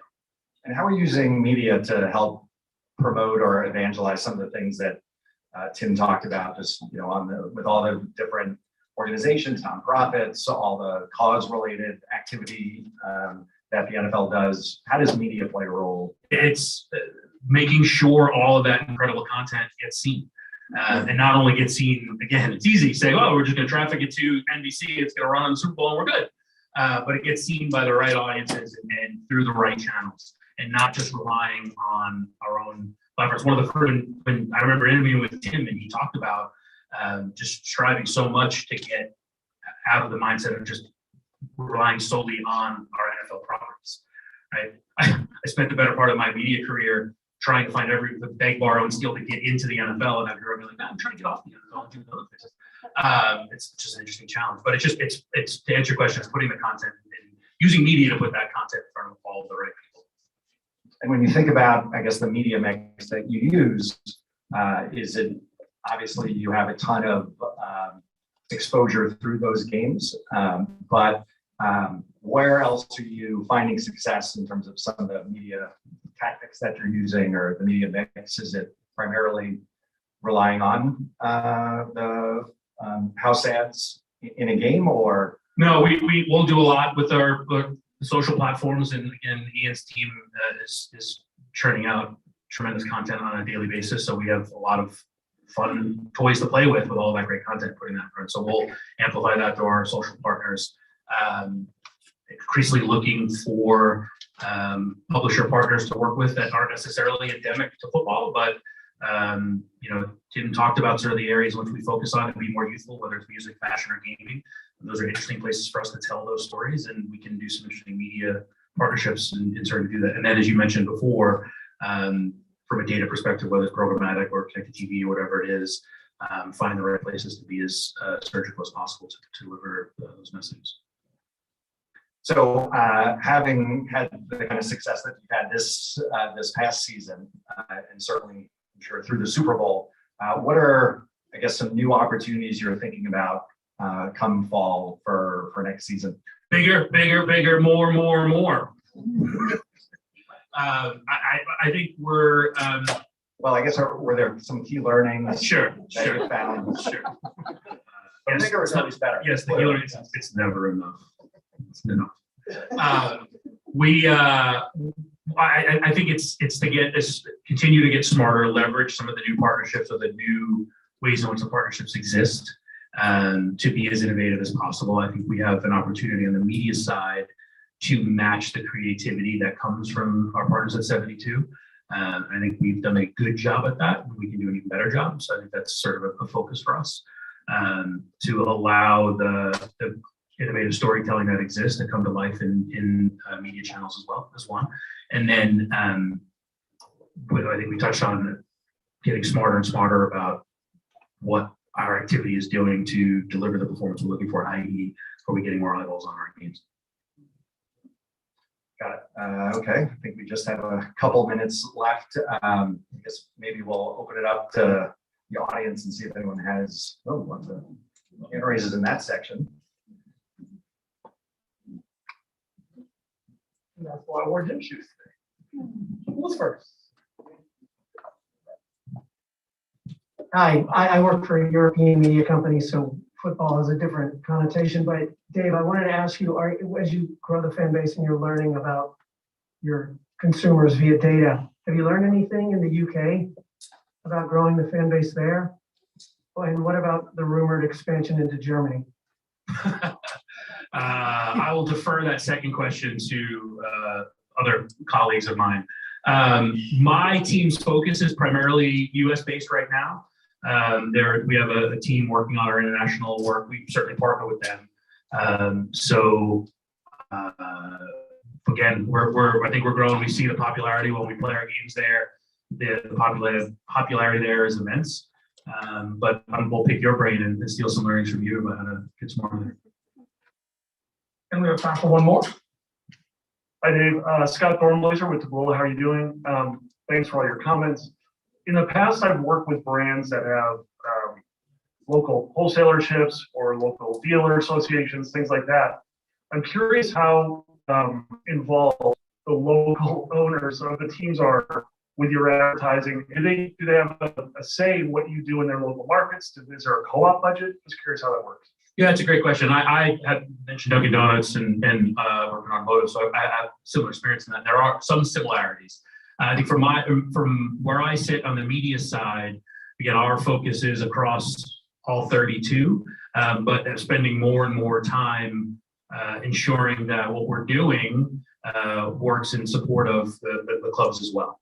The clubs tend to, as you'd imagine, focus on their local markets. So we're there as a center of excellence to try to share best practices. But if they're going to market in paid social, we'll oftentimes get on the phone with the clubs and share our thoughts on what audiences are working. Our teams are sharing audiences with them to activate and giving them guidance in that. So there's continued partnership with the clubs, and it's getting closer and closer. Not unlike many franchisee models as well, where they have independence to work on their own, but then still relying on corporate. It's a pretty similar model. Everyone, let's give some love to Dave and Adam.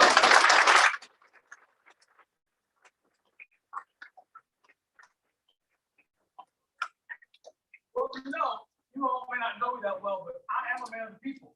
And the people have spoken. The people have spoken said they need a bathroom break. So what we're going to do is give everyone 5 minutes. I think we can do this in 5 minutes. Yeah. And when you come back, my ask is, I know we're used to in high school, like sitting in the back of the class. My ask is, would you come to the front of the class? I promise you want to bite. You got 5 minutes, everyone. Thank you.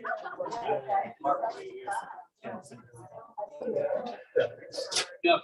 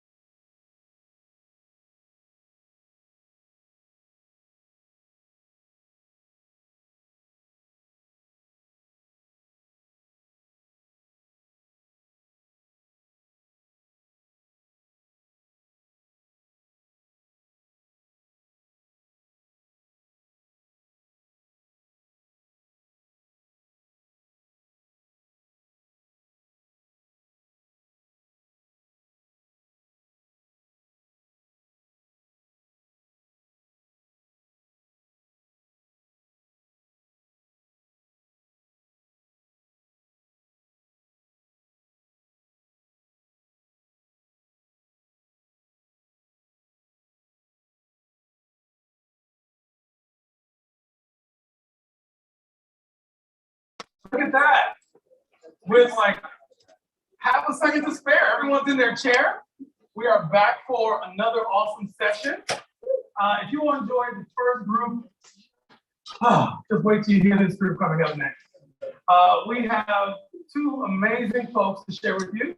Our speaker for this next session is Ian Trombetta. He's the SVP of Social Influence Marketing at the NFL, National Football League.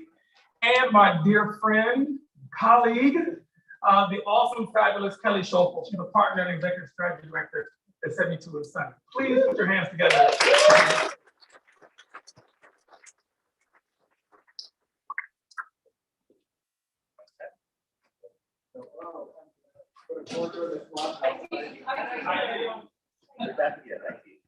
What can't he do?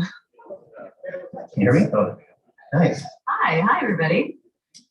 I'm Kelly, part of the 72 crew. And Ian, I feel like you need no introduction because you've had like 16 shout outs and ramp ups already from previous Yes, I times. paid them well. And I think it was great about Dave's presentation, and obviously with Tim, you saw a bit of the art and science coming together. And I think my group is kind of a combination of those things as well. So looking forward to the discussion. So today we're going to talk a little bit about like the art and science of influence, which is what he does, that no matter what sector you work in, I think there's some really cool shit to share and some good things to learn.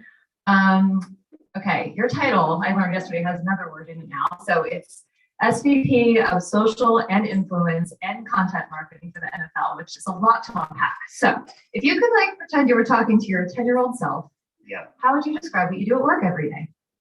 Okay, so 10-year-old self, similar to Dave, 10-year-old Ian thought he was actually going to be playing for the Pittsburgh Steelers. And this is well before social media was invented. So no idea that I'd be working in the capacity I am right now with the league, but always had a dream of working at the NFL. I can promise you I've watched every single pass Ben Roethlisberger's thrown in his entire 18-year career, going all the way back with my dad. We watched football all the time. It was a great way for us to connect with our family across the country. And we have a lot of family in Pittsburgh, so it brought us closer to them. I think that's really the beauty of football, the sense of community. It's unlike any other sport, particularly in this country. And so for us to have the ability to work inside the league and actually help build communities across the country and across the globe now is really, really special. And to Tim and Dave's point earlier, it's a huge responsibility. It's something we take very, very seriously. That's amazing. I grew up in the Steelers household myself. You know, Yeah, I did. Fun fact, my dad, who recently passed, but he went to high school with Mike Ditka. And there are these football factories that exist all across the country, in places like Alcoa, Pennsylvania, and places in down Alabama and so on. And it's really special when you go into those small towns and you really see how much football is a part of the fabric of those communities. And that's how I grew up. So it's pretty special being here. All right. Well, I'm glad your young self would be pretty impressed with adult self. I don't know if everybody can say that. So, all right. I think he'd be pretty happy. Yeah, very cool. Okay, so you've been on the team here for just over 3 years. Correct. And in terms of social media, content, culture, there's been a pretty seismic transformation in how the NFL is showing up in the world and online. Can you tell us about some of the biggest pivots you made and why? Yeah, that's a good question. I would say that every year, the evaluation of what we're doing, it needs to change, right? When I first came and Tim brought me over, we worked together at Activision, which was terrific. A couple of things stood out to me in terms of what we were doing from a social perspective. One, we weren't leaning heavy enough into the youth-centric platforms. So really looking at dialing up our programming. And two, and it goes back to the points they were making earlier, just around this idea, and Tim has coined this, which is this idea of mass intimacy. And what that really means is that we're telling stories. We're telling intimate stories with players with their helmets off. Like a great example is that TV spot, the Super Bowl spot. But how do you extend that to engage the younger fan? And how we do that is through a variety of different means. It's certainly not all through the broadcast. So when I started, we noticed that we had a few of these content creators that were called live content correspondents. And so just imagine young 20-somethings with cell phones and cameras that would go to games and capture content and look for some of those more intimate moments. What we have done over the last couple of years is really scale that up. So now we've got over 100 content creators all across the country, which feed our social channels. And that's really what, when you think about Instagram and Snapchat and TikTok, people are going there for very specific reasons and very different reasons, right? So we have to make sure that the content fits the platform. And even inside the platform, there are different products, right? So what you're doing on Instagram stories is different than what you're doing on Instagram Reels. And what you're doing on Twitter Spaces is different than what you're doing on Twitter, on normal Twitter. So it's one of those things where it's a constant challenge, because to keep up with the platforms is really, really a big challenge. And we try to do the best we can. We've got an incredible internal team that we oversee, and it's one of those things where it's a constant chase. It's kind of one of the things I've always said is that social media is the constant chase. It's never going to be perfect, but you have to be aggressive in getting after it and not let platforms like TikTok launch and you're absent for a year. Well, you just lost out on 500 million people that have got that platform and are going there every single day. So for us, it's been a really fun ride. We've got incredible collaborators internally as well across the department. So it's been fun to see social kind of weave our way through not just marketing, but sponsorship, consumer products, events, and so on. You were sharing with me the other day a little bit about your monetization successes you've had too, which I think people would find intriguing. Yeah. So yes, our business development team deserves a lot of credit. Our sales and sponsorship teams deserve a lot of credit, but they need something to sell against. So I can't tell you the number, it's not a public number, but we make a significant amount of money off of our social media channels. We do that through the partnerships that we have with each of the big major platforms, but we also now are increasingly driving more and more sponsored content through our social channels.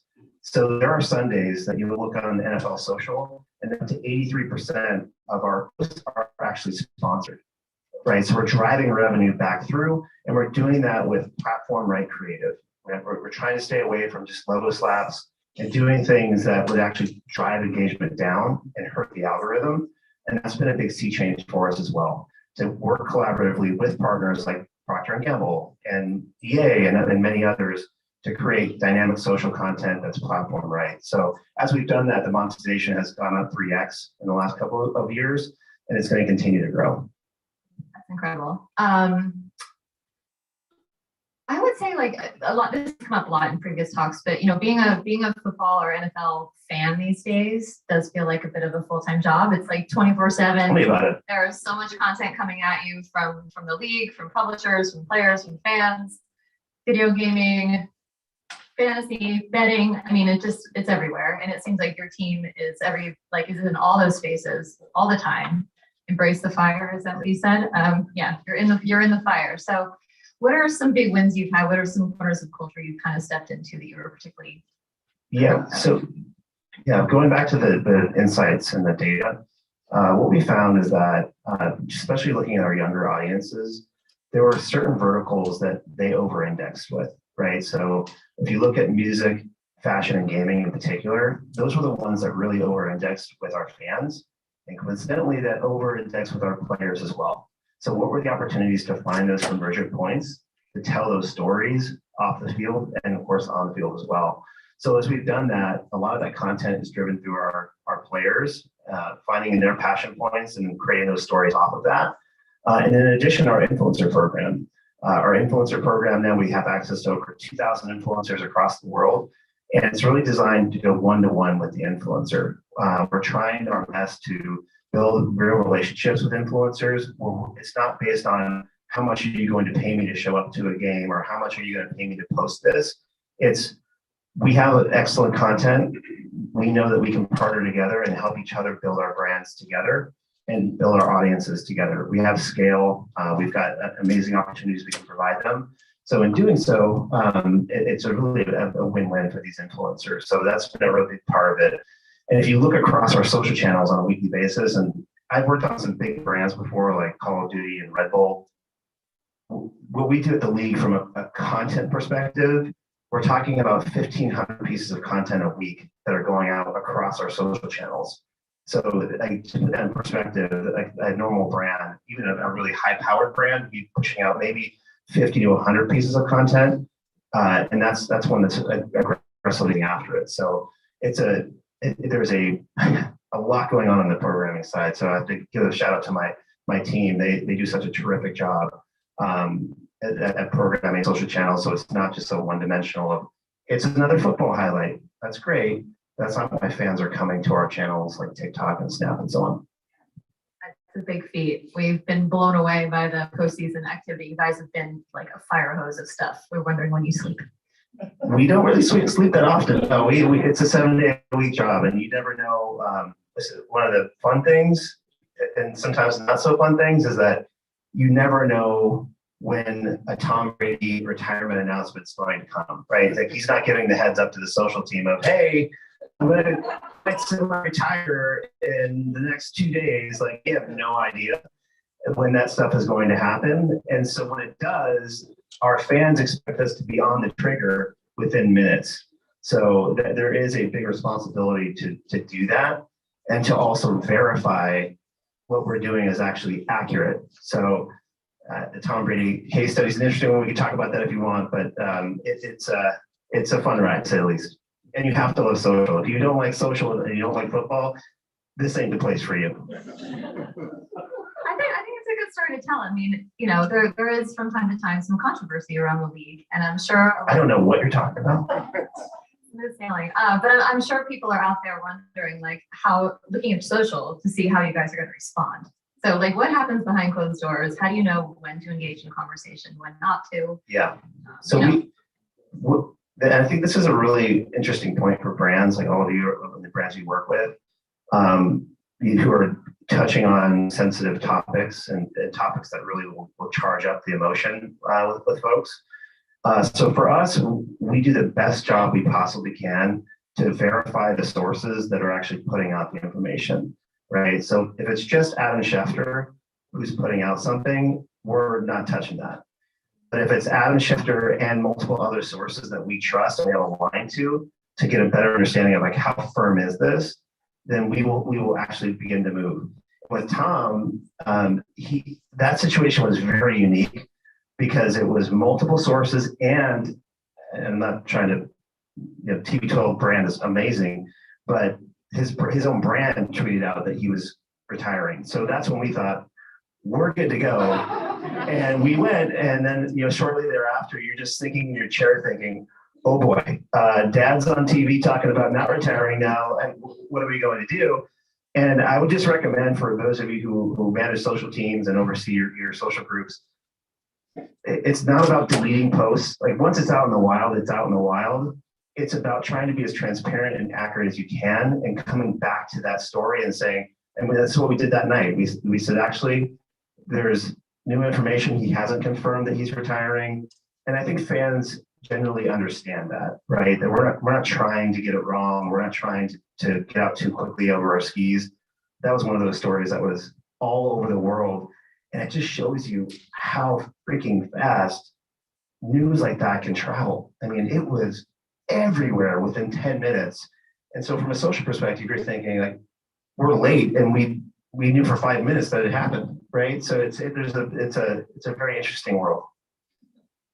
I mean, it's a good example though, because I don't know. I think a lot of brands have such a fear of backlash that they're very scared to do even simple things. So how do you manage the sentiment, the responses, the comments? Like, how do you keep a tough upper lip through all of that? So I will give a big shout out to Tim. He's an amazing CMO to work for. He believes in the power of social and the storytelling that's possible through social channels. It's not just we're posting updates and news flashes and those types of things. There's a wide array of things that we're doing to engage our younger fans and also even our older fans, right? So that's super important. The other piece is that we have an always on listening team that's constantly listening to what's happening in the conversation. And what I would just advise you all as marketing experts and with each of your brands is that it's not just about relying on the tools. There are some amazing tools out there, And, we do rely on a variety of them, but it's also about the human intelligence. And we have incredible folks who've got reps and multiple years at the league who understand the context of what's happening. So we look at things like volume. We also look at things like sentiment, but you're not going to pull through a ton of sentiment on some of the channels that are emerging, right? Like on TikTok, if someone's posting a video and analyzing that video, like what does it actually mean? What are they saying? Or even things like emojis are really tough for tools to analyze.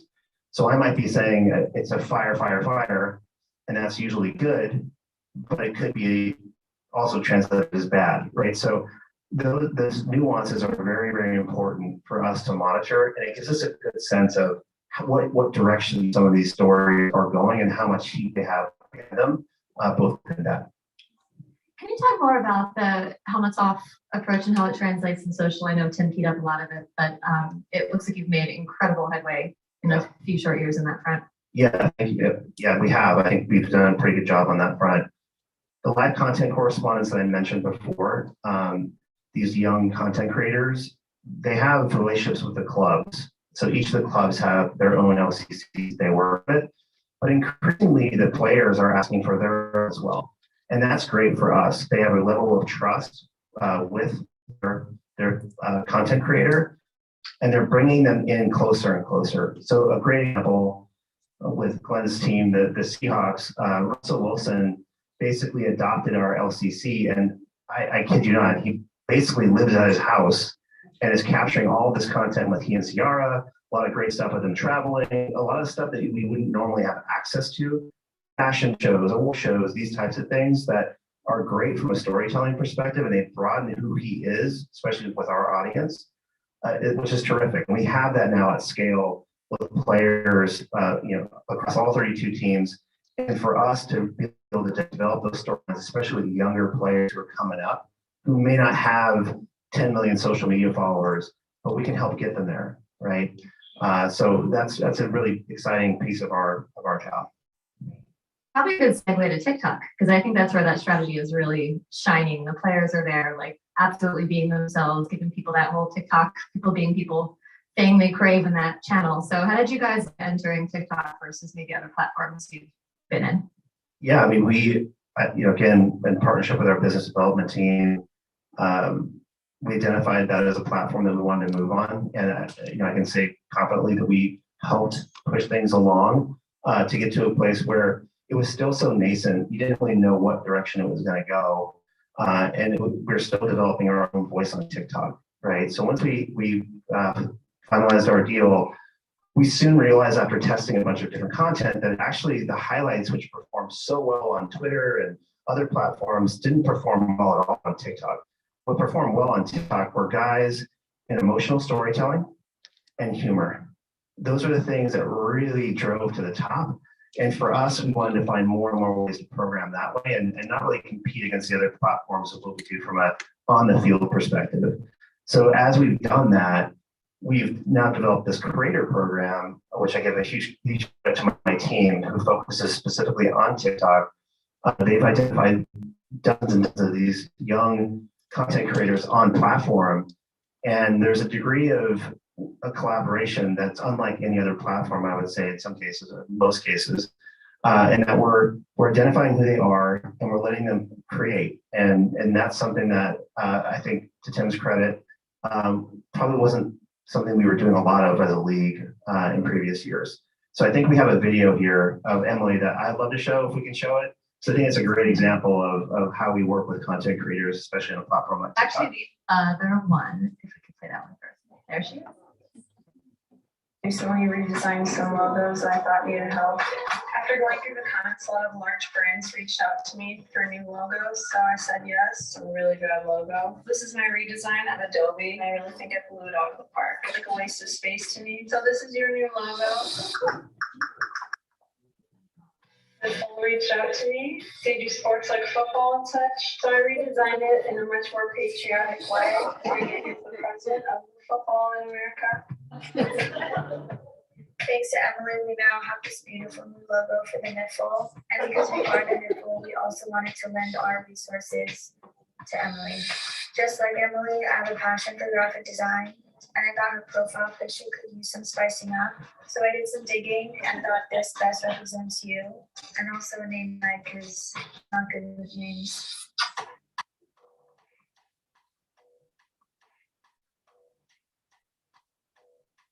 Next, I did Detroit's football team, the Lions, and I don't really understand your logo, so I just cleaned it up and it's a little nice. Say like Detroit.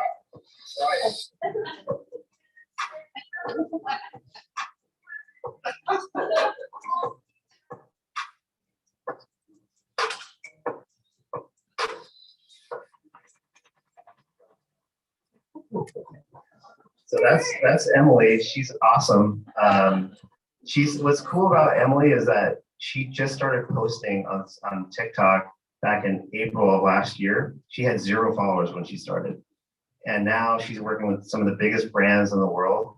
And I think what's really nice about that is that our team jumped on that trend early. They saw what she was doing, and then when she came at us, rather than staying dormant and just saying, "Well, we're not going to touch this with a 10-foot pole," we actually came back at her and trolled her in the same way that she was trolling us. And it unleashed a ton of great content. And shout out to the Lions as well, or the Detroit Lions. They also did a terrific job in engaging with her. And she'll be with us at Super Bowl. We're going to have a bunch of these young content creators with us at Super Bowl that focus on platforms like Instagram and TikTok.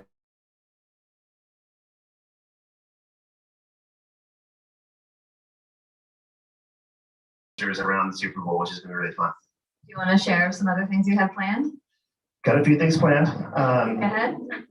Yeah, so Tim alluded to what we're doing with Snapchat in terms of extending the campaign for Super Bowl. I think it's one of the best AR executions that we've ever done. It's really fun. Our players were messing around with it at Pro Bowl last week. They had a ton of fun with it. We're also projecting fan tweets onto the roof of SoFi Stadium. So it's part of their Tweet It Into Existence campaign. So we've worked with them to unleash this. So real fan tweets will be shown on the roof, and it'll be part of a much larger activation that we're doing with Twitter. TikTok just announced this morning, we're doing a TikTok tailgate, which is the second year they've come back now, and that'll be out in the parking lot. So live programming across TikTok. Super excited about that. And there's a variety of other things that I could get into, but those are just a few smatterings of what we're up to. Embrace the fire. I'm gonna stick with that one because Embrace the fire. camera looks good on the NFL. I like it. I think it's working.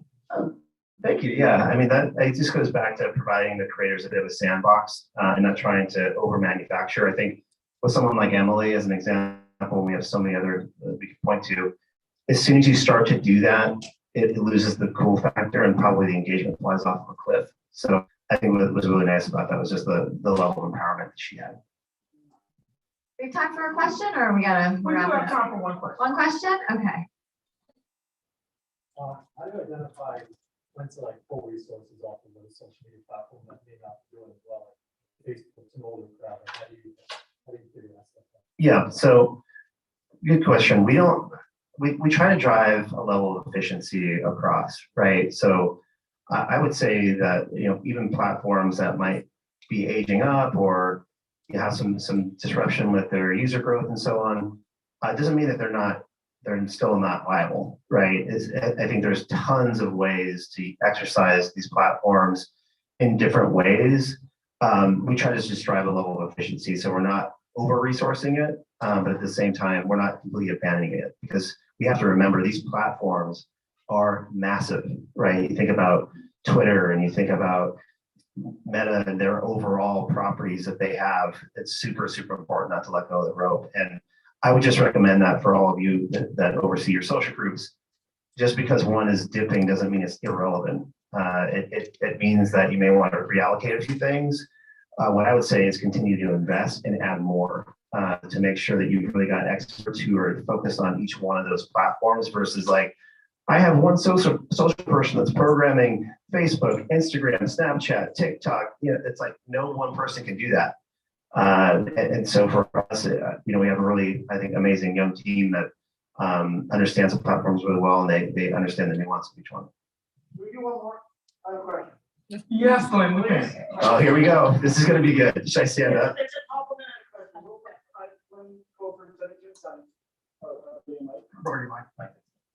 Hard to hear through Max. My N95 is working. I'm Glenn Cole from 72 and Sunny. No, it's been fun working together.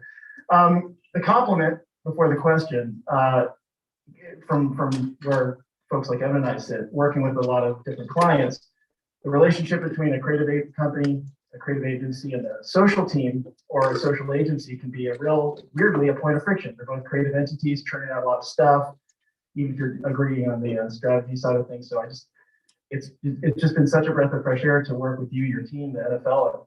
It's nothing but generative and complimentary. And honestly, it feels like magic to me. So I just encourage anybody when you're having a beer or something later, that's the question to ask is what does he do to foster that kind of environment? Because we really appreciate it.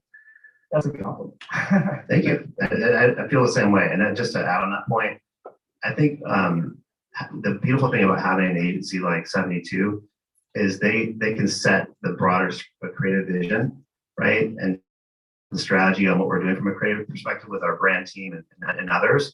And it gives us a North Star to point towards to make sure that we're staying on the same track together. And then where we can extend the stories, we're happy to do it. And once you unleash the social ecosystem of the NFL, it's a lot of fun, right? That includes players, influencers, colleges, the league channels, club channels. It can get really loud really quick. And so for us to be able to extend those campaigns in different ways is a lot of fun for our group. Well, thanks, back. The question, it's a simple one.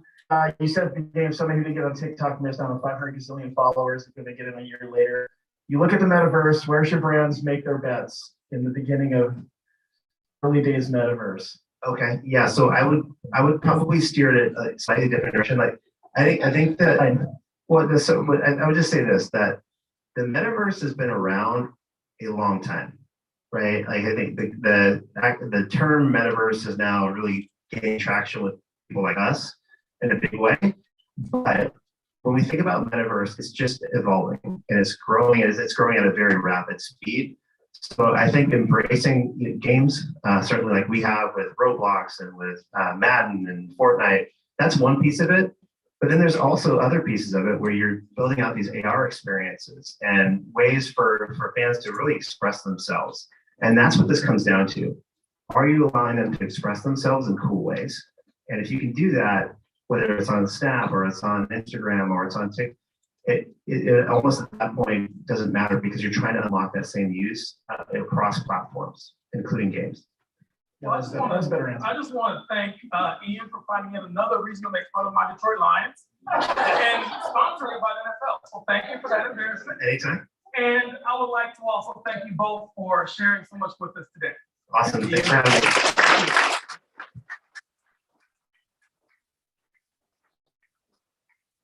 It's tough being the music monster. Like at the Grammys, the music just shows up and cuts people off. I'm basically that guy, like in real life. So we have more goodness for you all right now. Next up, we have Amanda Lamb, the Senior Global Director, Team Sports and Partnerships at Wilson Sporting Goods. Hello.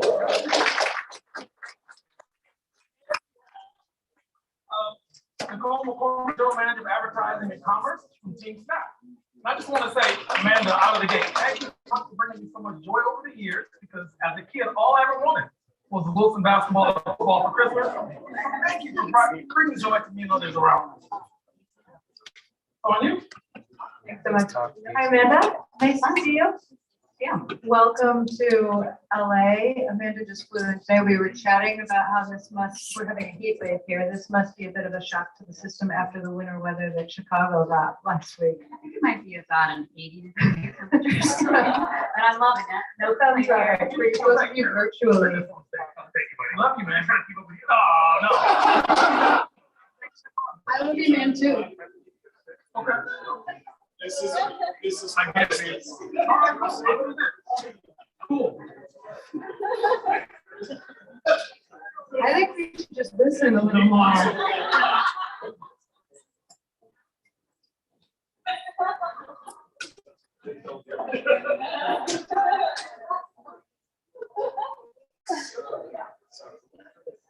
I think we're good. I think we're good. So Amanda, we are here in Super Bowl week, and Wilson is of course the official ball of the NFL. And I know you're now, again, the official ball of the NBA as well. But those are some pretty important partnerships to you. Tell me about why they're so important and what you're looking to get out of them. Yeah, so I mean, if you think about, we sell sporting goods equipment for a living, and there's no better way to build credibility than to be on the fields and the courts with the absolute top athletes in the world. And so we've been with the NFL, we scored every single point ever scored. And now we're back with the NBA. So it's a story, it's a play with the pros play story. And it inspires kids all the way up until the last time you touch a product in your playing career. And then they all want those footballs and basketballs for Christmas. Exactly. And so it's not only driving participation, but it's also finding a way, I suppose, to commercialize the fan opportunity. And so we not only show up in the field with the NFL on Super Bowl Sunday, but we have an experience and we have stories that we tell through our product line, whether that's limited edition, collabs, or just kind of the inline assortment. So it's twofold. It's building the authenticity, and then of course it's leveraging that authenticity to drive sales across the business. You said you've scored every point that's ever been scored in football, which is a pretty amazing to think that. But it's a very, to that point, it's a very, very long-standing partnership. I think when we last chatted, you told me 82 years. How do you keep an 82-year-old partnership fresh? So luckily, I've only had to do that for 7 of those 82 years. You know, I think in some ways you're anticipating, you're kind of riding along with consumer trends. So that helps drive how you stay fresh, right? So a couple weeks ago, we launched with the NFL and Roblox. So talk about staying fresh. We're in those conversations because our partners bring us and take us there. Similarly, just making sure that in this case of social, when I started 7 years ago, I was actually the only person on the marketing team. And we've since built up social and influencer and app capabilities. And so I think it's making sure that you get those small wins so that you can stay relevant. And we look very different, I'm glad to say, today than we looked, 10 years ago. Tim talked earlier about Roblox and 9 to 12-year-olds. I have a 10-year-old son. The only time I get him off of Roblox is for soccer or baseball practice. So to that end, obviously I'm here, I represent Team Step, which is all about youth sports. And interestingly, we're all talking about the big game, but for millions of kids and their families across the country, every Saturday is Super Bowl Sunday, right? On local soccer fields and at hockey rinks, et cetera. So I'm always excited to see that while you have some amazing professional sports partnerships, Wilson also leans in a pretty big way to youth sports. Why is that important to the strategy for the brand? Yeah, I mean, I think it's one thing to be on the NFL field or NBA court, but I think it's another to make sure that we're driving that participation. So I think one of the things that I've been most proud of what my team has been able to do and what our business units have been able to is really make sure that we're connecting the dots. And so that is fueling participation. That is inspiring girls to play sports that they might not have otherwise thought about playing. And some of that is using the fandom and the kind of aspirational stories from the fields and courts. But more than anything, we're able to take who we are out there and then build grassroots and real big player sort of opportunities. We have the number ones playing football and the number ones playing basketball. So my job is to connect the dots between all these great things that I inherited and make sure that the stories are sharp and kind of come together. So for us, my core target is that 12 to 22-year-old avid player who's on a roster, who loves playing football or basketball. And then we talk fandom on the side. So it's been an exciting year at Wilson, a couple of big initiatives. One, opening your first retail storefronts ever, also launching a lifestyle apparel brand. But let's talk about the storefronts first, because that's a big move. Why is that important to the future of Wilson, and how's it going? Yeah. So in the 7 years that I've been here, I think it's important, I really came into the company when we were in a transition from going from a really great wholesale supplier into trying to make strides in becoming a consumer and a merchant brand. So D2C was important, brand building was important. Like I said, I was the first employee on my marketing team. And it's been about building those capabilities up. So the brand transformation has been in the works for a while. The retail, I think, is an output of what it means to understand that we have to be as relevant off the court and field as on. And so these retail stores allow us the opportunity to talk directly with consumers, show them that there's more equity and heritage to the Wilson brand than just the product itself. So because in some ways it's pretty hard to sell hard goods all day in a market that is very, soft goods driven. So it's important to be able to kind of step outside of that zone and find ways to connect and tell stories that aren't just around the actual football itself. So part of that transformation and staying relevant is the launch of the new lifestyle apparel line and really trying to transform into a lifestyle brand, right? Not just hard goods, but a lifestyle brand. So I'd love to just hear more about that effort to make that transformation, while respecting the heritage of a 100-year-old brand.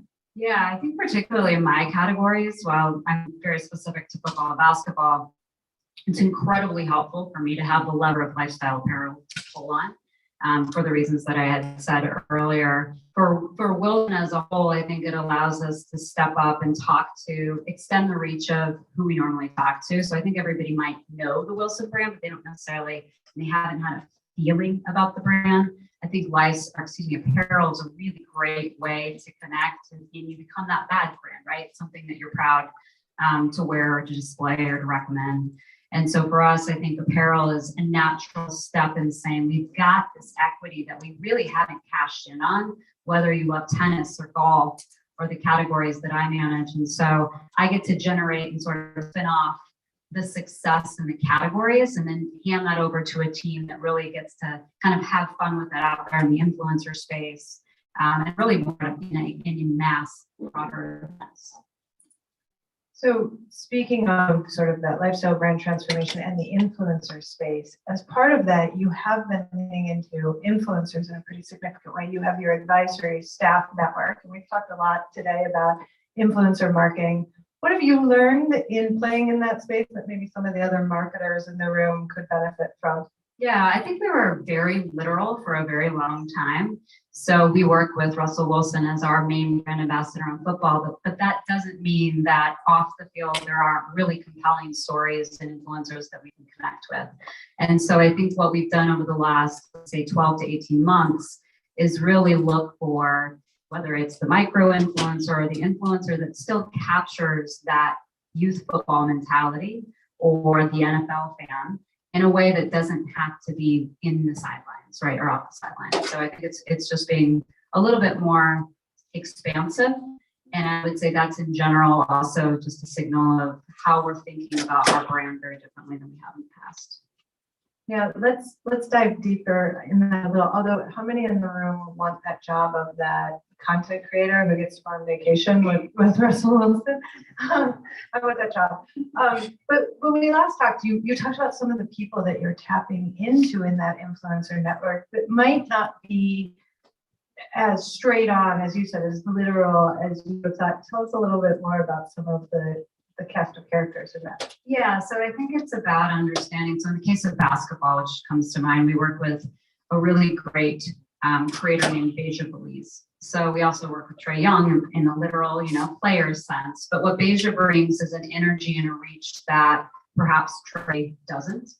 And so where we are as a brand that is typically a leader in all of our sports categories and the equipment side is a brand in search of how to grow outside of that sort of core business. And those influencers introduce us into kind of very similar to what I heard you guys talking about the NFL, right? Fashion or music.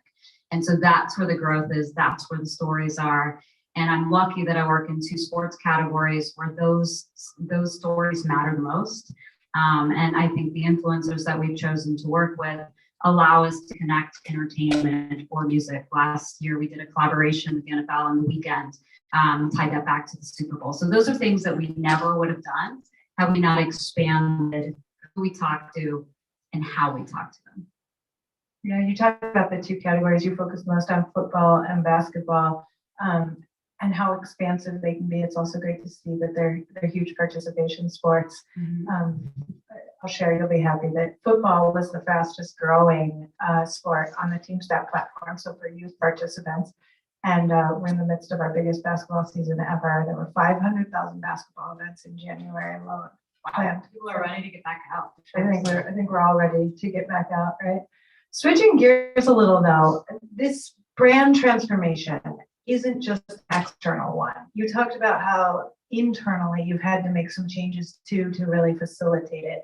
Tell us a little bit about what you've been doing internally to help fuel this change. Yeah, sure. So I think part of this transformation has been, as you might imagine, and I'm sure many of you have experienced, as you focus more on brand, you have to build out specialized capabilities and expertise. And so we've gone from incredibly siloed business units who very rarely ever spoke to each other and shared ideas to centralizing a marketing platform, bringing in an influencer team, really building up PR as a capability and content. So for somebody like me who felt like, 5 years ago, I barely could get it all done, I love having these experts to lean on, because I agree, it is so hard to keep up with social. It's so hard to keep up with who you're, where you need to be and when. And so I think to be able to rely on folks who can do that and help you is important. So I'd say our biggest, I don't want to say growing pain, but transformation internally has come with just making sure we're resourced in a way that doesn't reflect what the legacy side of our business used to look like. Another investment I know you're making, and we've talked a lot about it today in terms of, I think Tim used the term being a force for good, but also making an investment in community impact initiatives, particularly around accessibility to sport.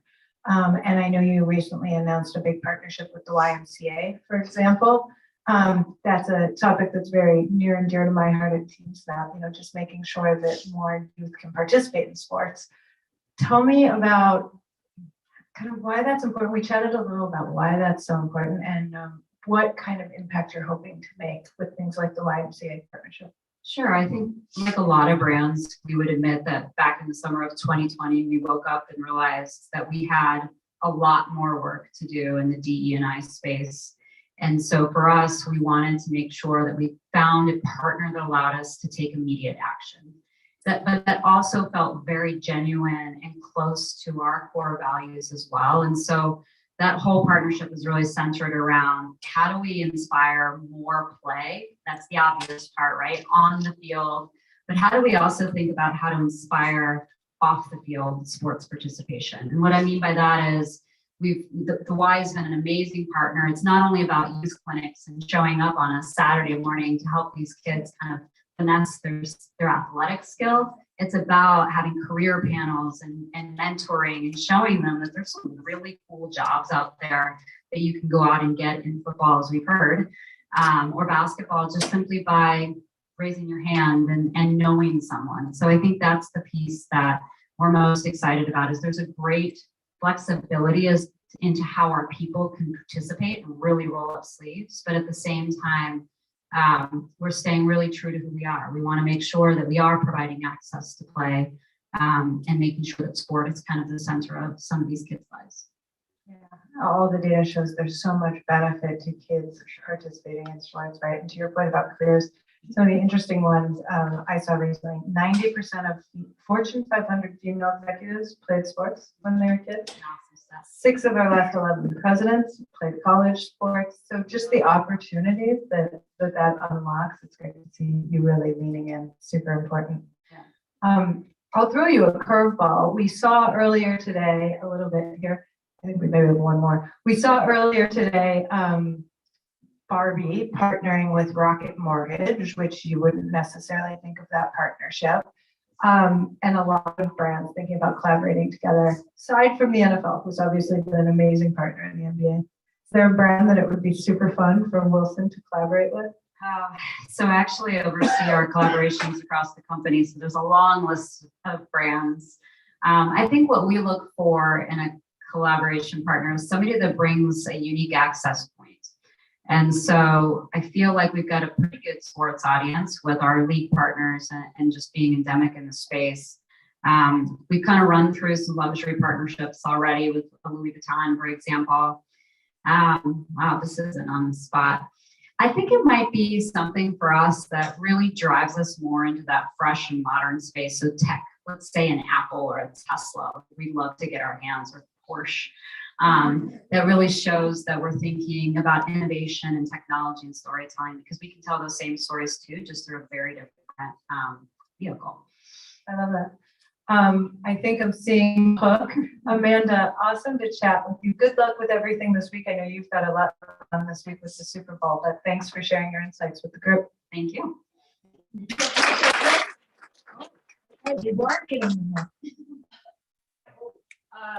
a quick question for you. I know you spoke about. Hello.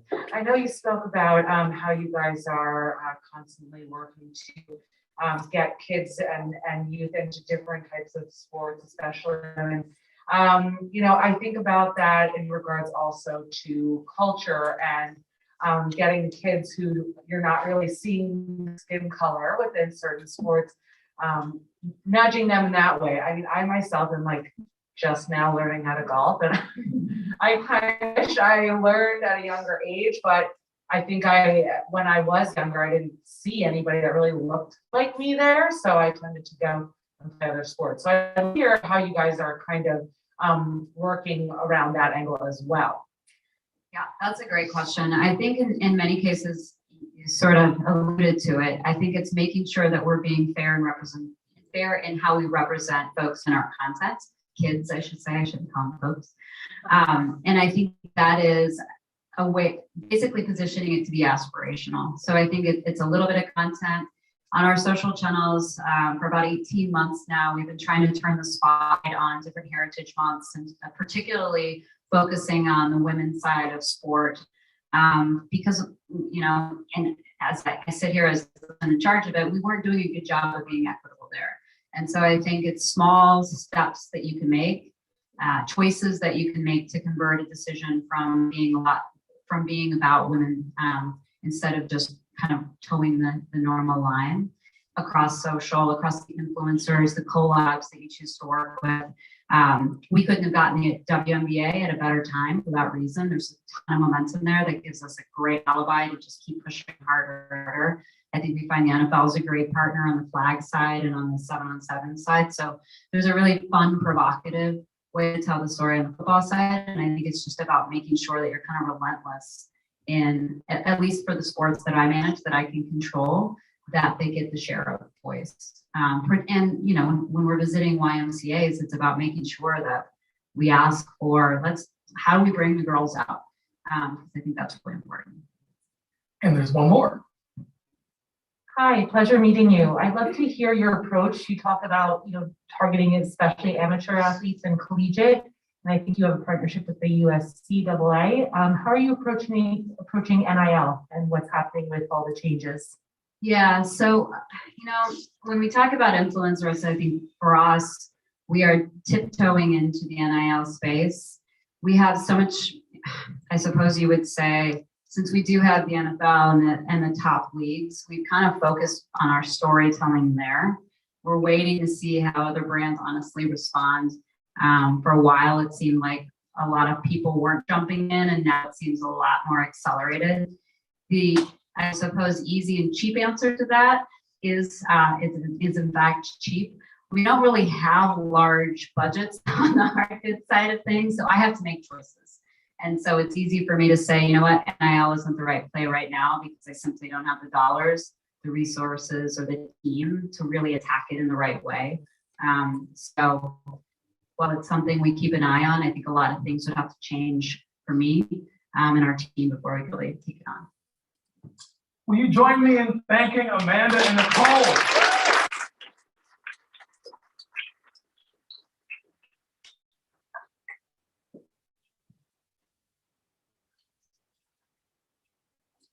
So I understand that one of the things the Super Bowl is most known for is like the game, the actual game itself. And we also think about the halftime show, and there was this very famous wardrobe malfunction. Apparently I had one of those earlier with technology. So on behalf of all those people who might have heard me bro hugging my guy out back, I just want to say, forgive me, the mic, all day long I've been avoiding that mistake, and yet I are in the fourth quarter of this awesome game. So next up, we have James Bernstrom and Jonathan Jordan. Are you all in the building? Yes, you are. James is the head of sports marketing. He has a hell of a title, everyone. NFL, AEG, MS Cloud, Big Three, CF, HF, and entertainment at Microsoft. This dude's got a big job. And my man Jonathan here is the general manager of Element, Southern California. Thank you both. I can keep can I put my mic off? Am I on? Thank you. What's up, James? How's it going? We just met mostly, and so I now know it's okay to call you JJ, right? Yep. This is nice not wearing a mask. Yeah, it is actually. Stay people. Discussed. So I've been looking forward to this conversation for many reasons. But anyone that watches the NFL on a Sunday, everyone has been impacted by the partnership that is the NFL and Microsoft. And now Sunday goes by when I'm not personally, seeing it in action. Both the technology, but just the services and all of the things that you all have been doing. I would really love for the background story. How did this partnership begin? What's the history? What was the strategy behind this partnership? Yeah. So thank you for asking. One of the funny things is I just recently was talking to our head of brand advertising and research, and she didn't even know I was speaking here, but she said, when you speak, it's always great to be interesting, but it's really important to be relevant. And so I want to do both here today. And so a lot of what we do as a technology company, sometimes you might think, okay, maybe that doesn't necessarily apply to some of the other brands that are out here that are looking to do something different. But I just say, think about it. It comes back to that authenticity. You're going to hear me talk about it quite a bit. So when the deal started, it was really a big Xbox deal. And Surface was not yet really in market. And it was mostly about what we're going to do from an Xbox perspective and a small sort of line about and Surface as well. And also with marketing and with brand and with partnerships, it's a growth opportunity. It constantly evolves, and you have to be able to evolve with it. And really the idea for Surface was, how do we not have a sponsorship, but how do we have this really unique technology partnership that all really stems from what is it we're trying to do with our product? How can that work with the partner? And then how do you leverage, the strength of that partnership? So I think those are some sort of principles that everybody can look at. And so we started looking at, okay, where are the opportunities for our products? And at that time, Surface and Windows and Xbox were part of the deal. And so we looked at opportunities, and Surface on the sidelines made a lot of sense.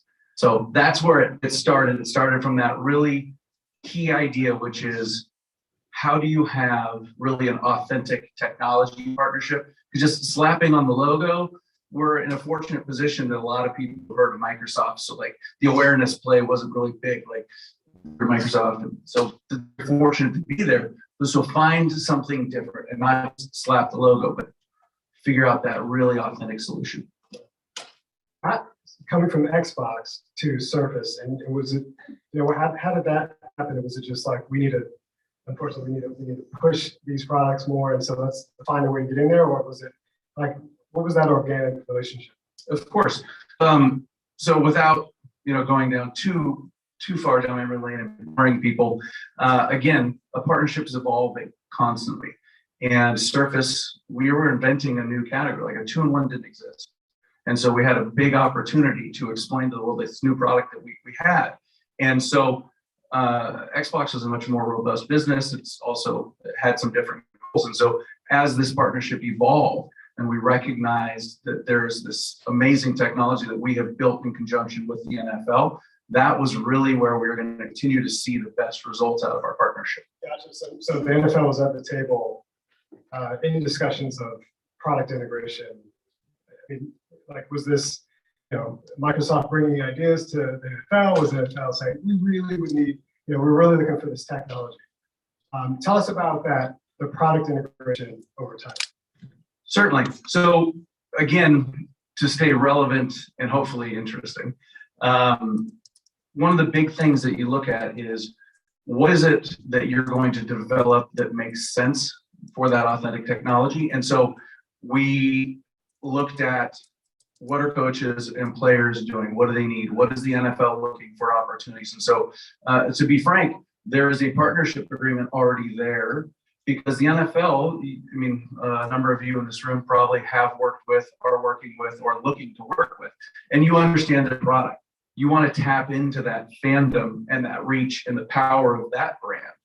And we really, like I said, wanted to do it in a unique way. So having the partnership there, working with the individuals that we knew had an appetite for our technology.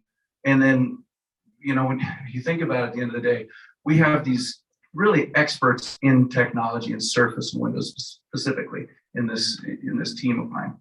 And we looked at the NFL and they are experts in football and they also have some great technologists. So working with them, working with the people that are involved, saying, where are these different opportunities for us to be involved in football while still following the NFL's lead on what is that, the sanctity of the game. If you've worked with them, you've probably heard that before. You may have a great idea and they're like, that's just not going to work with the sanctity of the game. So again, where other people had, I think, tried and not been as successful is they came in with this idea like, hey, this is our product. This is how it's going to work. We didn't do that. We said, all right, we've got your technologists, we've got our marketing, we've got our PR, we've got your coaches, we've got players, we've got video directors. And we had this really unique approach that everybody got involved. And I know that you've all been there where you're like, there's too many people involved. How do you ever get anything done? We had, again, that North Star, which was how do we build something authentic to be able to then go tell the world about it? And to your point, build something that's highly visible. So I might not even have to go tell that story, right? I'm not now telling everybody that Surface is being used. You see it. And so that was my big sort of, how do you turn marketing on its head a little bit, which is instead of constantly paying to tell that story and creating that new creative and pushing that, having a new, like you can just turn on and you see the product. You know it's being trusted. It's the first thing that the top players are coming and grabbing after they get off of either offense, defense, special teams. They're grabbing that Surface. So now, if you start thinking more of the marketing, more of the traditional marketing, not just building that technology, now how do you tell that story? How do you leverage that brand? And, it's funny, I think about it in three ways. I think about the NFL as the enterprise, right? And you all have different customers and you're going to have different segments, but I think about the NFL as the enterprise. And then you have the small to medium business, which is the NFL clubs, because right there are 100 employees, they've got 100 contractors, but they're billion-dollar small businesses, but they have the needs. So you think about it that way. And then the players have charities, they have business of their own, they have their own brand. And so that's that small to medium business, but again, with tremendous influence. So when you start thinking about authenticity of what you're going to deploy, now you start thinking about what is this business and what are the things where you can actually not just go help people do more, but also help people do more for good. Like that's where you really start winning. And so that's that next progression. And then how do we start getting to the creative and marketing pieces? Fascinating. Too long? No, it's just, I have an appreciation for the word authenticity because there's so many logos being slapped on stuff without any foresight or strategy. And the payoff is usually typically zero, right?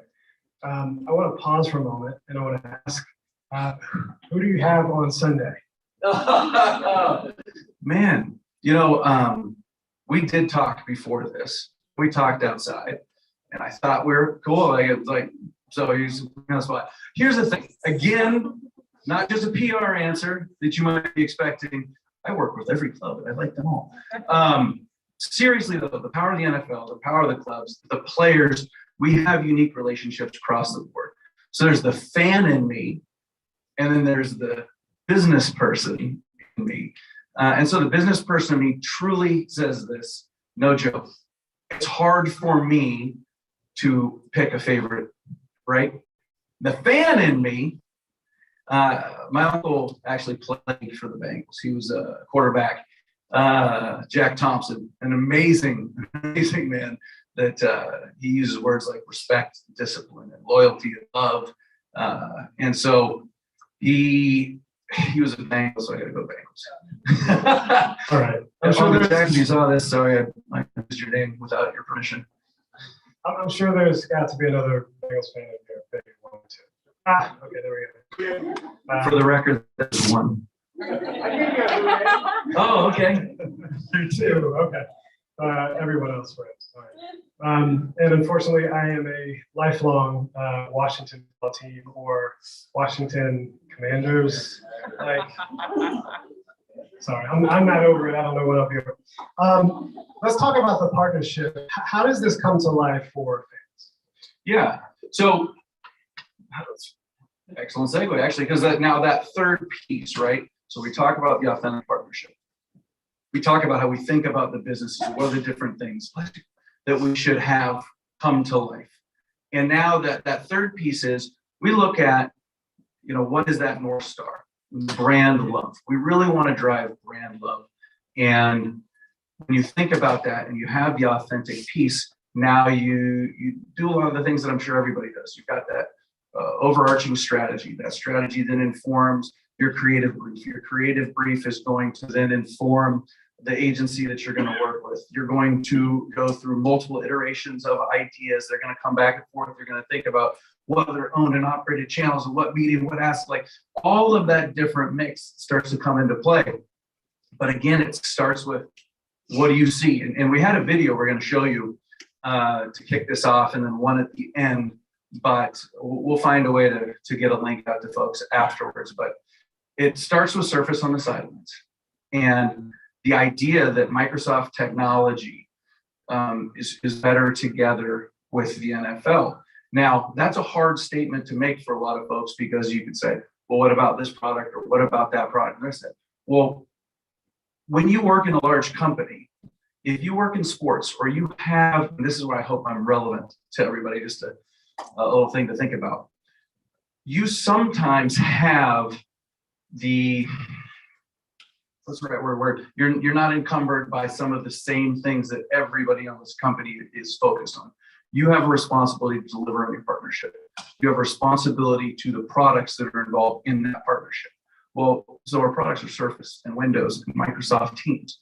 And so finding the ways for those to authentically change the way the game's happening, you tell that story, you build that, and then you take yourself maybe way too seriously. You have a great creative agency that puts a spin on it humorously. And so you've got this idea that technology is changing the game, which it did, which is a big statement to make, but it did. It changed the way they make decisions in the game. It changed the way people are thinking about it.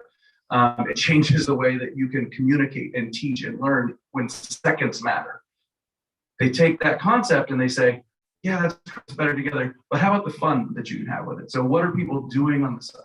So you've got a player swiping with their nose. And so it's like swipe with your nose for accurate throws, right? So having these contents that come up and these funny sort of lines, but it still is based on that better together concept, how the technology works, how the partnership works together. And then what is it, what are you trying to reach the fans with? And so that's that next piece. And even if I back up a moment, because you asked me earlier about like really early on partnerships and how they evolve, the difference from Xbox and now. Microsoft Teams was a new addition to our partnership just a couple of years ago. And you can imagine the world is in a very different place, right? We're a lot of uncertainty. I know we still have uncertainty, but events were canceled. And the NFL draft was going to go on. And we had to figure out a way, and it was changing daily. Right? Because all this new information is coming in. And so, again, following the same rule, not just trying to show, hey, this is the technology, we're a partner. Instead, now you're talking to IT and network security and comms and draft and owners and clubs. And how can we safely and really reliably deliver you a system in Microsoft Teams that allows you to make draft picks, right? How do you trust a partner that is going to deliver you that? So again, you think about these opportunities. If you do it right and you have these communications, yes, you're going to argue with the NFL. You're going to argue with them, but keep those lines of communication open. Look for new opportunities. Service on the sidelines, Microsoft Surface Instant Replay, building that out. That comes from a place of let's speed up the game. Let's get more information. Let's get it quicker. A referee running from an end zone 90 yards all the way back to a single spot turns into 2 surfaces on each 20. They're running it out to the right. That alone saves a tremendous amount of time and helps keep people engaged. So there are these different opportunities where your partnership evolves, you keep finding those, and then you tell some funny stories that are hopefully really engaging and get people excited about it. Talk to me, you mentioned the term brand love, and at Edelman, we're lucky enough to work with Microsoft, Yes. and we hear that phrase a lot. And I'm just curious if you have an explanation or how explain that for the audience. When you talk about brand love, what does that mean? Sure. By the way, full disclosure, we don't know each other. 2 big companies, and so yes, I am familiar. Your company provides great research. I have seen a lot of different things from audience and insights, and so to answer your question, brand love to me in my group, the strategic partnership group led by Jeff Hansen, this has been something that he's been pushing forever. Brand love is at its core, how much do you enjoy the company? What does it mean to you? And so if I think about that, what does it take for you to be an advocate for this company? If I bring something new up, what do are you going to be interested in that? If your friends are considering things, are you going to be sharing that? Like, are you connected to us? And so finding those ways in sports is a great way, where like fans, I'm not, English isn't my strong suit, but I'm gonna go with like fans came from Fanatic and Fanatic from being a, really excited about something. So tapping into that passion. Again, as you said, not slapping a logo on something. Today, you cannot do that. You'll be seen through in a heartbeat. If you are inauthentic to your brand or the folks you're trying to talk to, you did yourself a disservice. So brand love, do you love working with our company? Do you love our products? And how do you continue to try and tap into that? That's what brand love means. I think 1 more minute or one question? Yep, 1 more minute. 1 more minute. Okay, I'm gonna throw this in real quick. So a lot of people know Edelman. We do the Edelman Trust Barometer every year. In 22 years, we obsess about this concept of trust and how stakeholders can be enhanced in terms of the trust for a brand. We did a study here that found that Gen Z, within Gen Z, 75% of 14 to 24-year-olds are weekly gaming. And Microsoft seems to be doubling down on gaming. What do you, from a partnership perspective, when you think about gaming, what is that? Like, what's the next game here in terms of, gaming and partnerships and sports marketing? Yeah. So the funny thing is, can't go into that too much because I have a partner in Xbox that, his role to go in deep on that. What I would say though is obviously gaming is important. Not only the gaming business of Microsoft, that's obvious, you can read this. And on our side too, from strategic partnerships, we also understand esports. We know that is something that we're continually keeping our eye on as well. So there's a gentleman on the strategic partnership teams that runs the Cloud9 partnership, for example. And so it's not lost on us. We're continuing to work with partners like you that help us stay informed. And again, this is one of those great areas when you think about sports partnerships, you are talking to people across the age spectrum, and you're really talking to people from all walks of life, right? Like sports, if we don't like each other's teams, yes, we are going to have a conversation. But if we're on the same team too, like everybody is hugging and high-fiving, like you are in on your team. And if you're helping your team win games and you're bringing pieces to what your company is doing authentically, again, help the teams, you're going to build on that brand love. One question? Okay. Anybody got a question for the great James here? Oh, you want my mic? Oh, Do we have questions? I know you got questions. What's going on, James? So it sounds like you're trying to really grow your partnership up with the NFL, right? So more technology, more ways to streamline the game. But has there ever been some talk about maybe trying to expand down into like the grassroots level? Because it sounds like you really made like a platform for the sideline and really for the game. So just so I understand, like, do you want to give me a little bit better? What do you think when you mean grassroots? Yeah, like the college level, the high school level, basically like creating tools for players to understand the game better, to consume it more. Sure. So a little outside my element, but I'll give you, or not. We also have enterprise teams, right? So enterprise teams are out supporting high school. We have K through 12. We have, again, like higher education teams. So there are Microsoft customers across the field from education grades. From a partnership perspective, we look at ways, at least it's important to me to find ways to not just make everybody, achieve more. I really like to try and achieve more for the good. So we didn't go into depth, but I'll give you one example. The Polynesian Football Hall of Fame and the Polynesian Bowl, they specialize in helping the community, especially underserved. And there are schools that are struggling from a digital divide. Education is an issue. And so a beautiful thing you can do is I can work with the NFL and we can talk about it. How can they help support? I can work with Hawaiian and Samoan players, people from Polynesia.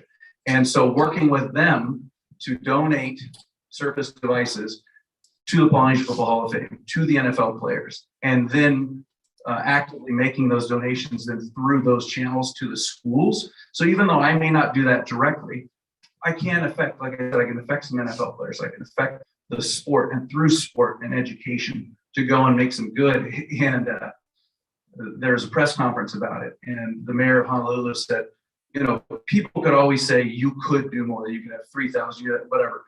But if just one of these computers changes one of these children's lives, you should be really, really happy.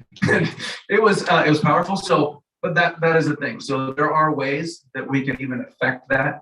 And that's where I talk about the third thing that I think about is players as a business. Any other questions? If not, let's show some love.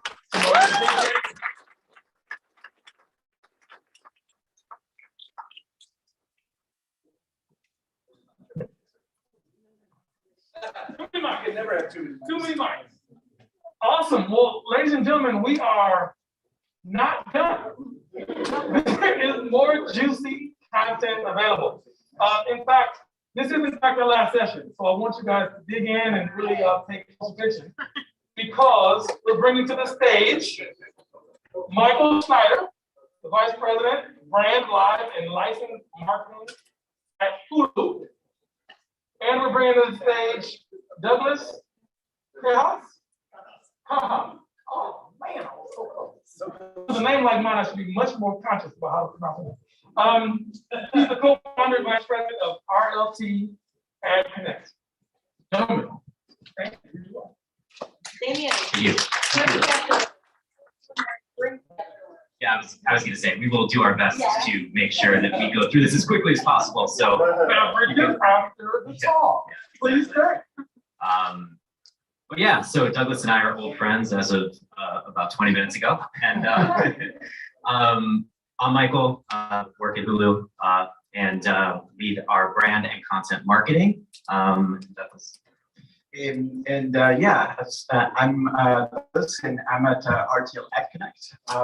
We are the international insights and media solutions arm of the RTL Group. And the RTL Group is Europe's largest broadcaster and also owner of Fremantle, which produces such shows as American Idol, X Factor, Got Talent, and shows like these, among other assets. And basically, we help American brands that are entering the help them navigate basically the European landscape, as well as existing brands there, of course, grow their business in the region. So yeah, happy to be here with Michael. Cool. Yeah. So we were talking before. Hulu's only domestic, but if I'm an American brand coming to Europe for the first time, maybe say Western Europe, what are some of the things that I want to think about, or what are some of the trends going on that you would help advise them on? Sure. I think so. What's interesting is I think we have to ultimately we always have to find, of course, where the consumer is, and we have to follow those consumer habits. And while we say, of course, that we are not the United States of Europe, so obviously every market is a little bit different.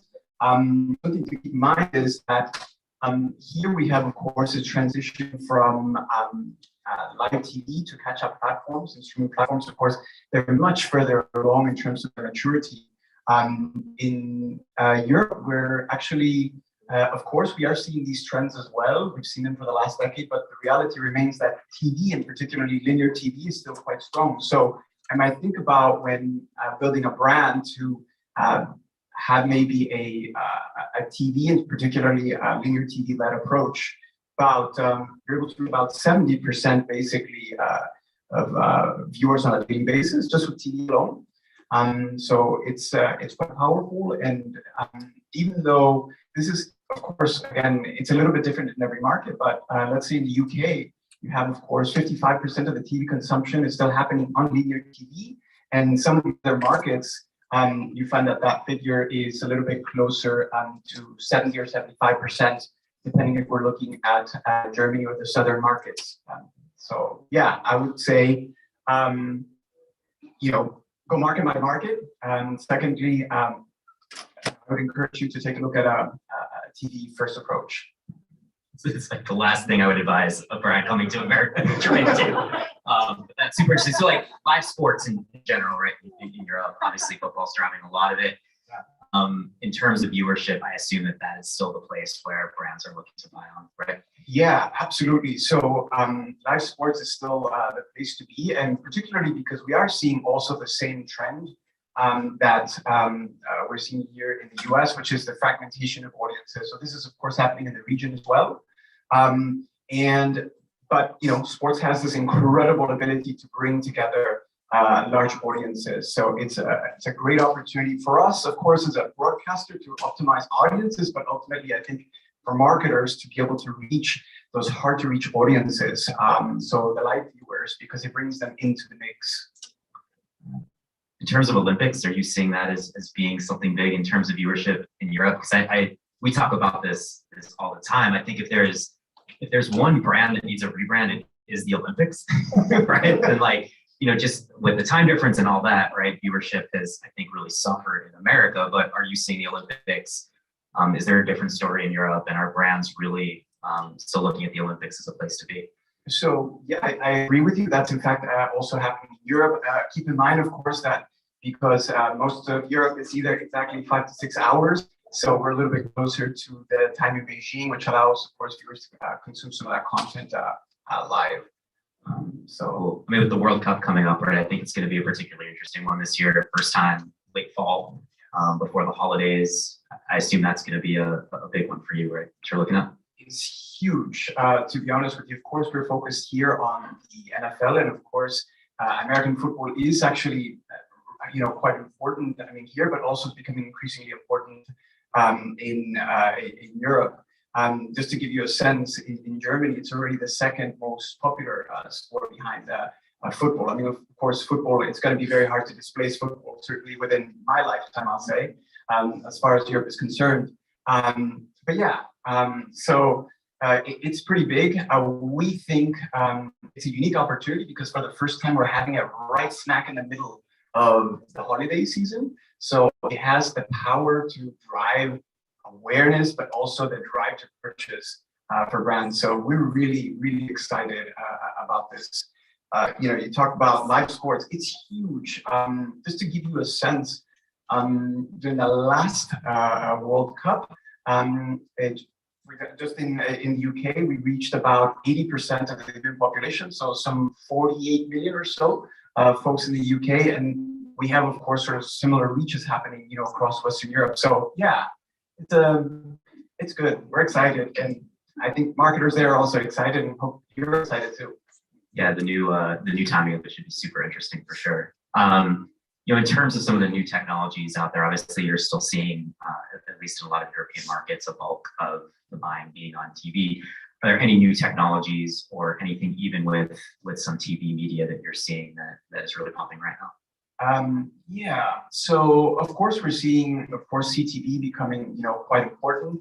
What's also interesting is also specifically addressable television becoming quite big. So we now have the ability to target advertising, tailor-made advertising in a linear feed, and in some markets we now have the ability to have dynamic ad insertion. So this is pretty exciting. For example, in France or in Belgium, we're able to do this, and we're looking to do this, of course, in other markets in the future. So we believe that is going to, it's already the present and will be the future. So ATV in terms of that. Cool. Any brands who you're working with or not working with that you really admire that you think are doing all this right? We've talked a lot about social media platforms. And obviously, one of the ones that we talked a lot about today is TikTok. And TikTok, you would think, is sort of the last brand to think about doing any kind of in-year advertising. But in fact, they have.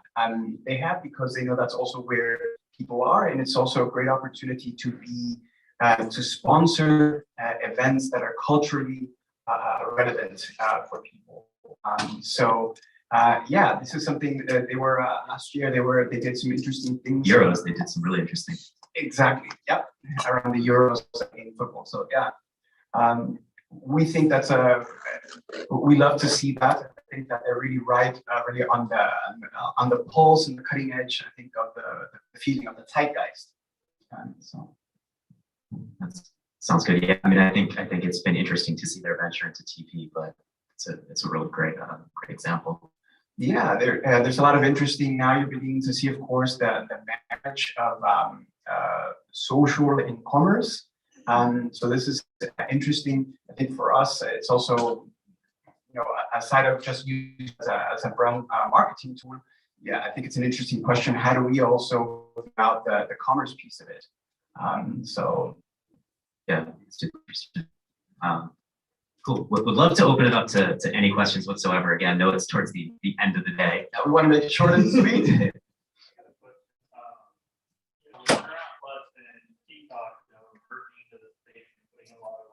Live sports content on the platform. Peacock just announced all Olympics on their platform, and it's a $4.99 price. How do you think about that? When you want live sports to pay $60 a month, reaching a younger demographic at scale. I mean, someone can figure it out. I'd love. No, I'm kidding. Look, I think it's a really interesting market right now. I think the best thing that's going on right now is that it's easier to watch sports than it ever has been, and it's more consumer friendly than it's ever been. And I think, look, if you look at the recent NFL renegotiations as well, the fact that you can watch a simulcast on Peacock, right? You can watch on Paramount Plus. It's good for the fan. So I think, look, we do look for a product that we think for certain audiences is really great because of all the things that it offers. But again, I think the fan probably wins in the end. So it's a great question. It's a tough one, but I think again, with where sports is going in terms of that's a good thing. Hi, I'm Davina with Ampersand. The question's for Douglas. In Europe or globally, you talked about addressable advertising growing dramatically. What about access to TV data, like live linear TV data, so that you can kind of bridge the addressable with streaming? Because isn't the relationship between the distributor and the programmers very different in places like Europe? Right, and it also varies exactly market to market. So that's the beauty about addressable TV, right? So we now have, the operating system HbbTV. So this is the platform that is allowing us to capture a lot of that data and be able to obviously create segments. And more importantly, it's also allowing us, ATV is allowing us to bridge that difference. So now we can target on a household level. right? So using a household ID. That's what, of course, the connected TV has enabled us to do. So we can actually either hit the folks that haven't heard the message, or retarget those who haven't heard the message on our linear campaigns. So absolutely, we're very much believe that's I think the best value that we can offer is bridging that bridging those all of those channels.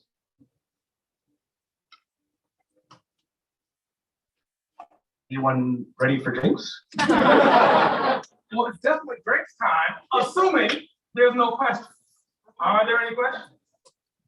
All right, seeing no questions, let's give a round of applause.